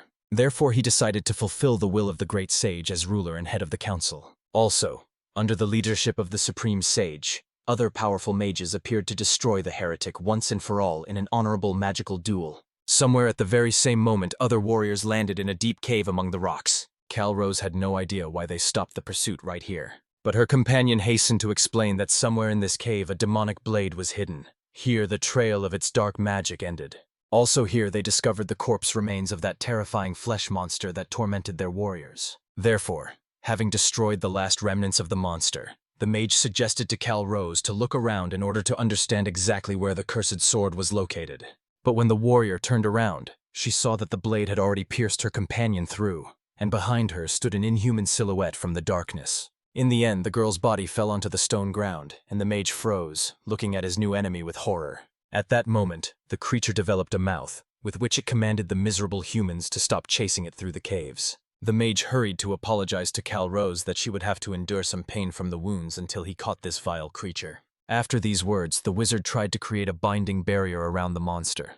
However, it rushed at him with a demonic blade raised, thirsting for blood. Fortunately, at that moment, the beast froze thanks to the magical circle of spells that the sorcerer managed to raise on the cave floor. However, the monster only laughed ominously, believing that such pathetic magic would definitely not hold it for long. But Cal Rose, who by that time had come to her senses and stood up, already cut off the head of this vile creature with a single swing of her blade. Of course, immediately after that, its head began to grow back with the disgusting smacking of flesh. However, the warrior did not allow the creature to fully regenerate and repeatedly chopped it into small bloody pieces with her sword. Then, having gotten rid of the monster's tentacles, the mage managed to securely seal the demonic blade in a magical crystal. But the sorcerer honestly admitted that he no longer expected to see this cursed sword in action again.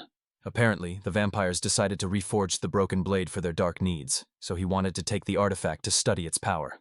However, Cal Rose asked the mage to wait a little with the research, as she had a hole in her chest from the blade, so the warrior asked her comrade for help in healing the wounds. However, the mage roughly ordered that Cal Rose not call him by his former name, but call him the Knight of the First Knightly Order.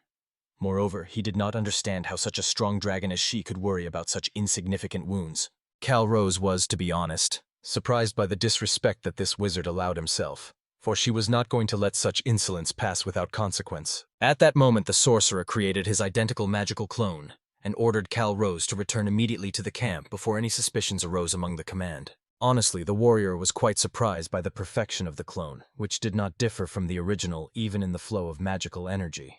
The fact was that this clone was created using the highest version of shape-shifting magic, the art of the guardians of the ancient forest. This was the best way to hide one's true identity from enemies. And honestly, encountering the wizard's alter ego yet again, Cal Rose had already begun to wonder, was the wizard himself also some kind of another clone of the true sorcerer? The mage did not answer her mental question, only asked the warrior to hurry with the departure.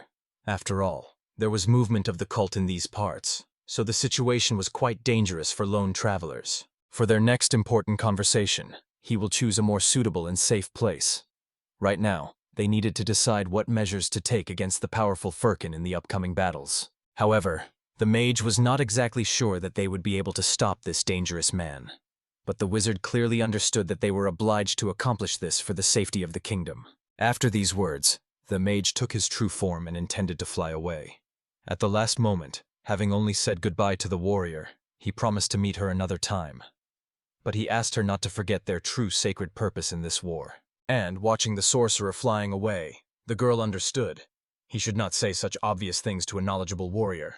After that, she turned to the created clone, and to her surprise, it could speak like a living person. After all, each clone was created from a particle of a real wizard and possessed his mind. The most amazing thing was that despite the clone being only a small part of the great mage, he still spoke to her condescendingly. Because even in his small body, there was more intelligence than in all of Cal Rose, in his opinion. At that moment, everything happening in the canyon was observed by a night archer from a high rock. He was extremely interested in understanding what these two had planned in their secret negotiations. At that very minute, the supreme sage of the magical tower descended to the ground and slowly approached the hero with a threatening look. At that moment, Firkin was already surrounded by other powerful sorcerers, making it clear that any resistance would be completely useless against their combined power. The time had come to cleanse the heretic's karma with fire and sword. At that moment, Firkin only carefully looked around the surrounding space, realizing that magical energy from the destroyed dimension had begun to slowly gather around. When the space partially collapsed, the scattered magic began to circulate normally in the air. On this basis, Firkin had a practical question. How much time would he need, while in righteous fury, to smash the faces of all these sorcerers beyond recognition? This was only a general question out of curiosity. The hero asked the mages not to be offended by his bluntness, as it seemed to him that they urgently needed to hold a council meeting right now to find an honest answer to this question. However, one of the mages was outraged by the hero's bold questions, demanding that he immediately be silent. For everyone understood his hidden bloodthirsty intentions behind this question. But while the wizard was shouting threats so loudly, Firkin attacked him from behind, stamping the floor of the destroyed space with colossal force. Then the hero realized, since the sorcerers do not want to conduct peaceful negotiations, they will have to find out the answer to his questions experimentally in an honest fight. The Archmage, however, ordered all the other wizards not to fall for the provocations of the dangerous hero under any circumstances. After that, all the sorcerers combined their powers and continued to attack Firkin with destructive explosive magic shaking the foundations of the universe. The mighty sorcerers perfectly understood that Firkin could not escape from this destroyed space. He was like a wild beast trapped in an iron cage. Therefore, it was enough for them to patiently wait until the hero exhausted all his strength in a useless struggle, and then they would kill him without much effort. But the more magical power the wizards spent in this space, the more they destroyed it with their own hands, unaware of the consequences. Firkin himself was very disappointed with their mediocre efforts, which the mages considered great magical art. Therefore, the old man thought that the magical tower had become very outdated over the past decades and lost its former power. Only then did the hero realize that while chatting with the opponents, he did not notice how he moved to the very center of a huge magical circle of spells. Right then, A real explosive wave struck from below upwards, lifting absolutely everything in the surrounding space into the air with colossal force. But fortunately, along with this explosion, the dome that held them captive was also destroyed. In the end, by challenging the sorcerers, Firkin allowed them to destroy their own space with their own hands. Now everyone found themselves in a completely different area, and this passage was already well known to the hero from past years. The old man knew perfectly well the sole ruler who managed all affairs here. Therefore, turning to the golden-haired guide between worlds, he warmly greeted an old acquaintance whom he had not seen for many years. At that moment, young Adolf had somewhat different problems. He was also in an unknown space to himself, surrounded by ancient scrolls. Before him sat a venerable old man who all this time was filling some ancient books of wisdom with magical writings. Therefore, after a brief polite silence, the mage decided to cautiously inquire exactly where he was at that moment. However, distracted from the sacred writing, the elder honestly admitted that he had heard such a strange question from a guest for the first time. If the youth had no idea what this place was, then it was the greatest mystery to him how he had even gotten here through magical barriers. But still, the sage hastened to explain that by geographical coordinates, they were in the magical Tower of Wizards. Of course, for Adolf, this was a real shock. But the old man hurried to assure him that this was only the antechamber of the magical tower, a place through which all outsiders wishing to enter must pass. Adolf was amazed and delighted at the same time, for he had always dreamed of getting into the legendary magical tower. All the mages of the world wanted to obtain the sacred knowledge of ancient arts held here. But whatever Adolf had done in the past, he could not find a single key to this holy place. The youth could never have expected to get into the tower in this way, thanks to the ill-fated teleportation stone. But the old man advised the young man not to rejoice too much at such a quick success.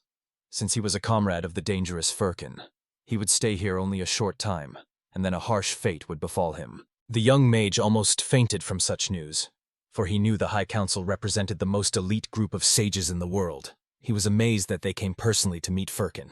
However, the elder hastened to explain that the wizards greet Firkin as a dangerous criminal who violated the tower's rules. Therefore, he was summoned to be judged for his crimes, as well as his named accomplice, a necromancer long banished from the tower for dark crafts. Of course, Adolf did not know exactly what awaited the comrades in the future. However, he had to reunite with his group of friends at any cost.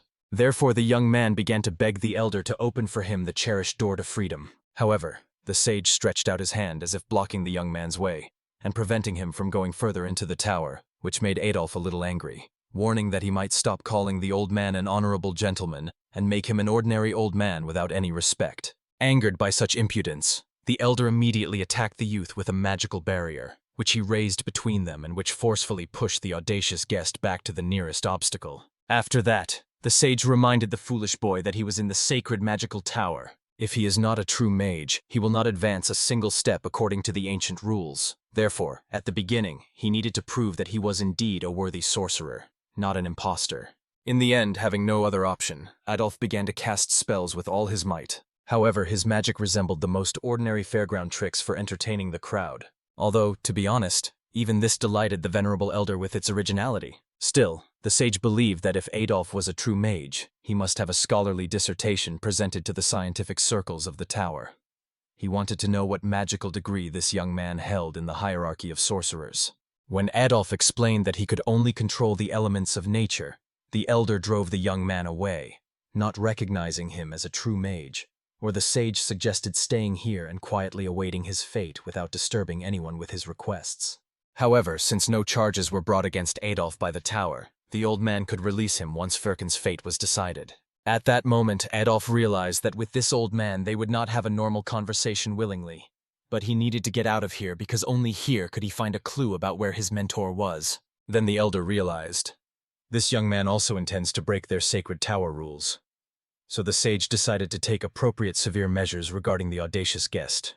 But suddenly the old man felt some strange tension, binding his entire feeble body. And when he looked back, he saw a huge giant standing next to the youth, protecting him from bullies. Obviously, so as not to let his friend be offended, the giant immediately stretched out his mighty hands to the old man, as if about to catch a bug. He immediately fearfully suggested to Adolf to go wherever he wished, without any obstacles. And the whole matter was that the elder believed the young man was using such a powerful familiar. He simply had an overwhelming amount of magical power brimming with life energy. The very fact of the existence of such a creature was already a historical discovery for the tower. Therefore, the sage wished to know who this familiar was and where he came from, and Adolf briefly called him a likeness of the creator god. And in principle, the elder understood. This guy was not bluffing and not deceiving him. Otherwise, it was impossible to explain the existence of such a phenomenon of power. But he was meeting a mage for the first time who used the creator himself as his familiar in battles. The elder immediately began apologizing to the young man for his inappropriate behavior and rudeness. He was very ashamed for not recognizing the high mage and almost driving him away like a commoner. He wished to find his teacher, and the sage was ready to help him in this noble endeavor with all his might. Therefore, he personally escorted him to the necessary place with great honors. Returning to Firkin, he stood in the new space, still surrounded by the malicious wizards of the tower. All the sorcerers silently stared at him, not knowing what to do. Therefore, the hero logically concluded that the great mages were upset by their complete defeat. Now they definitely won't be able to do anything against his power. So the way they stood like pillars almost provoked mockery in the old warrior. Of course, the wizards were angered by the hero's arrogance.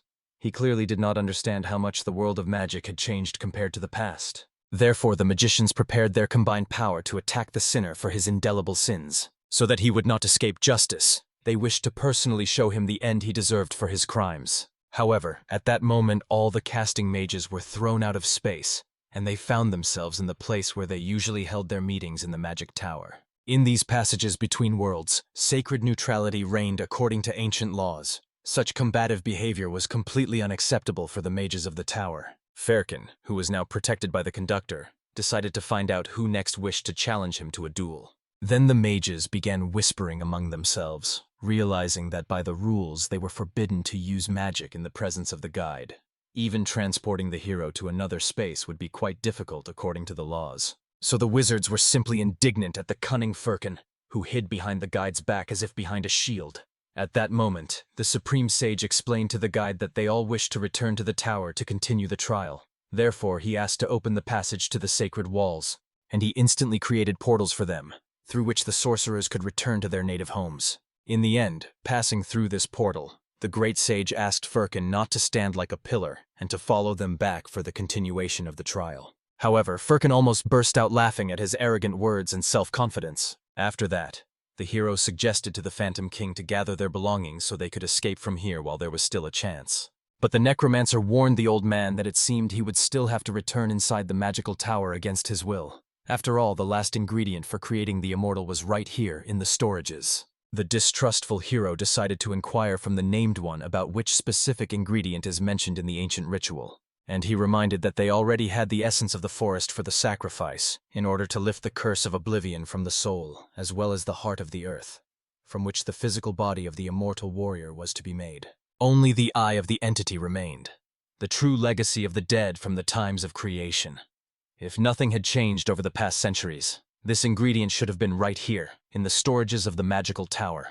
However, at that moment the conductor made it clear that their daring escape plan was simply impossible to carry out. After all, he could not leave this place in principle, and none of the living beings who entered here could leave the magical tower without special permission. At that time, the venerable elder was leading Adolf along the corridors and asking about everything that came to his mind regarding the young guest. Thus the sage understood that this youth was a disciple of the seventh sage, Halvar Brighton, and traveled with the entity of the forest. He was also called the soul of the god among the common people. Obviously, having learned about such an interesting youth, the old man wanted to immediately find out as many details about him as possible. Although he knew the question would sound rather rude, the sage knew that teacher Halvar had died 30 years ago in a great battle. Therefore, he was extremely curious how the youth, barely past his second decade of life, became a disciple of a long-deceased mage. Of course, Adolf understood that a reasonable person would find this hard to believe, but he said that his mentor had risen as the 13th immortal from the dead. At that moment, the elder realized all of Adolf's words should be considered the ravings of a madman, for this young man was simply insane. The youth himself explained that Halvar was like a spiritual father to him. He had taken him in when his parents abandoned the child, raised him as a son, and taught him magic and martial arts. But soon their peaceful home was attacked by cultist heretics with fire and sword. After a desperate fight with them, the mentor disappeared without a trace. Adolf did not know why or where, but before leaving, the teacher sealed magical power in his body with a special spell. This seal cannot be removed by any force, and this was one of the reasons why he was searching for his mentor all over the world. However, the elder did not believe the youth's words and considered him an ordinary deceiver and fantasist. But he did not show it, only calmly nodded to his tales while listening to the story. Just as the sage was attentively listening to the narrative, they arrived at majestic gates. Therefore, the elder suggested entering the treasury of consciousness, the great repository of knowledge. Adolf realized that he was standing before the gates of the library of the magical tower, where knowledge and information from the entire known world converge. The elder explained that originally access to the treasury was granted only to the tower's mages under strict rules. However, in exchange for studying the giant with whom Adolf traveled, they would be granted several free visits to the Sanctuary of Wisdom. As it turned out, the elder had recently convened the other mages for a council, and then the giant gave consent for the learned men to study him. However, Adolf warned, they could not conduct experiments on the giant or cause him harm, only ask him a small survey with questions and answers about his nature. In the end, promising to comply with the conditions, the elder led the giant away, the form of a divine entity, and Adolf was left alone with the repository of knowledge for independent study. However, the young man had no idea how to open this cherished door to wisdom. And then the elder realized that he had completely forgotten to mention an important detail. The door was magical. It would not open unless a special admission spell was spoken. However, since Adolf's magic was sealed inside his body, he simply broke this door with his fist using brute force. Of course, the elder was amazed by such power, but in the end decided not to reprimand the young man for property damage. Moreover, considering that restorative magic was cast on the door, and it healed itself from any damage like a living being. Honestly, even the magical repository itself was shocked by the inhuman strength of this young man, for it was the first time it had encountered such talent among mortals. At that very moment, the master of the library became angry at the noise that someone had boldly allowed in his presence. He considered that the youth who had entered his sacred domain had absolutely no knowledge of good manners. However, Adolf calmly approached the angry old man and immediately apologized for the noise caused, explaining that he needed to find a certain person among the books and scrolls. After the apology, the same man understandingly handed him the library usage guide, terms of use, consent forms, and other bureaucratic nonsense. Adolf had to carefully familiarize himself with all these papers and leave his signatures on them for admission. At that time, Firkin stood before the guide, completely not understanding why he claimed that he could not leave the tower of his own will. Even the ghostly king found it strange that it was not up to the guide to decide whether to leave the tower or stay in it. He explained that by the personal order of the great sage, entry and exit from the tower were categorically forbidden for everyone. That was his irrevocable decision. If they wished to leave, they had to obtain written permission from the ruler of the tower himself. And here lay the main problem, for those mages did not look particularly friendly to the exile. Firkin was surprised that the previously neutral guide unexpectedly took the side of the mages against them, for the hero did not think that he would ever turn into a watchdog raised by the great sage for guarding. The guide himself explained that he did not guard this passage. He merely escorted lost souls, and unquestioningly obeyed the tower's orders as part of his duty. Then Firkin understood the full complexity of the problem. Even if they find all the ingredients to create the immortal, to get outside, he would have to engage in an open battle with the High Council of Mages of the Magic Tower. But the named was very surprised that this news stressed and upset Firkin. The warrior was going to destroy everything here to the ground anyway. But it turns out, the destruction of the magic tower in the hero's mind was only an extreme measure for a desperate situation. The warrior could not believe that they would not even be able to get the simplest permission from the great sage. Firkin did not want to arrange a real bloody massacre in the holy place without necessity. The named reminded that, judging by their previous conversations with the sorcerers, peaceful negotiations were completely useless in themselves. However, Firkin understood. If they cannot negotiate with the mages or kill them, then they need to find a new great sage.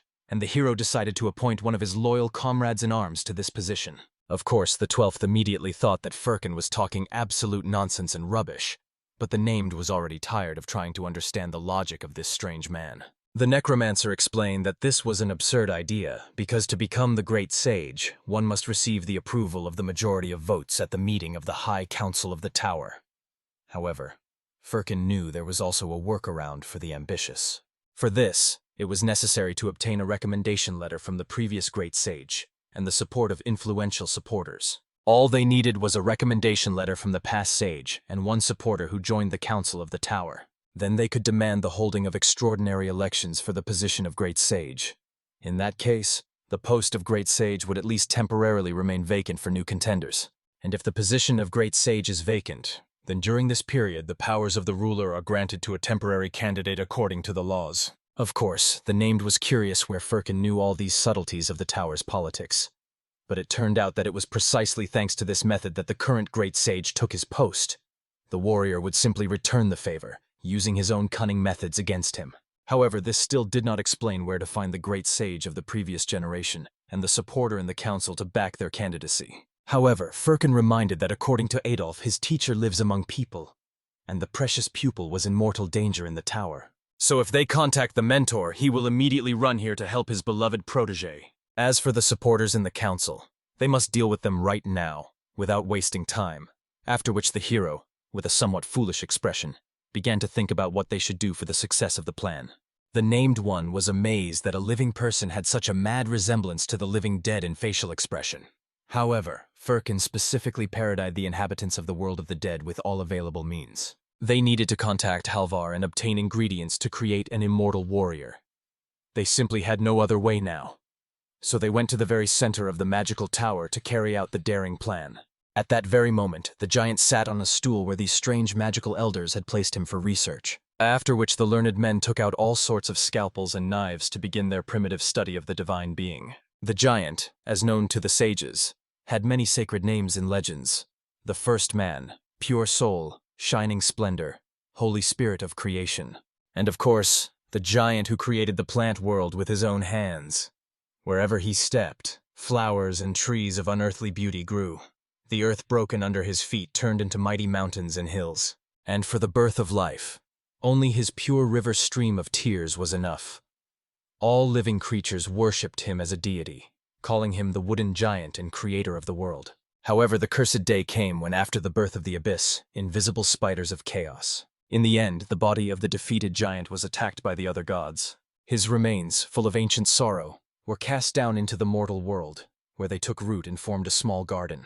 However, the thoughts dormant in his flesh suddenly awakened, restoring to him the self-awareness he once possessed. Then various creatures began to appear to him, thirsting for power and might. Alas, all the giant could grant them was a deer, or wisdom and knowledge, for no trace of former strength remained. Seekers of power invariably left his abode with disappointment on their faces. Therefore, the giant's world remained unchanged for centuries. Suddenly he saw Firkin, who had somehow entered his domain. The giant immediately became angry, believing that before him was yet another annoying bug wanting something from him. Having heard this sad story about the fall of a divine being, the elder mages understood. Initially, the giant considered the warrior merely a pesky seeker who should be squashed without much thought. The sages found it especially fascinating to learn more about ancient times. However, the events took place more than 100,000 years ago. At that moment, the eldest of the mages, before the giant continued the narration, strictly ordered the other scribes not to miss a single word of the divine revelation. They were not to allow any conjectures from themselves, only exact facts, for the figure before them was a reliable historical source and a perfect opportunity to rewrite all the legends of past eras. Then the giant told that at the beginning of the world, 100,000 years ago, there existed an ancient dragon Tyrannosaurus. Of course, it was not difficult for the mages to believe that the Tyrannosaurus was actually a dragon, and not an ordinary lizard, as they had considered it until now. The cries of the outraged wizards spread throughout the magical tower. Obviously, the high mages were extremely displeased with such disorder. They were angry because they had not yet properly begun the study of the ancient creature, and their subordinates could no longer control themselves. Therefore, the wizards, before continuing the study of the guest, offered him to taste beautifully sliced fruits. The other inhabitants of the tower also joined the feast, for they had become quite hungry during the long preparations. The most surprising thing was that Firkin himself joined the feast. However, the hero wanted to snack on something more substantial than ordinary apples. While finishing the last piece, the warrior explained that he would not refuse if the elders offered him some grapes as well. At that moment, the mages stared at him with some misunderstanding, as if petrified like statues. Immediately after this, they showed their guests the full depth of misunderstanding of how a daring violator dared to come here and demand expensive grapes, which even they themselves did not have. But at that moment, the enraged Firkin rushed at one of the elders standing ahead, after which he instantly drove the gray-bearded man into the wall, grabbing him firmly by the face. Then the indignant warrior took away his weapon, angry that these mages had met an old friend so rudely instead of giving a proper reception. After that, Firkin decided to use the magical saw, which was no longer needed by these sorcerers, to apply it for its true purpose. Obviously frightened, the mages immediately switched to berserk mode, preparing to defend their magical citadel. A fierce battle ensued, and at that moment the ghostly king also appeared from the portal. He was surprised that Firkin had indeed managed to break the tower's defense system, as they had planned. It turned out that some time ago the warrior had taken on the role of the main hacker, while the named one performed the function of searching for the necessary magical items. The gravity mage also wanted to help his comrades somehow, but his main task was not to get under the feet of more experienced seekers. Of course, the named one warned the hero that when he started rampaging here, a great sage, the supreme guardian of the tower, would come for him. That is precisely why Firkin needed to break the defense system as quickly as possible. Therefore, he asked the necromancer to use the time while the warrior would distract the wizards to find all the components necessary to create the elixir of immortality. The main goal was to bring back their companion Bendal, who would also become their loyal supporter if everything succeeded. If their plan was successful, the journey would end, and then the necromancer and the warrior would no longer be connected. But Firkin asked the Phantom King to remember. If they failed, they would keep trying until they achieved their goal. This literally meant that the named had to complete the task perfectly if he did not want to spend the rest of his days with the stubborn warrior in this cursed dimension. The attacking mages had no idea that something was wrong with this man. It seemed as if he was immortal and completely invulnerable to their spells. Patting one of the mages consolingly on the shoulder, the Phantom King admitted that he himself had always wondered what was wrong with Firkin. He believed they would get along with this wild lad and asked the sorcerer to look into his eyes, for the warrior was currently under the influence of the demonic helmet of Mogalisa. Immediately after that, the hypnotized wizard explained that what the master was looking for was in the research zone on the 5th floor. It was Bendel's shelf of magical inheritance in the Grey Hall. The key to the knowledge of resurrection was precisely the way to defeat the powerful warrior. Having listened to such detailed instructions, the named quickly realized that extra hands would not be superfluous to bring the plan to life. At that very moment, the 12th Immortal emerged from the portal, ready to provide feasible assistance. At this time, Firkin had already thoroughly battered all the mages present in the room. Finally, the Supreme Elder of the Tower appeared, which only pleased the hero, for his subordinates turned out to be completely helpless, and the warrior could not properly have fun with them. He hoped that at least with the Supreme Mage he could arrange a worthy brawl within the walls of this magical citadel. At this moment, the events shift to the capital of the Iron Empire, and to be more precise, to the hidden dungeon located beneath the royal palace. At this moment, the palace wizards were enchanting the only blade, infusing it with their magical energy. However, something went wrong. A hurricane of power engulfed the entire area, although the sorcerers strictly followed the instructions recorded in the ancient spellbook. Only then did they realize that the problem was that the mage decided to use pounds instead of the kilograms they were accustomed to when calculating magical formulas, which caused all the calculations to go awry. As a result, the wizards were convinced that now the sword would definitely go out of control, and they would no longer be able to tame it. Just at that moment, the energy around the blade began to thicken like storm clouds and incinerate the nearby sorcerers. However, when one of the mages was already ready to say goodbye to life, the fatal blow did not follow. His Majesty the Emperor appeared, who protected the unfortunate warrior from the raging magical element. Of course, the subject was very glad that the ruler came to save them. However, the Lord calmly explained that he came here because he well remembered the day when the Holy Sword was made. This weapon surpassed all the magical instruments of the Empire combined. For this reason, all this time he had been collecting dozens and hundreds of magical tools, all so that the day would come when he could unite their powers in one single sword. However, naturally, the Emperor knew that in the process of uniting such powerful artifacts, dangerous side effects would have to be faced. The same happened with the Holy Sword on the day of its creation. But then the magical storm raged many times stronger than the current one. At that moment, the mana of the wizards began to gradually leave their bodies. They understood that if they continued to stay here, they would simply all perish from exhaustion. The Emperor calmly explained that to calm the raging storm of the blade, it was necessary to pour into it equally powerful magical energy. He reminded the mages that they had sworn to give their lives for their ruler, so they must keep this oath. At once, the wizards understood what the sovereign expected from them. For the glory of His Majesty the Emperor, they began to release the energy that had been accumulating in their bodies for many years of service. Soon, the unsuspecting Orn, wandering through the palace grounds, sensed something was wrong. A huge surge of energy rose high, many times exceeding the height of the palace itself. This bright surge was also noticed by Cal Rose nearby, and she realized that the hour of trials had come. The Emperor himself finally held the completed sword in his hands, He understood that on this day, only one of all the sorcerers had managed to survive. But it was all for the common good. They had to make such a sacrifice to create a weapon capable of withstanding the coming threats. Of course, the Emperor knew that the Tower Mages would sooner or later be forgotten by history, but he promised that as a ruler, he would always remember their sacrifice. These very sorcerers became the key to the birth of the new Holy Sword, giving their lives to create the legendary weapon.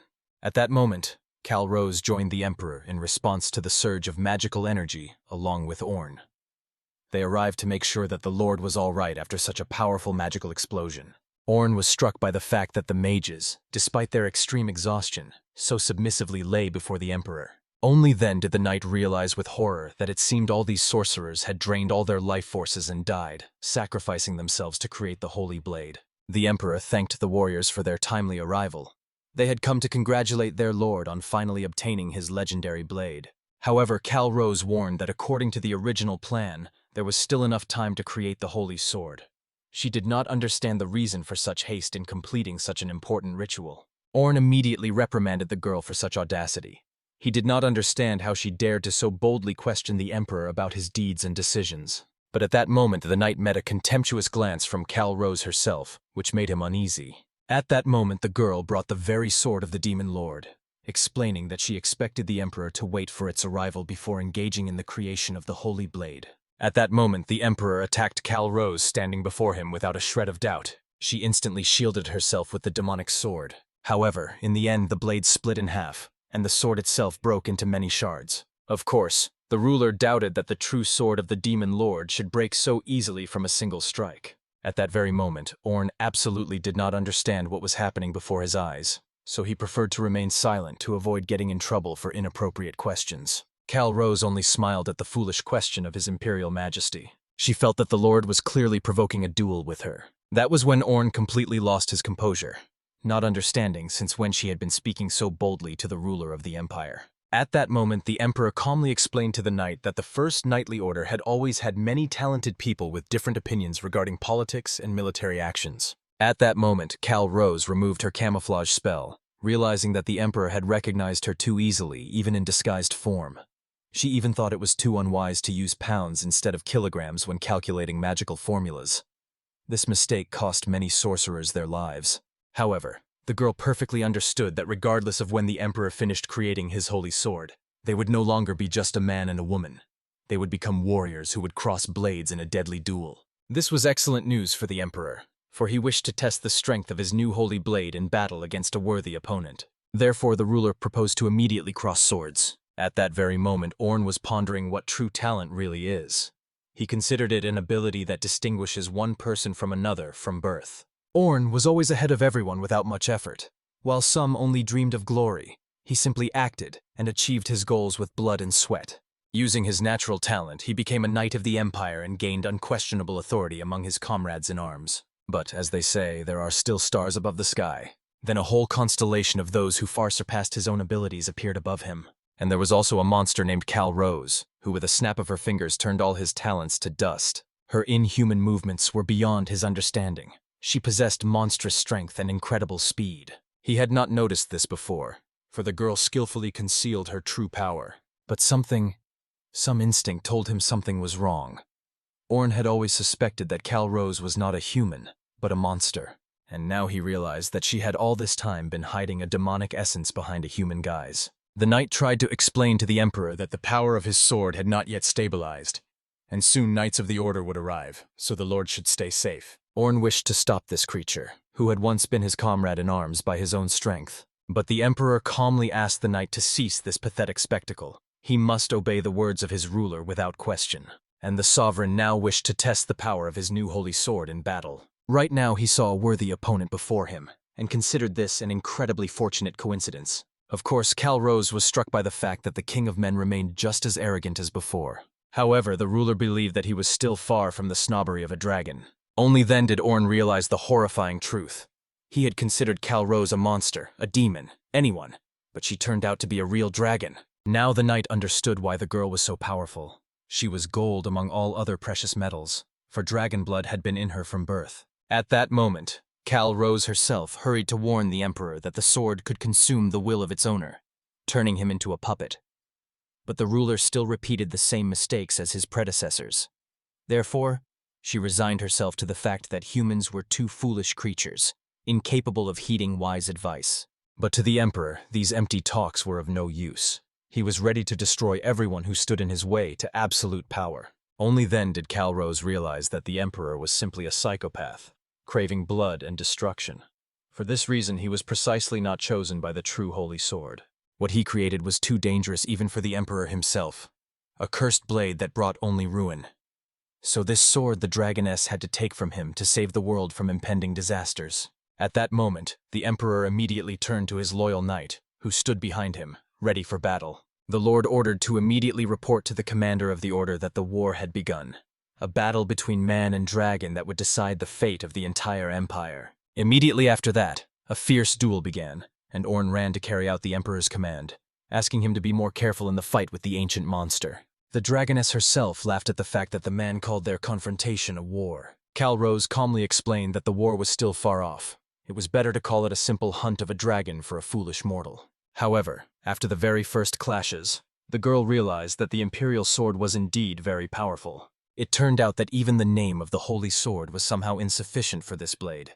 It surpassed all known legendary weapons. At that moment, the emperor moved behind his opponent and raised his blade for a deadly strike. The dragoness immediately realized that things were heating up and took the blow with her own body. In the end, numerous bloody cuts spread all over her body. Yet even these wounds were not deadly for the ancient creature. Rising, she hurried to warn that the magical sword still remained just a magical tool, and therefore, just as dangerous and unpredictable. The emperor, however, did not understand how Calrose could remain so calm in such a situation. At that moment, she no longer had both hands. She could not fight at full strength. However, the dragoness discontentedly reminded that she was a dragon. These were not even hands, but merely front paws. Moreover, the wounds in her human form meant nothing to her.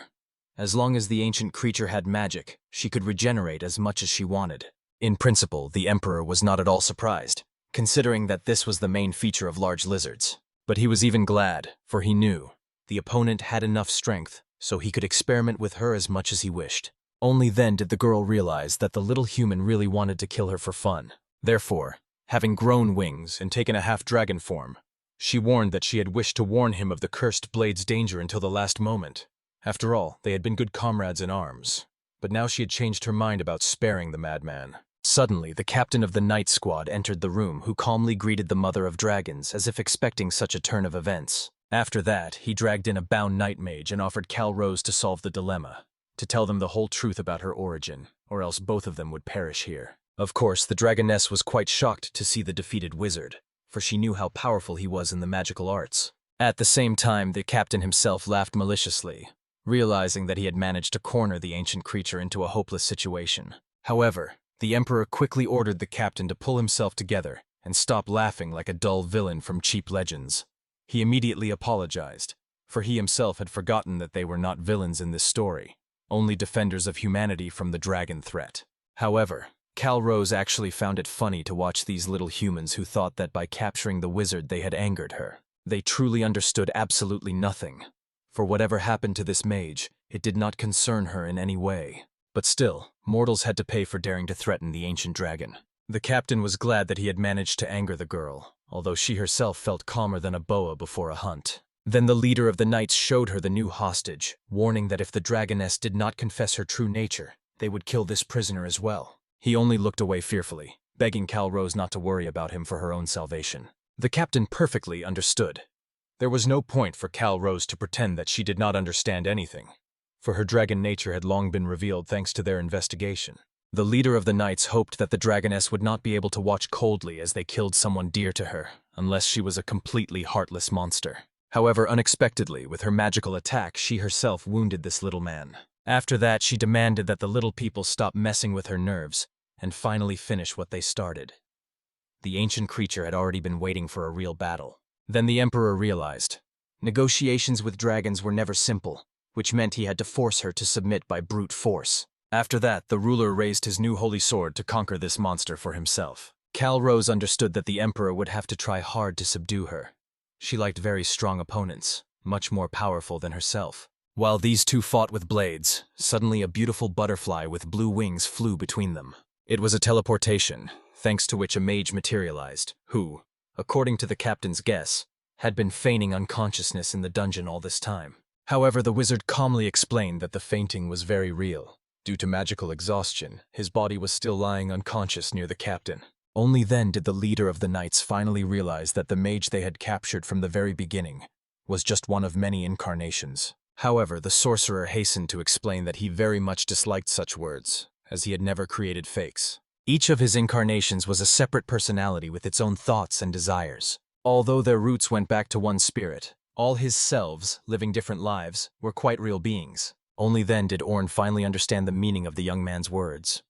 He claimed that all his clones were his alter egos, different facets of one personality. The knight was very curious about who the old man was that he now saw before him. The same old man was also a great wizard. In this guise, he was the most ordinary person. He also pretended to be an adventurer setting off on adventures with friends, and a robber taking riches from weak travelers. Of course, the captain immediately thought that the old man they brought to Cal Rose as a hostage was also part of the great wizard. However, in reality, the mage had no idea who this man was, although the old man himself would not mind becoming part of a powerful sorcerer. In the end, putting on his magical mask, the wizard made it clear that he had many personalities, including the personality of a member of the First Knight Squad. For this reason, the Emperor became very interested in who this young man was, although it would be more correct to ask who they all were. The captain of the Knight Squad was quite curious to find out if such a secret squad existed, which was everywhere and nowhere at the same time, and somehow connected with dragons. However, interrupting his thoughts, the mage calmly explained that they were shadows, and by no means enemies of the Emperor. In a sense, they and the ruler of humanity had a common goal: protecting the world from true evil. However, their purpose was in no way connected with his magical sword, for it was too dangerous a power for a mortal. Their duty was to maintain balance, therefore the sword that the Emperor held in his hands was not supposed to exist. Of course, the ruler understood that these two were trying to convey something to him, but the outcome was predetermined. They were opponents with fundamentally different views on the world order. Therefore, without a doubt, the King of Humanity attacked these monsters. Naturally, immediately Cal Rose wished to join the fight to tear this little man into tiny pieces. But the wizard hurried to stop her, making it clear that the time for the decisive battle had not yet come. At that moment, the sorcerer's clone grabbed the Emperor by the hands, after which an explosion occurred, which acted as a smoke screen, allowing the wizard and the dragon to escape from the battlefield. They understood that they had a long journey ahead before they and the king would come to a common opinion regarding the fate of the cursed sword, and then they would meet again for the final battle. Immediately after this, all the mage's clones also began to gradually dissipate into space. Watching how he had been deceived and led by the nose all this time, the Emperor became enraged, vowing to make these scoundrels pay dearly at the next meeting. At the same time, Firkin's fight continued against another mad elder from the magic tower. This sorcerer decided to create a fiery sphere of blurring flames capable of incinerating any mortal. However, in response to this blow, Firkin rewarded him with a crushing fist. Immediately after this, the elder was struck by a lightning discharge. The wizard called this spell a static vortex, a terrifying sorcery that releases colossal power of 1,000,000 watts. However, he did not understand. Firkin was a true devil in the flesh, for this discharge only refreshed the warrior. The hero considered that it was an excellent physiotherapy for muscle pain, after which he decided to perform a healing procedure on this elder using his fist. Immediately after this, he also cured some from dementia when he delivered healing fist blows to their heads. But at that moment, a huge pillar of concrete collapsed on the hero. At that moment, Firkin was pressed to the ground by the full weight of the magical structure. The great master of the tower ordered everyone to step back. He himself would deal with this mad warrior. The injured wizards immediately began to scatter in all directions. However, they did not admit that they were useless in battle. They simply believed that the great sage had not given them enough time to reveal their true potential. At that moment, the hero had already destroyed the entire huge column that the mage had brought down on him. He was even disappointed that the power of the magical tower was so exaggerated, and hoped that his opponent preferred sparring rather than boring philosophical discussions. If it were otherwise, the warrior was very indignant at their so tedious life philosophy. However, the wise elder hastened to explain that the mages of the tower did not exist to kill warriors like the hero. They were the last bastion that, through science and magic, prevents the destruction of this world from ancient threats. Honestly, Firkin almost laughed at these words. It seemed to him that the other sorcerers did not even suspect that they were the very last bastion of humanity. But still the warrior was curious to find out.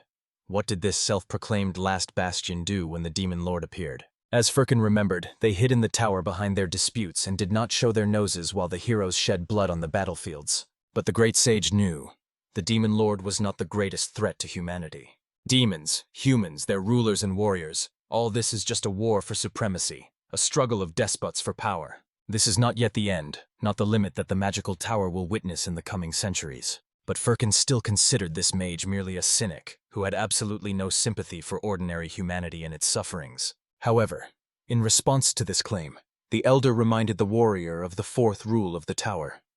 Their knowledge and visions are preserved exclusively until the end of the world. The only one who broke this rule for selfish purposes was Firkin. However, the hero did not consider his actions selfish. He believed it was the desire of all humanity to free itself from the oppression of dark forces. The warrior did not understand at all what his fault was, since it was the tower mages who created the holy sword at his request.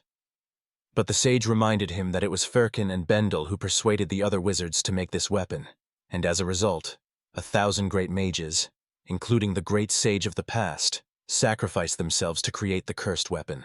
Thus, they not only violated the sacred rules, but also undermined the power of the magical tower forever. For the tower, Firkin was simply not a salvation.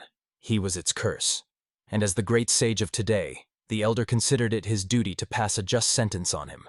Of course, the warrior was angry that these mages made him a scapegoat for their own decisions.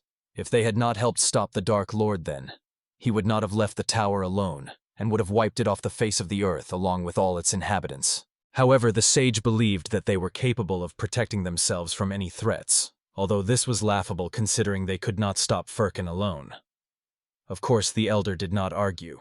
The warrior had become much stronger than in his past incarnation, and even comparisons were inappropriate. The great sage knew that ordinary attacks could not harm him. At that moment, he began to cast a powerful spell, and Firkin even tensed, for he had never seen such magic before. Therefore, the best solution in this situation was an attack. The hero believed that victory would be his in the first round. However, at that moment, suddenly right before the great sage appeared a well-known silhouette, the knight Arel in all his glory. Obviously, Firkin immediately thought she was a ghost, and did not believe this trick, instantly attacking the vision.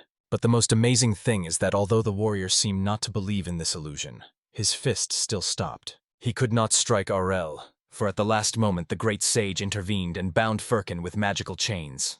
At that very moment, when the hero was bound by spells, Arel rewarded him with a hefty kick, proving that she was by no means a ghost. Then the warrior, no longer willing to endure humiliation from such beating, grabbed the girl, not allowing her to continue hitting him. However, she drew her fiery sword and immediately attacked, not allowing the sorcerer to get close enough for a spell. Firkin himself, looking at the abilities so reminiscent of the skills of the true Arel, tried to convince his mind that all this was unreality. He remembered the last expression on the girl's face before she disappeared forever into his interdimensional bag. Right now, she coldly swore that she would gladly beat Firkin with all her might.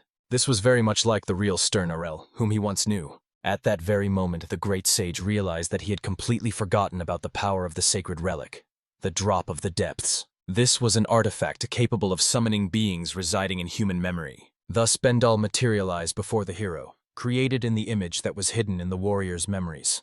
Obviously, Firkin immediately rushed into the arms of his old friend and began to apologize for everything that had happened, understanding that the mage's death was his fault. After this, he decided to find out how to locate that cursed sword in order to reverse everything and resurrect the fallen comrades. But at that moment, the Ghost King called out to the hero, explaining to the warrior that they were summoned to defeat Firkin once and for all. The Emperor ordered the hero to draw his blade and fight like a man. However, the warrior rewarded the ruler with a blow using only his hands without a weapon. Of course, he immediately waved his blade, wanting to take revenge on the hero for the unexpected attack. However, Firkin easily dodged and began beating the Emperor half to death with his bare fists. At this moment, Arel also joined the battle, for since Firkin decided to fight not with swords but with fists, she had to beat him properly while there was such an opportunity. Watching how these two attacked him at once, the unarmed old man, the warrior realized that they, as in old times, had neither shame nor conscience. After this, he threw the attackers away, demanding that they finally stop these useless games. Then the hero approached Arel and gave her a strong flick on the forehead, causing her to immediately press the wounded spot. At this moment, carefully examining the girl's appearance, the warrior noticed that she was the perfect wife for a human king. Of course, these words of the elder brought her into a real rage. She could not accept that she had spent so many years of her future life next to the Emperor, and could not come to terms with it. Firkin only laughed at her reaction, He really wanted to know from which time period this trio had appeared. At the same moment, the great sage stood watching everything happening, holding a sacred relic in his hands. Bendel, who approached him, honestly admitted that he did not expect such a turn when the sage decided to summon them from oblivion. The ruler of the magical tower considered this a worthy punishment, for the warrior would meet his death at the hands of those dear to him. And Bendel found this truly cruel, considering that he was summoned to kill a friend who was like a brother to him. But still, the wizard could not go against the laws of cause and effect. Therefore, striking his staff on the floor, he began to cast battle spells. The only thing the mage wished to learn from the great sage at the end was what their fate was, and whether it was worth such sacrifices. The great sage calmly explained that the very existence of the hero and his miserable current state should already be the answer to Bendel's question. However, unfortunately, the wizard still did not understand what future awaited him in this new life. At that moment, Firkin was fighting with Arel, who had pointed her fiery spear at his eyes and offered to let her go in 3 seconds. But when those 3 moments passed, Bendel attacked the warrior using his lightning-fast flash. Obviously, the transported Arel and the Emperor believed that Bendel had managed to kill Firkin with such a powerful attack. However, the wizard knew perfectly well. Their opponent was a warrior whose strength was growing suspiciously fast. Arel herself already realized that they would not be able to defeat this guy. He was simply having fun watching their pathetic attempts to harm him. At that moment, even the great sage realized that this trio would not cope with Firkin's current power. However, fortunately he reassured them. The warrior would not be able to harm them greatly, although they did feel considerable pain from his blows. At that very moment, the sage decided to endow this trio with power that would help them achieve victory. Immediately, the Emperor and Arel felt a power that filled every cell of their bodies. They were under a death curse called Berserk. This curse helped them use their abilities to the limit, even if it ended in death. However, for those who had no future anyway, this was literally a blessing from ancient forces. Firkin, on the other hand, was very angry at the sage's action. He could not believe that he was putting on such a spectacle in front of him. In the end, the warrior decided no longer to restrain his anger, and at that moment his aura and thirst for blood became palpable to all present. Honestly, the great sage could not believe that the hero cursed himself to activate this madness. Apparently, Firkin did not know that this was black magic. More precisely, a curse that devoured life forces. Or perhaps he consciously took this step, although it was incomprehensible to the sage. In any case, everything happening now was a real catastrophe, because the warrior was someone whose actions were simply impossible to predict. At that moment, the necromancer wandering through the magical tower quickly felt a surge of black magic. Honestly, the named was surprised that Firkin really cast dark spells on himself. Of course, he taught the hero these spells when he asked, but he did not think the warrior would ever decide to use them. For the Ghost King himself, this was not so important. Firkin was going to create an undead anyway, so sooner or later he would have to give up his human essence. Soon, having climbed the long stairs and found himself in the upper room of the tower, the necromancer decided to look for the very eye of the prophet. But the most amazing thing, he found a giant who was sitting and telling various legends to the young wizard. Of course, the sorcerer was very frightened when he suddenly saw the approaching named one, whom they were supposed to punish for the invasion. He begged the divine being to immediately flee from the impending danger. However, the Phantom King had already attacked this foolish wizard, and was glad that he had finally found the form of a god. The necromancer pondered for a long time where that one had gone, but it turns out the giant had moved here to tell a story about his glorious past. In the end, while the Phantom King diligently searches for the necessary artifacts in the tower, he asked that the deity's form be sent to the hero who could use some help in the battle against the summoned enemies. Of course, the giant was curious to know when the necromancer himself would join them for the battle. However, the necromancer had already found the enormous eye of the prophet, so he had more important matters than helping the hero in the battle against the enemies. At this moment, being unconscious, Firkin remembered his distant past. Then, being a little younger, he searched for his old friend for a long time, and finally found his trail. After this, the warrior greeted the girl named Kari Rose, whose true name was Zaragan Red, the mighty dragoness Red Dragon. She was quite surprised that Firkin came to her domain so unexpectedly. The hero disappeared in search of the holy sword, and now just as suddenly appeared again. The dragoness believed that perhaps the warrior had found the desired missing item. However, Firkin assured that the search for the holy blade was only a matter of time. He believed he had already found the key to solving the location of the weapon, and therefore the search would take only 3 years. Of course, Cal Rose found it hard to believe. She was worried that the warrior would wander the world for another 30 years searching for the cursed sword. However, Firkin promised that if by then he did not find his blade, he would even start calling the ancient dragoness his little sister. In the end, the dragoness decided to find out from the hero the true reason why he had made the entire journey to her. However, he simply asked the girl to hold his magical interdimensional pouch for him. Cal Rose immediately thought that Firkin was some kind of madman for trusting her with such a thing, and immediately threw the artifact to the ground. The warrior explained that she was overreacting. After all, it is normal among friends to ask each other to watch over their belongings. However, the dragoness reminded that in this sack was imprisoned the demon lord in person. This is not the same as leaving a pet in the care of acquaintances. It was precisely for this reason that the hero wished to leave this bag with her, for he feared losing it again. He was even embarrassed to talk about it, but the warrior knew, if he lost the artifact, a real catastrophe would happen. He was especially afraid that this sack could fall into the hands of the demon army. However, for these words he had already received a hefty blow to the face from the enraged dragoness. Cal Rose even felt somewhat awkward. She just wanted to hit him so hard that she couldn't hold back her impulse. However, the girl believed that the warrior himself was to blame for receiving such a greeting. She had no idea why the hero even needed this sword. After all, the demon lord was defeated, and the other dark forces were just minor bugs. Firkin did not need to wander like a beggar. He had to stay close to those who valued him. It was time for him to forget about the holy sword and simply return home, for the world still needed him as a protector. However, when the dragoness said this, the atmosphere around the hero sharply thickened with growing anger. Feeling threatened by the warrior, Cal Rose had already taken her dragon form, preparing to punish this incorrigible stubborn one. However, Firkin calmly patted the dragoness on the shoulder and promised that he would return soon. He just needed to retrieve an item that rightfully belonged to him. Moreover, the warrior very much hoped that she would no longer say something like, "Come back to him," or reproach him for searching for the cursed blade. Immediately after that, the hero threw the Cal Rose pouch right in her face. While the girl wiped her eyes in surprise, he ran away and promised that he would definitely visit as soon as he found his sword. At that moment, a nearby wizard admitted that he suspected Firkin would sooner or later come to the dragoness for help. However, even he did not expect that the warrior would leave her this pocket dimension pouch with the demon lord imprisoned inside.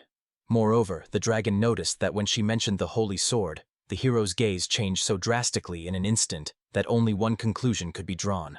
Firkin became addicted to the search. Even if he had to give his life, he still would not abandon the quest for the cursed blade. And although the wizard himself was sorry to admit this fact, Cal Rose was right in her fears. It seems the mage's mistake led to Firkin losing all humanity within himself for the sake of obsession with the holy weapon. However, fate is essentially inevitable. As members of the organization Shadow, which guarded the world order, they understood better than anyone. The holy sword cannot be trusted by anyone, for this weapon brings only destruction. At that moment, standing amid the ruins of the magical tower, Firkin finally came to his senses. The warrior could hardly believe that he had destroyed this ancient citadel of knowledge so thoroughly. Next to him was a giant who brought the hero to consciousness with mind control magic. Only then did Firkin realize that he had fallen into a trap and activated the deadly warrior mode, an improved version of the berserker. He also thanked the divine form for freeing him from this magical snare through mental influence. The warrior wondered where all the mages had gone, especially the great sage, for he saw no one among the ruins. However, the ghostly Bendal calmly explained that they had been thoroughly beaten and fled from the enraged hero, tucking their tails like beaten dogs. Still, Bendal knew that the problem with all mages was their excessive arrogance. At that moment, the beaten wizard strongly reminded the hero of the silhouette of a dying friend from the Dark Lord's lair. Therefore, Firkin hurried to his comrade to find out how he felt after such a fierce battle. In response, the warrior quickly explained that he was perfectly fine, a bit out of breath and slightly nauseous from using dark magic, but otherwise everything was excellent. Bendal hastened to explain that he was fine. After all, he was an artificially created being and would soon vanish into oblivion forever. Therefore, the mage asked Firkin to listen to him, for when the giant ruled his mind, the wizard somewhat recalled the true course of past events.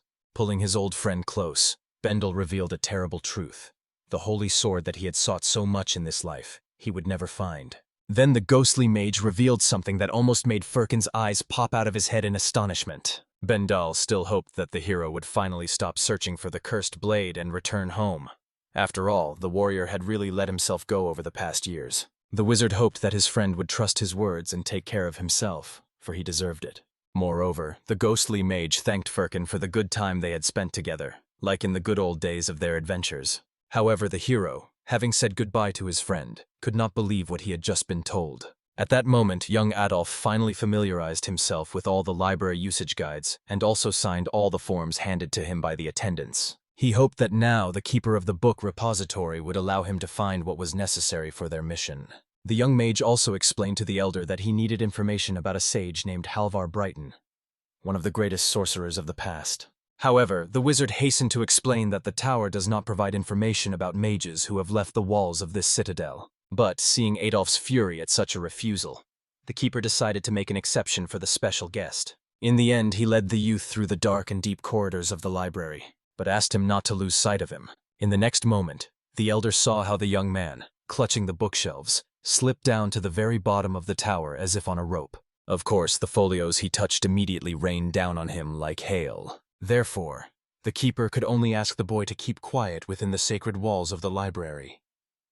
Although the young man himself believed that the noise was caused precisely by this old room, the wizard lamented that the younger generation completely ignores the elders and does whatever they please. Adolf, however, was curious whether they had arrived at the right place, for to his surprise, there was absolutely nothing here except emptiness. However, the keeper hastened to explain that information about the tower mages was not publicly available, as their identities were classified. This was a tribute of respect and reverence to such great people. Soon the elder activated a magic circle that displayed information about all the tower sorcerers, living or dead. Immediately after activating the magical mechanism, a passage opened, leading somewhere into the depths of the dark corridors of the dungeon. Adolf, of course, found this secret place in the bowels of the tower quite suspicious. But he had no choice. He had to go there to complete the mission. Fortunately, the library owner decided to accompany him. After all, this room was like a crypt that no one had opened for a long time. Of course, the young man felt that there was nothing in this passage except emptiness and impenetrable darkness. However, suddenly the youth saw the silhouette of a person coming out from the depths of the dungeon towards them. At first, the keeper did not understand what was being said, but then he himself made out the approaching figure in the twilight. In an instant, the keeper began to cast a spell, not understanding who dared to break the sacred rules of the library and enter it without his permission. But the gravity mage hastened to introduce himself to the owner of the book repository, which slightly eased his anger. While the elder froze in bewilderment from the unexpected acquaintance, the sorcerer had already used the magic of his element, pressing the old man into the floor with the crushing force of gravity. Of course, the keeper tried to resist this gravity somehow, but he could do nothing.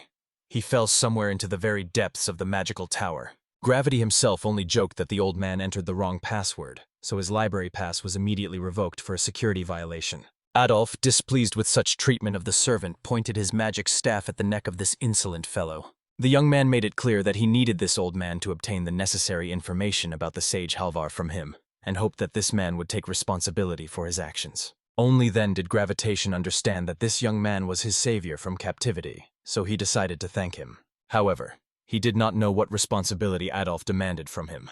The wizard could only apologize for having neutralized this old man. But at that moment, the library alarm went off at full volume. Soon the book repository itself had to self-isolate and throw the uninvited guests outside. Only then did the young man realize that he had tried in vain by signing all those papers for access. But Gravitation asked him not to be sad in vain. First, they needed to get out of here, for they could go together to the goal. Fortunately, the guide had already taken care of how to leave this place. A mysterious figure opened a portal for them, thanks to which they found themselves again in the space of the interworld. Of course, Adolf became very interested in how gravitation created such magic. After all, the young man had never seen such a way of traveling between worlds. However, he hastened to explain to the young mage that this magic did not belong to him at all. The sorcerer pointed to the guide who helped them move. He was thrown into the library on the orders of the ghostly king. The necromancer needed the legacy of Bendel, a grimoire that the great wizard used in life for his spells. Adolf was no less shocked when he realized this mage, it seems, helped them, although before he was their opponent. But it turned out the ghostly lord gave him a promise. If he helped the young man, then the named would grant the sorcerer eternal death, relief from immortal torments. Of course, Adolf hinted that he himself could grant this very eternal death to this braggart with his spells. But he hastened to explain that he was ready for death not just like that. He was the 12th of the immortals, twice risen from the dead. The first time the mage returned as an immortal being, and the second time he was purified by the Temple of Light Alua. Even if his body dies, the mind will forever soar in the void. For the immortal who lost the flesh is doomed to eternal existence in darkness. He simply wanders the firmament, not knowing when the end of his torment will come. Thus the wizard wandered in oblivion for 3,100 years. But the emperor returned him to a living body. The sorcerer did not want to go through such torments again, and therefore sought the one who would grant him eternal death, be it the emperor or Firkin. Of course, Adolf became very interested in how they planned to give the mage that very eternal death. However, he promised that the young man would be able to see everything himself.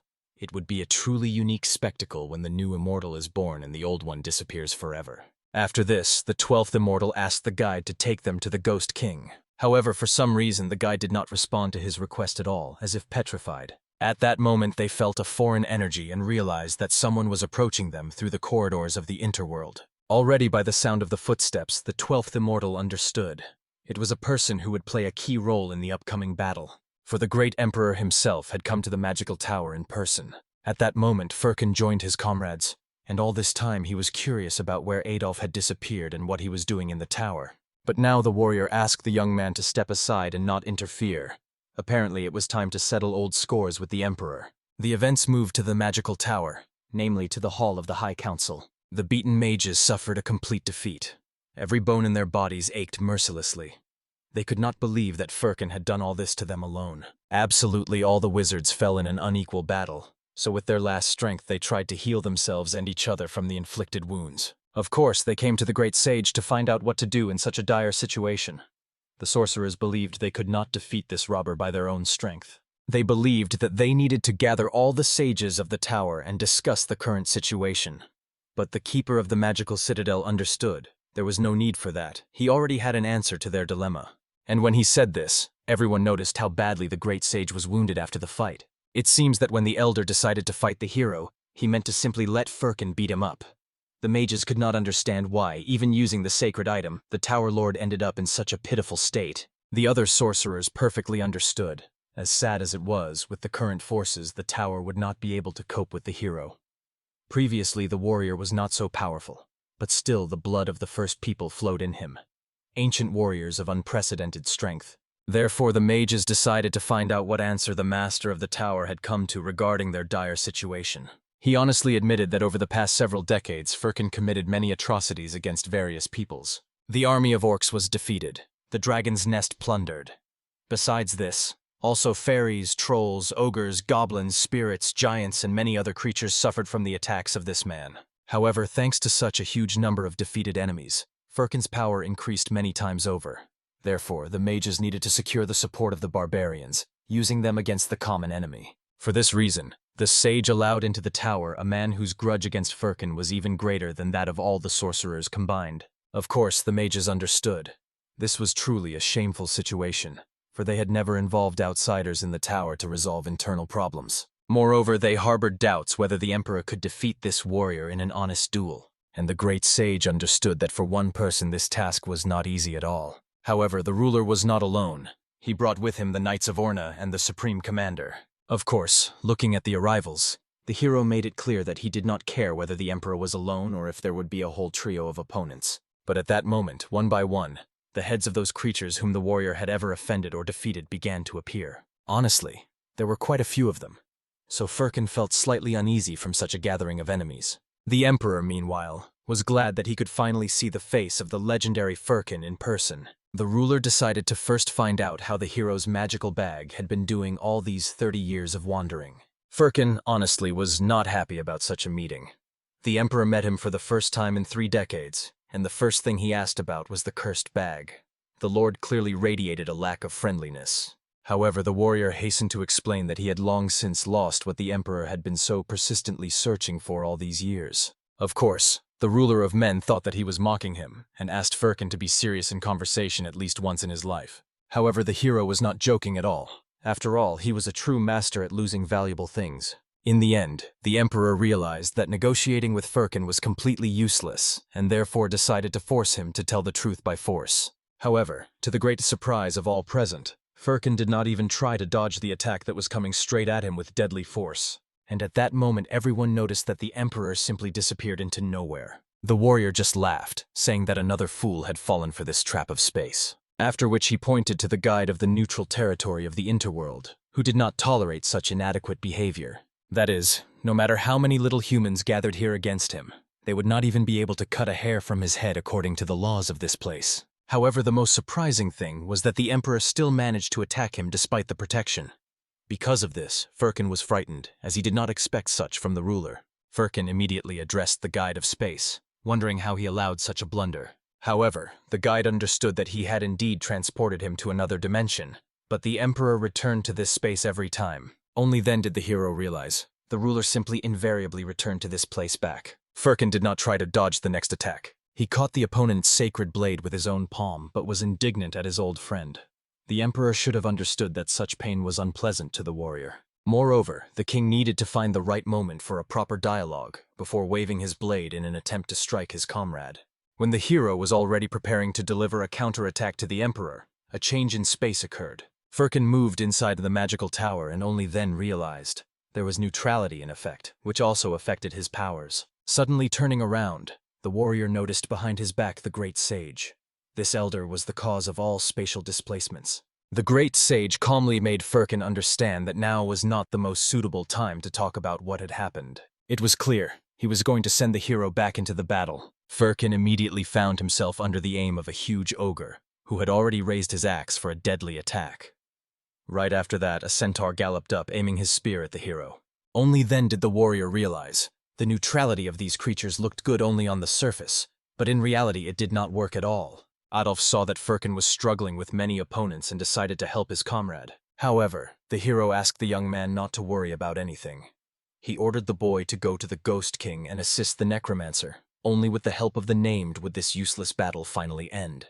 At that moment, the Ghost King was reciting a prayer before the eye piercing the universe. The necromancer asked that the Nameless Lord, once the king of the dead and all existence, answer his only question about the future. The eye responded to the words of the Named, and then the Ghost King asked that the prophet's eye show him the future. The eye of the prophet informed the necromancer about his fate. Soon the status of the Lord will be downgraded to a ghostly serf. However, he was glad that he would no longer be a slave.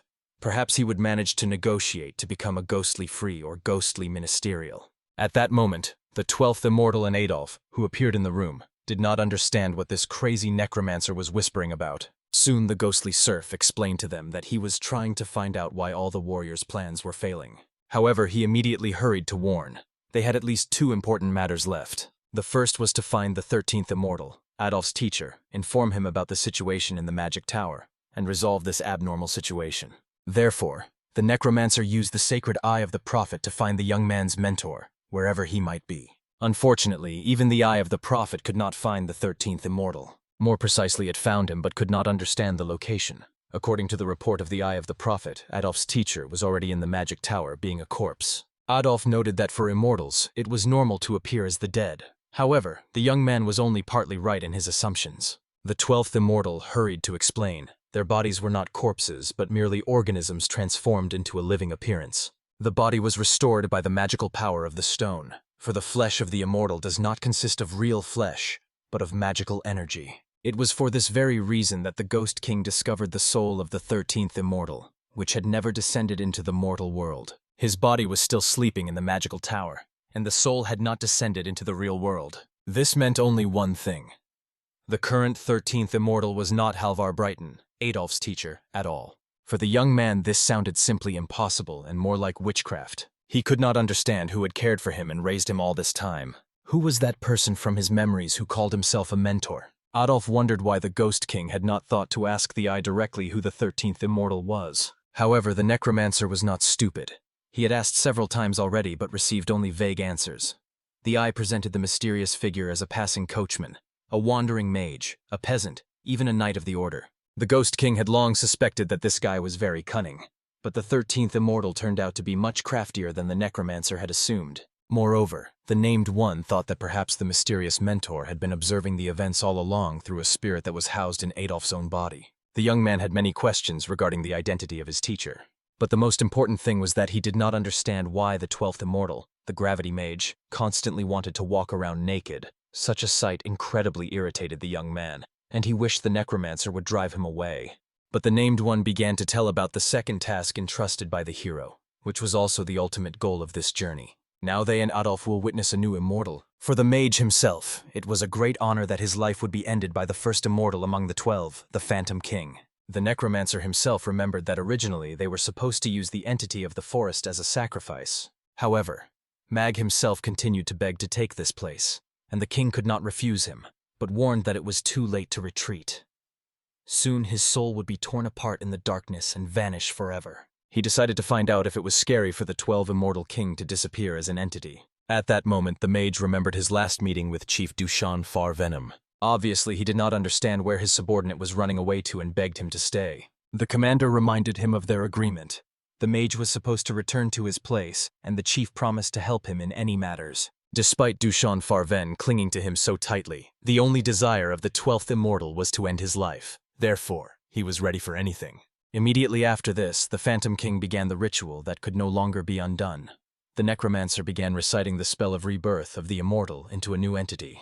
At that moment, Duchon Farven continued fighting the opponents and clearly did not understand why he could not defeat them. Suddenly, Ornn crashed into him, causing them to tumble into the water that filled the entire battlefield. Duchon Farven immediately threatened Ornn that if he collided with him like that again, the commander himself would kill him. However, the warrior calmly pointed to the sky to his comrade.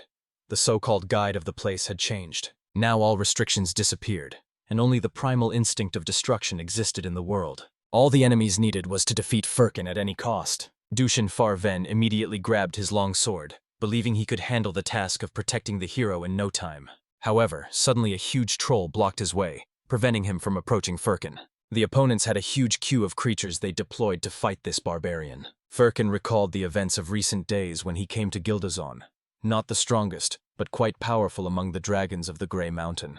The ancient dragon was angry at the man who dared to enter his territory. He warned that although he was not the strongest of the dragons, his power far exceeded that of humans, so he could not understand how a mortal dared to step here. Moreover, the dragon had no idea how a human had even reached his lair, since the forest was filled with numerous deadly traps and many of his servant guards lived there. Therefore, he wanted to know how a man resembling a homeless vagabond managed to get in here. Firkin calmly explained that he is a warrior, so some dragon clearly will not be an obstacle for him. The dragon Gildazon immediately recognized the warrior, but had no idea how he ended up in his domain. At that very moment, the enraged Firkin believed that it was this very dragon who had stolen his sacred blade. Gildazon tried to reason with the warrior, reminding him that he has been stuck in the mountain for many years, and that he has a pact of mutual non-aggression with the hero. However, Firkin did not listen to anyone, demanding that the dragon return his sacred weapon. Gildazon was pleased that all the treasures the hero had long accumulated were lost in an instant. The ancient believed the old man was to blame for the loss of wealth and got what he deserved. He reminded that although the dragon did not have the holy sword Firkin, it had countless treasures, which the warrior stole absolutely all of them to the last one. The hero easily fended off the dragon's fiery attack, reminding that Gildazon had nowhere to spend his treasures. They had no economic value. Therefore, there was no point in objecting when they were taken from his treasury. When the memories receded, Firkin found himself fighting an ogre who raised his enormous axe above him. He thought he was about to kill the opponent with a crushing blow. However, for Firkin, the giant's blow was like a joke. Therefore, he quickly repaid the ogre with his strong fist. The enemy's consciousness became so clouded that their thoughts began to get confused. Although the giant held on with his last strength, he still lost consciousness, collapsing right onto the water surface. All the other monsters immediately went wild and began demanding from the hero that he return what he so boldly stole from their treasuries, or else they would kill him. The warrior himself understood. These creatures do not at all appreciate the fact that they remained alive after meeting him. Firkin honestly did not care about the pitiful stories about the opponent's expensive little things. Therefore, he ordered everyone to attack at once in order to deal with them in an instant. Duchon Farven only smiled after the hero's bold words and asked Firkin not to pity the enemies. Immediately after this, he struck the warrior with a pillar of fire that engulfed his entire body. Then the young knight calmly greeted the elder and suggested ending the battle they had not finished long ago. However, Firkin only resented that this young warrior still did not understand. His threats were frankly useless. The young man himself wanted to see if the hero would stick to his opinion when he incinerated it with his sacred unquenchable fire. Duchon Farven thought that at least he would touch Firkin and hurt him a little. However, the old man was already behind the boy, preparing a strike to sober him up a little. The youth jumped back but warned Firkin that he could not avoid attacks forever. After all, the knight's body contained a flame that ignited everything around. Even Firkin would not be able to withstand this heat despite his superhuman strength. The warrior had to admit, the fire was indeed very hot. Therefore, he came up with nothing better than to strike the water, causing a huge wave to rise that almost swept Duchon Farven away. The warrior honestly admitted that the idea was quite good but believed it would not be enough to extinguish the enemy's inextinguishable fire. However, at that moment the blue flame began to dissipate, and Firkin, disguised behind the wave, reached out his aged hands to the boy. Only when the warrior had already grabbed him with a firm grip did Duchon Farven realize that he had used the water to block the view before the attack. The knight found himself in a very disadvantageous position. The old man held him tightly and aimed his free fist at the opponent's face. However, twisting at that moment, the boy grabbed his spear to strike the hero's neck. He aimed approximately at the carotid artery. Honestly, Firkin praised the youth for trying to catch him off guard in hand-to-hand combat. For such a young warrior, this was quite good. However, he should have been more attentive to the details. When in the next moment Duchon Farven looked the enemy in the face, he saw there the battle-ready technique, the secret breath of the warrior. Honestly, the young knight had never experienced such horror even in that battle with the toothless vampire. At that moment a troll lunged at Firkin, blocking his view and preventing him from attacking the enemy. Immediately the Emperor joined the fight with his new sacred sword to strike the hero through. The Emperor's plan succeeded. He pierced the warrior's body along with the troll, sparing neither of them. Due to the opened bleeding, Firkin quickly fell to his knees, but just as swiftly rose to his feet. After that, the hero unleashed a hail of powerful blows on the troll who dared to attack him without warning. He demanded that he immediately begin to beg for mercy, otherwise the warrior would finish him here and now for the giant daring to attack him at all. The hero calmed down only when he was sure that the troll would definitely not wake up anytime soon. After that, Firkin decided to focus on the sensations of his own body and realized his condition was worse than he expected. Although the warrior concentrated all magical power on healing, the recovery speed clearly did not keep up with the amount of lost blood. Therefore, he had no idea how long he would last with such injuries. At that moment, pointing the blade at the enemy's neck, the Emperor asked Firkin to stop pretending to be strong. But the warrior thought that his old acquaintance had completely lost his mind. He spoke to him as if trying to mock a defeated enemy. After that, the hero loudly called the judge of the space a fool and pointed out that there was complete chaos here. He asked the guide to do something to restore order. However, the guardian reminded him that they were already fed up with his killings. After all, he was the one who guarded the dead path, showed the way to those who had lost their way, and was supposed to protect the tower from any danger. Of course, he was supposed to destroy anyone who dared to threaten this tower. Therefore, he ordered Firkin not to disturb the peace of the sacred place, and there would be no exceptions for him. Honestly, the warrior was very disappointed that the guide had betrayed him like this, although they had been friends for many years. However, Firkin understood. The guardian was not the biggest traitor among those around. The greatest traitor was the Emperor, who after a friendship lasting more than 10 years, now wanted to kill him. At that moment, while the guide was trying to attack the hero, Orn jumped on him. The atmosphere began to heat up. The hero realized that everything was clearly turning against him. Moreover, Firkin was surprised that among all the people, monsters and half-people gathered in this place, there was not a single one who wanted to take his side. Suddenly a troll approached him, and the warrior thought that at least this warrior would fight alongside him. However, the giant struck an attack on Firkin, raising his axe above his head. At that moment, the troll noticed that his hands were cut off, followed by his head being severed. The Emperor dealt with the giant with one blow, unwilling to share the loot. All the monsters immediately rebelled against the ruler's action. After all, he had summoned them all to take revenge on Firkin, but in the end betrayed his allies for his own benefit. The Emperor reminded that to him all these creatures were miserable worms. If anyone else dares to interfere with his finishing off Firkin, he will deal with each opponent without exception. Only then did the magical creatures realize that this man could not be trusted. They no longer wanted to endure his oppression and decided to destroy both at once, the Emperor and the hero. However, at that moment, their path was blocked by a huge pillar of flame created by Duchon Farven. He calmly explained to the monsters that his Imperial Majesty had not yet dealt with Firkin, and there was no need to interfere in the duel. The creatures were furious that some mortal was acting like an important person and dared to shut their mouths. It would cost them nothing to finish off a couple more humans along with the vile Emperor. At this moment, Duchon Farven realized all these beings had an unreal desire to take revenge on the warrior for past grievances. In the end, he realized that until the Emperor finishes his work with the hero, the young knight will be able to have plenty of fun with all these creatures. Somewhere at that moment, while the battle raged, Firkin tried to stretch his stiff joints. He never thought that at such a mature age he would feel like a real old man.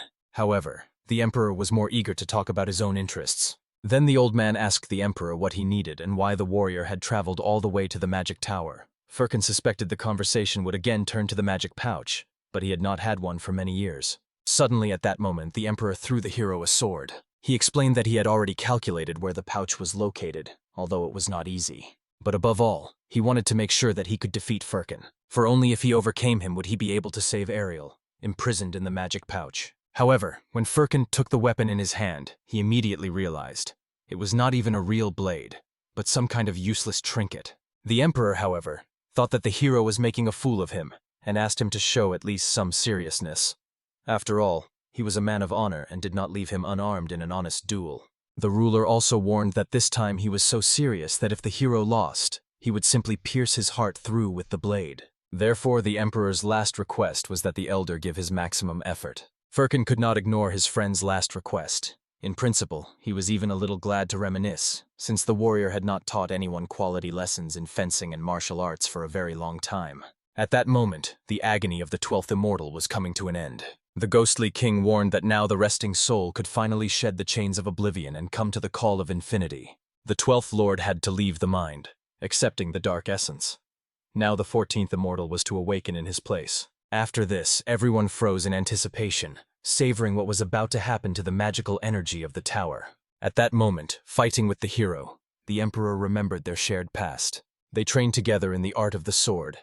But out of 99 duels, Firkin won every single one. The ruler was sure. The hero was just lucky. If it weren't for luck, the warrior would have long ago lost to the crown prince. However, Firkin only smiled and explained to his friend that he should not blame others for being a true loser. Obviously, with fury in his eyes, the emperor slowly demanded that they fight once more in an honest duel. Firkin tried to explain that a person simply would not have the strength to fight him and should admit defeat. The warrior thought it reasonable to calm down, since the emperor himself should perfectly understand the difference in their combat abilities. However, the young man reminded that he was the crown prince of the kingdom and the future emperor who would unite the entire continent. He would turn the kingdom into a great empire, so there should be nothing that he as a ruler could not handle. But still, the ruler felt that today was not the right day for another fight, so he suggested postponing the duel until next time. But as he was leaving, the emperor decided to dare to ask the hero who he really was. For the young warrior, this sounded like too philosophical a question. In essence, deep in his soul, the emperor was simply worried that the young man, who had been engaged in petty thefts in narrow alleys, suddenly attracted the attention of the great sage. The prince was puzzled how a thief learned magic and reached unprecedented heights in the art of combat. Firkin had not even held a sword for more than a year, yet he repeatedly surpassed the crown prince in skill. Therefore, the emperor understood. The hero was clearly an unusual person. Moreover, in the magical tower, they believed that the warrior's blood contained unprecedented power. According to rumors, Firkin's blood was the blood of the very first man on Earth. However, Firkin did not understand what the prince was talking about. After all, he knew his parents. They died during the war when he was a small child. The hero believed there was nothing remarkable or special about him. The prince still believed that Firkin inherited the blood of the holy ancestor. Looking at his skills, this seemed very likely. However, he asked his friend not to relax too much, because someday the heir would definitely surpass him and become famous for centuries. The hero did not insist on anything, hoping that one day the prince would still achieve his goals in martial arts. With these thoughts, the current emperor continued to train with all his might. However, Firkin immediately noted that since those ancient times, the ruler remained just as slow in battle. After all, he began to hesitate as soon as their swords crossed, losing the combat advantage. The emperor was indignant that Firkin, despite the years past, remained just as talkative as before. Therefore, he asked his former comrade not to waste words, but to actually show what he was really capable of in battle. Firkin quickly remembered that the emperor was never distinguished by cleverness. He always understood only the language of strength. Therefore, the warrior always preferred to speak with him in that language. Honestly, after the hero's first serious attack, the emperor was genuinely surprised. After all, despite Firkin being wounded, he still did not lose his strength. Moreover, at that moment, the warrior broke through the emperor's defense, managing to knock off his armored pauldron. Immediately after this, half of the ruler's armor shattered into tiny splinters, exposing his shoulder. Firkin warned that the emperor managed to save his life only thanks to strong armor. The hero decided to show him that luck would not always be on his side in battles. At that moment, the emperor raised his sword for an attack that could literally cut the hero in half. Therefore, the warrior hastened to dodge the blow because he understood he simply could not parry it with his weak sword. Because the armor no longer fulfilled its protective functions, the Emperor decided to remove it so it would not hinder him in battle. However, Firkin had no idea what this reckless man was trying to achieve when he took off the armor that could very well save his life. In fact, the Emperor was simply curious to test how right the hero was. Was it really only the armor that kept him alive in their duels? After this, they crossed their blades in a decisive strike. However, Firkin perfectly understood what would happen after the clash. His sword would shatter into the tiniest fragments. This was expected from such a weak blade against the sacred weapon. In the end, while the Emperor remained safe and sound, the hero developed bleeding wounds all over his body. Therefore, the warrior immediately fell to his knees, coughing up blood. He was surprised that the Emperor had still managed to find a loophole in his defense. However, the old man did not give up and suggested to the ruler to fight one more time. The latter calmly explained that he did not like to negotiate with weaklings, so Firkin could simply say goodbye to his life. At that moment, Orn had just finished his fight. He pierced the conductor's body through and through. Firkin no longer had any allies left, and if anyone survived, they no longer intended to fight for the hero. All that remained for the warrior was to submit to fate. In that case, the Emperor could show mercy to the defeated enemy. However, the hero felt that the gods had other plans for him, after which he pointed his finger somewhere upwards at the enemy. At that time, the form of a divine being arrived, who crushed Firkin's enemies just in time. The warrior gratefully looked at the comrade who arrived, albeit late, but still managed to save him from certain death. All the mages gathered at a great council in the main hall of the tower. One of the high sages ordered all the wizards to position themselves so that they did not block the space in front. All the sorcerers had to be in combat readiness for defensive actions against the warrior. However, unexpectedly, one of the wizards had a question. Where had the great sage gone? He disappeared somewhere, although he was already of a sufficiently venerable age for such disappearances. Moreover, the mage suggested waiting until the messenger returned with news about what was happening. Then they would clarify the circumstances of the events in the tower, so for now they should not worry too much. However, the high mage reminded that their great sage always made the decisions. The mages should have no doubts, for they could not go against the sage's decision regarding the punishment of the warrior. Therefore, he asked the wizards not to worry. Everything would be exactly as the great sage said, and the situation would resolve in the best way for them. At that time, the sage himself was observing everything happening through his crystal ball. Obviously, all the mages froze in anticipation that Firkin would finally be punished for his sins and crimes against the tower. However, the crystal ball of the supreme mage began to crack, which meant all the mages of the tower would meet their end at the hands of the warrior. At that moment, Orn, who had pierced the body of the guide, realized that he could not move his sword from its place, as if the blade was blocked by some evil magic of the Space Guardian. After that, the guide's body began to be pierced by sparks of lightning, so the warrior quickly understood. He had clearly done something wrong by attacking the tower's guardian. At that time, Firkin was communicating with the form of a divine being, not understanding where he had disappeared. Although the giant was a god, he could have hurried to save the hero from certain death.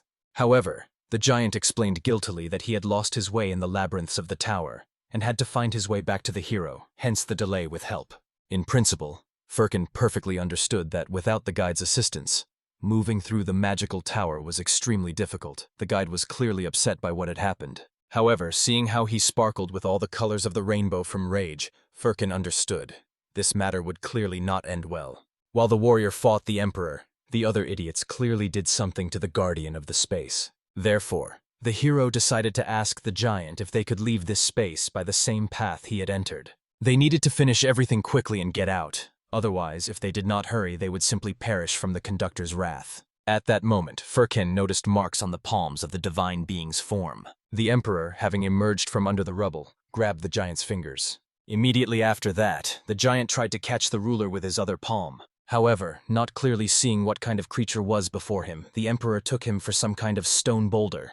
Firkin asked his old acquaintance to be more careful with his words, for before him stood the very creator of the world. After that, he decided to find out from his friend what it was like to meet face to face with a dweller of the heavens. Immediately after that, the warrior attacked his former buddy again. However, he dodged, using his sacred sword for defense. The Emperor did not believe Firkin's words about the giant's divine nature, considering it some kind of nonsense. But even if the old man's ravings corresponded to the truth, he did not care.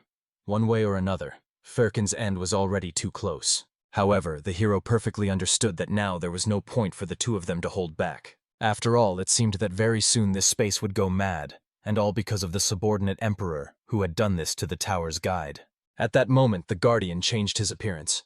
After he was wounded, he raised the alarm throughout the magical tower's territory, and the dangerous area was isolated from the main halls. Huge columns of flame and destruction began to rise from the water.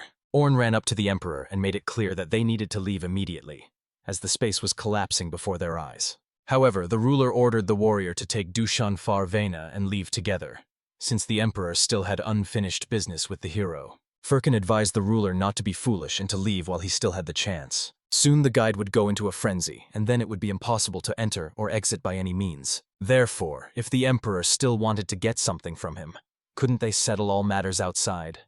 There they could at least fight as long as necessary for an honest duel. However, the ruler obviously did not believe the hero's words, thinking that he was deceiving him once again. Still, it was not surprising to suspect deception from a man who had been hiding from him for 30 whole years. Firkin explained with a smile that the problem was not in him at all. Such was his fate.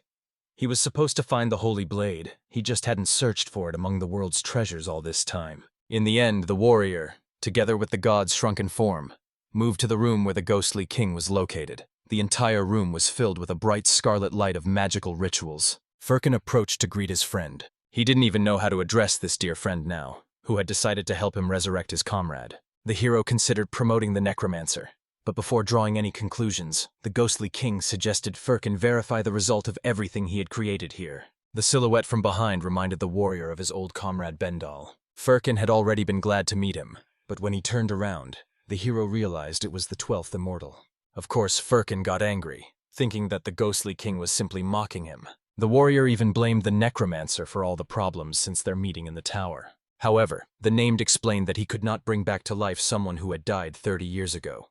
He did everything he could, and now Bendal was alive in a new body. This 12th Immortal was his dear friend, so Firkin could go greet him instead of just yelling at the necromancer for what had been done.